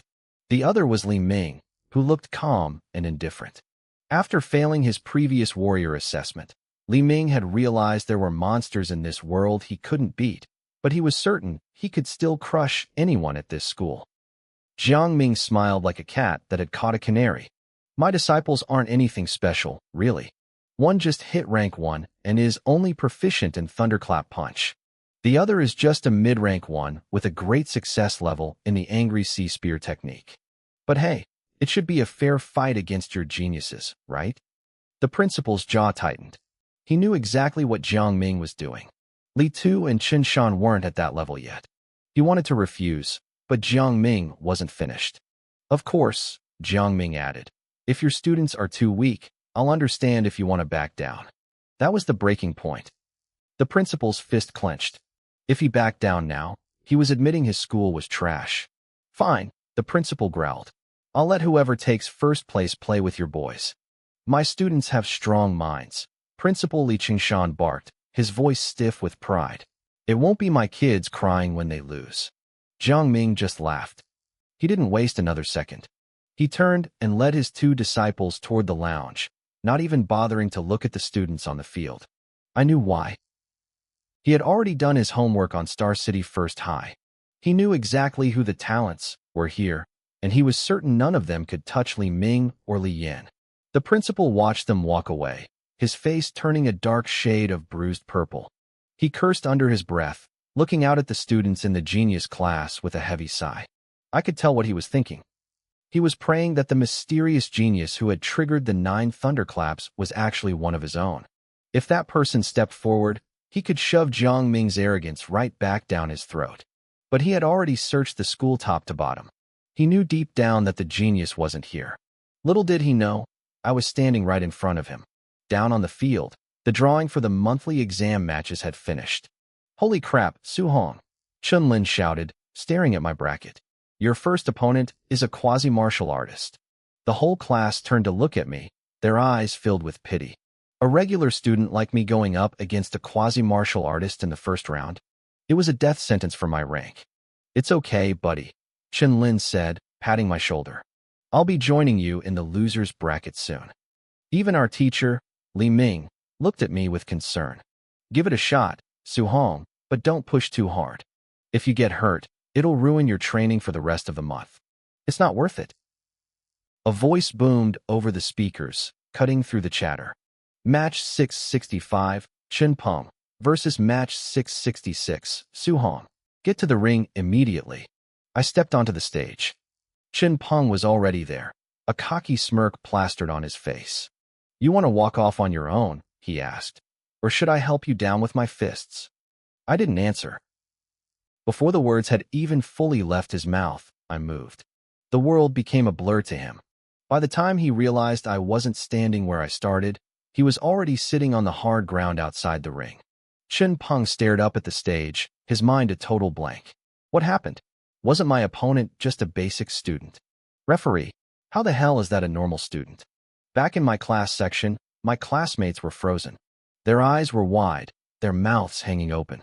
I had just tossed a quasi-martial artist aside with a single, casual palm strike. Since when did old Su get so fierce? Chun-Lin stammered, his voice cracking. Even teacher Li Ming was stunned. He watched me walk down the steps, a look of genuine shock surfacing in his eyes. As the matches continued, the genius class students started sweeping through the competition. To them, the regular students were just speed bumps. Li Tu and Qin Shan were the stars of the show, ending every fight in a single move. No one was surprised. Not the teachers, not the students, and certainly not the principal. But on the other side of the brackets, I was doing the exact same thing. I moved through my opponents with effortless ease. Whether they were basic students or quasi-martial artists, it didn't matter. None of them could even react. 1 second they were ready to fight, the next they were sitting on the floor, wondering how they got there. My teacher, Li Ming, was blinking rapidly, looking like he had seen a ghost. Wait, is that really my student? The rest of the class looked like they were watching a horror movie. Chunlin's mouth was open so wide he could have swallowed a few eggs. As I kept winning, more and more eyes from other classes started shifting toward my ring. Every time I ended a fight, a wave of gasps followed me. Up on the observation deck, Principal Li Chengshan finally noticed. That kid, he's a fresh face. I didn't realize the regular classes had such a good sprout. He watched for a second, but his attention quickly drifted back to the genius class. However, Chen Tian, the rank 3 master, didn't look away. He stared at my back, his brow furrowed in deep thought. He felt a strange sense of familiarity, a nagging feeling that he had seen my movement somewhere before, but he couldn't quite place it. As the sun began to dip, the exam reached its final stages. Most of the regular students had been eliminated, while the genius class remained untouched. It was exactly what everyone expected. The genius class was the elite. Even their weakest members were monsters compared to us. Match 666, Su Hong, versus Match 28, Li Kaishan. To the stage. The crowd buzzed. Oh, Su Hong's run is over. Li Kaishan is from the genius class. Getting this far was impressive for a regular kid, but this is the end of the line. I heard Li Kaishan's blood chi is at 99. He's one step away from being a rank 1 martial artist. Su Hong doesn't stand a chance. I heard the whispers. They looked at me with pity, as if I was already a loser. To them, if I were actually strong, I would have been in the genius class from the start. Ignore those idiots, Su Hong. Kick his ass and make them shut up. Then, he leaned in closer, his voice dropping. But seriously, don't overdo it. He's genius class. There's no shame in losing to him. Teacher Li Ming patted my shoulder. With the strength you've shown today, you'll have no problem getting into a second-tier martial arts university. Just don't get hurt. He looked proud, even if he didn't understand how I'd gotten this strong. I understand, teacher, I said. I stepped onto the ring. Li Kaishan was already there, arms crossed, chin tilted high. He looked at me with a relaxed, confident grin. I saw your matches. Not bad for a commoner. He paused, his smile widening. Too bad you ran into me. Tell you what, I'll let you have 3 free moves. Below the stage, Chen Lin exploded. Look at this guy, acting like he's number 1 in the school. You're at the bottom of the genius class, you arrogant prick. Li Kaishan just shrugged. Even the bottom of the genius class is a level you regular students can't comprehend. He beckoned me with a lazy wave of his hand. Come on then, do your worst. I nodded. In an instant, I closed the distance. Li Kaishan's face paled. His eyes widened as he realized my speed was beyond anything he had anticipated. He tried to raise his arms to block, but it was too late. My leg cut through the air like a whip. One kick. He flew off the stage and slammed face first into the dirt. I lost, Li Kaishan muttered, his face pressed against the cold ground. He looked lost, his brain unable to process that a nobody from the regular class had just one-shot him. The entire playground went silent. The fight hadn't even lasted 3 seconds. Whether they were cheering for me or cursing him, every student looked like they had seen a ghost. They hated his arrogance, but they never actually thought I could win, let alone win like that. Is it over? Someone whispered. Was Li Kaishan really in the genius class? I feel like I could have kicked him off if he's that weak. Don't be stupid, another replied. Su Hong is the first regular student to take down a genius class member. This is huge. My class was in a state of total shock. Chen Lin was vibrating with excitement, but teacher Li Ming was the one who finally spoke, his voice trembling with realization. Su Hong, he's already a rank 1 martial artist. The words hit the class like a thunderclap. I wasn't just a good sprout anymore. I was a rank 1 martial artist, standing in the middle of a regular high school exam. Wasn't she just a martial apprentice a few days ago? The question hung in the air, thick with disbelief. My friend Chen Lin stood there with his jaw hitting the floor. He looked at me up on that stage like I was a complete stranger. A rank 1 martial artist had just emerged from the regular class. It was unheard of. On the spectator platform, Principal Li Chengshan's eyes nearly popped out of his head. He looked stunned. Then suddenly, his expression shifted to one of pure agony. He started slapping his thigh in regret. To him, I was a buried genius. If he had realized my potential sooner, he could have had Chun Tian personally teach me the Benlei punch. With my base strength, I could have challenged for the top 3 spots in the school and secured a place in the elite training camp. If only I'd found her sooner, he muttered, sounding like he'd just lost a winning lottery ticket. Beside him, Chun Tian's lip twitched. He looked at the principal, clearly annoyed at being treated like a tool for the school's prestige. But then, his gaze shifted to me as I walked off the stage. His eyes narrowed, filled with a deep, searching thought. My movements, my gaze, they felt familiar to him. He felt like he'd seen me somewhere before, but the memory remained just out of reach. The first round of the arena battles ended quickly after that. Only about a dozen students remained. Aside from me, every single student from the regular classes had been eliminated. I was the lone survivor, standing among the geniuses. The atmosphere shifted. I felt the weight of 100 stares. Li Tu and Chen Shan, the 2 top-ranked students, gave me a brief, surprised glance. But they quickly looked away. To them, beating Li Kaishan wasn't a big deal. They could do that in their sleep. No matter how strong I seemed, they didn't believe a nobody could actually threaten their hold on the top 2 spots. The other elite students who had mastered the Benlei punch were only mildly impressed. To them, Li Kaishan was weak and hadn't even learned the technique, so his loss was logical. However, those who hadn't mastered the punch yet looked at me with genuine fear. I was a new, dangerous variable. They started praying under their breaths, hoping the next round would pair me against someone who could actually take me out. It seemed the universe was listening. Match 666, Su Hong. Match 5, Chen Xian. To the stage. The crowd gasped. A wave of pity washed over the regular students. Chen Xian was ranked 5th in the entire school. He had broken through to rank 1 days ago, and more importantly, he had mastered the Benlei punch. He was a true contender for the training camp. Well, it was a good run, someone whispered. Getting this far from the regular class is already legendary. The elite students who feared me let out a collective sigh of relief. They were happy to see me go. They knew Chun Qian's style, his weaknesses, and his strengths. I was an unknown, and in a fight, the unknown is terrifying. Chen Qian, huh? What a shame, Principal Li Chengshan sighed, already writing me off. He made a mental note to transfer me to the genius class after the exams, assuming I'd lose this fight, but still show promise. Back in my class section, my teacher Li Ming was beaming. He didn't care if I lost now. I had already exceeded every expectation he ever had. But Chen Lin looked miserable.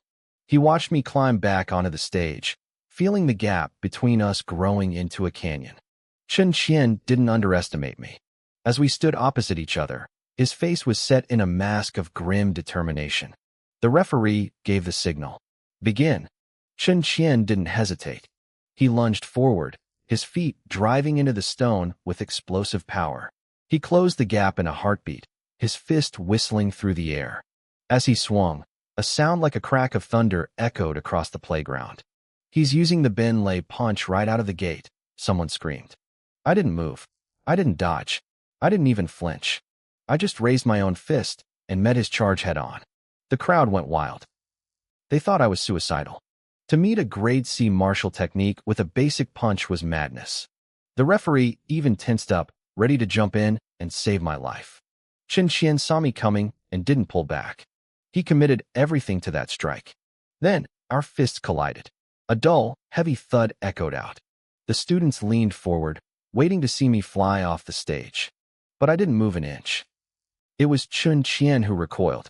He stumbled back, his boots skidding against the edge of the platform. A low, pained groan escaped his throat. The crowd went silent as they looked at his hand. It was a bloody mess. Skin was torn, and blood dripped steadily onto the stage. What just happened? The confusion was total. How could a basic punch overpower the Benlei technique? My teacher was frozen. Chen Lin was shaking. Even the top 2, Li Tu and Chen Shan, finally looked at me with real, cold apprehension. Up on the platform, Principal Lee kicked his chair over as he stood up. He grabbed the railing, his eyes locked on me. "Chen Tian," he hissed. "Did you see that?" Chen Tian nodded, his face grimmer than I'd ever seen it. "She didn't use a single technique," he whispered, his voice trembling with a mix of shock and awe. "That student of yours, she has a special constitution. Her raw physical strength is insane. It's stronger than most mid-stage rank 1 warriors." Principal Lee swallowed hard. Then, a slow, manic grin spread across his face. He started laughing. A special constitution. In my school, he was ecstatic. He had been worried that his top students were only average compared to the rest of the city, but now he had me. A powerhouse. "Don't get too happy yet," Chen Tian warned, cutting through the principal's joy. "She's from the regular class. Her techniques are probably bottom tier. No matter how strong she is, without a proper move set, she'll hit a wall." But Chen Tian wasn't finished.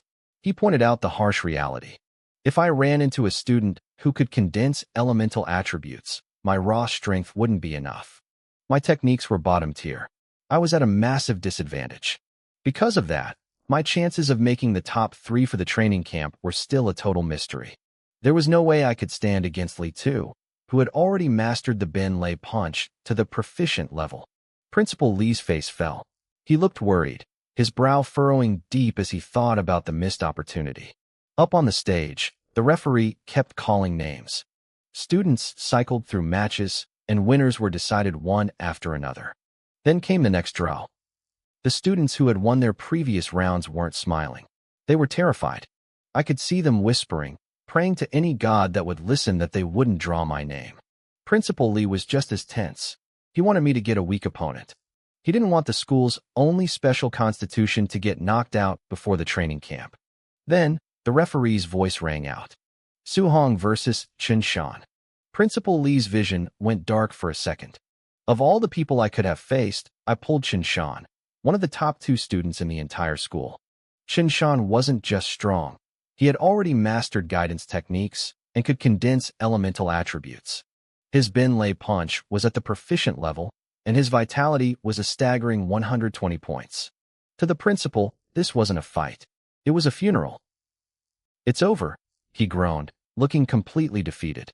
On the other side of the arena, the genius students from the elite class were suddenly grinning. They had been worried, but now they felt safe. Chen Xian was strong, sure, but he couldn't compare to the gap between the top 2 and everyone else. They figured I might have beaten Chen Xian, but there was no way I was touching Chen Shan. All eyes turned to Chen Shan as he stepped forward. He took a deep breath, feeling the pressure. He looked at me, his eyes solemn and heavy. Feeling weak, Li Tu teased from the sidelines. Chen Shan didn't bite. "I'm just surprised, that's all. Once I beat Su Hong, you're next." Li Tu just smiled. "I'll be waiting." Chen Shan didn't waste another word. He walked toward the platform.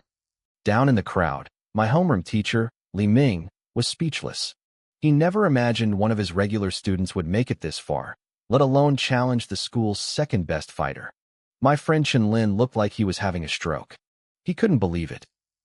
He actually slapped himself across the face to see if he was dreaming. "Ouch. Okay, not a dream," he muttered, clutching his stinging cheek. I stepped onto the stage. Chen Shan stood opposite me, his expression turning deadly serious. "Begin," the referee shouted. Chen Shan moved instantly. He blurred across the stage, closing the gap in a heartbeat. He threw a flurry of punches, and I heard 3 distinct cracks of thunder echoing in the air. Proficient level, I thought. My eyes lit up. I didn't use any fancy moves. I relied purely on my physical power, meeting his fists with my own. Asterisk bang. Bang. Bang. Asterisk. The sounds of our collision were heavy and dull. We stood our ground, trading blows in a stalemate for 10 seconds. Chen Shan started to lose his patience. He couldn't believe I was keeping up. "Li Tu, watch closely," he roared. "I was saving this for you." Suddenly, his fists glowed with a flickering, searing orange light. Flames erupted from his knuckles as he swung his Ben Lei punch. The crowd gasped. Attribute release. He can manifest fire. Fire was incredibly destructive, second only to lightning. Chen Shan had been hiding a massive trump card. Even Li too looked surprised. Principal Li sighed, his hope fading. He thought I was done for. He started planning how to beg the city lord for a special entry permit for me, since he didn't want my talent to go to waste. Old Li, look, Chen Tian suddenly shouted, pointing at the stage. Principal Li looked up, and his pupils shrunk to pinpricks. Down you go, Chen Shan screamed, throwing a flame-wrapped punch straight at my face. I felt a pang of regret. I had wanted to see how far my raw body could go against a genius like him, but he was too impatient. We had only been fighting for seconds, and he already went all out. Pity, I whispered. I threw a punch to meet his. But this time, I didn't hold back. Blue arcs of electricity danced across my skin. Lightning surged from my fist. Boom. The moment our fists touched, my lightning swallowed his flames whole. Chen Shan's face went blank. He looked like he'd seen a ghost. Before he could even process the shock, the sheer force of my strike hit him like a freight train. He was sent flying backward, soaring off the platform. He hit the ground hard and went limp, completely unconscious. It happened in a flash. The entire arena went silent. Students stood there with their mouths hanging open, unable to find words. This. Principal Li was stuttering, his tongue tied in knots. Lightning attribute. Chen Tian stared at me, his voice trembling with disbelief. He shook his head slowly. A special constitution with immense strength, and the most powerful offensive attribute, lightning? Her talent is terrifying. Did you see that, Chen Tian? Lightning. Principal Li finally found his voice. He was practically vibrating with excitement. He didn't care about the student who had mastered the technique anymore. He had found something better. He had found a monster. You really are lucky, Chen Tian admitted. Then he paused. But did you notice? She still hasn't used a single martial technique. Does she not know any? Who cares? Principal Li's smile was so wide it looked like it would split his face. If she doesn't know them, we'll teach her. She just beat Chen Shan. She's going to the training camp. That's all that matters. Fair enough, Chen Tian agreed. His own curiosity piqued. He wanted to see how fast I could learn compared to the others. Below the stage, medical staff rushed to Chen Shan. The students were in an uproar. I thought she was a dark horse, but she's a freaking dragon, someone yelled. She crushed Chen Shan. Li Tu is next. For years, the top 10 had always been the elite class. The rankings never changed. But now, a student from the regular class was about to take the throne. It felt like a dream. My classmates were frozen in shock. My teacher, Li Ming, looked like his brain had short-circuited. Amidst the chaos, under the care of the medics, Chen Shan slowly opened his eyes.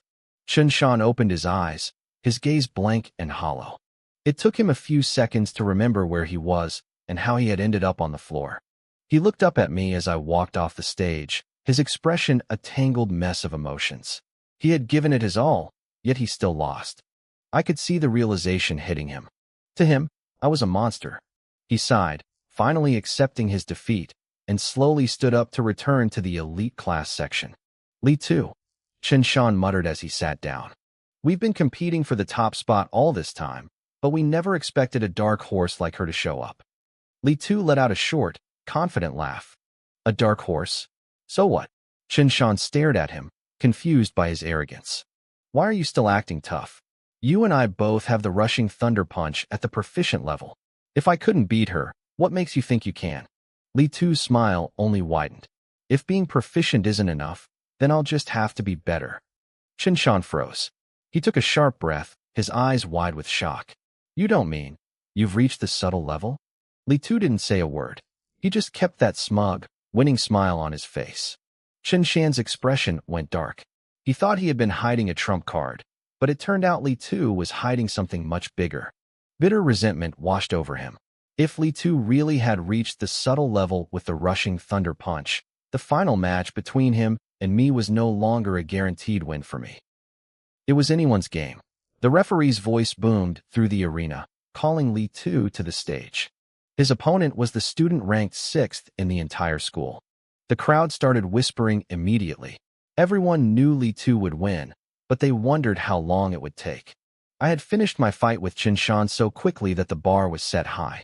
Some students argued that since I beat Chen Shan, and Li Tu was supposedly on the same level as him, I was the obvious winner. But before that student could even finish his sentence, a sound like a crack of silent thunder erupted. The entire arena went dead silent. A second later, a body crashed into the stands. It was the sixth-ranked student. His eyes were rolled back in his head, completely unconscious before he even hit the ground. The crowd gasped in unison. Holy crap! How fast was that? It wasn't even 5 seconds. Did you see that? Li Tu's rushing thunder punch is definitely at the subtle level. That's not all. Look at his fists. A sharp, golden light had flickered around Li Tu's hands. He hadn't just mastered the technique. He was manifesting the metal element. In terms of raw lethality, the metal element was just as deadly as fire, second only to my lightning. The students were stunned. They had already crowned me the champion in their minds, but Li Tu had just slapped them all across the face with a display of terrifying power.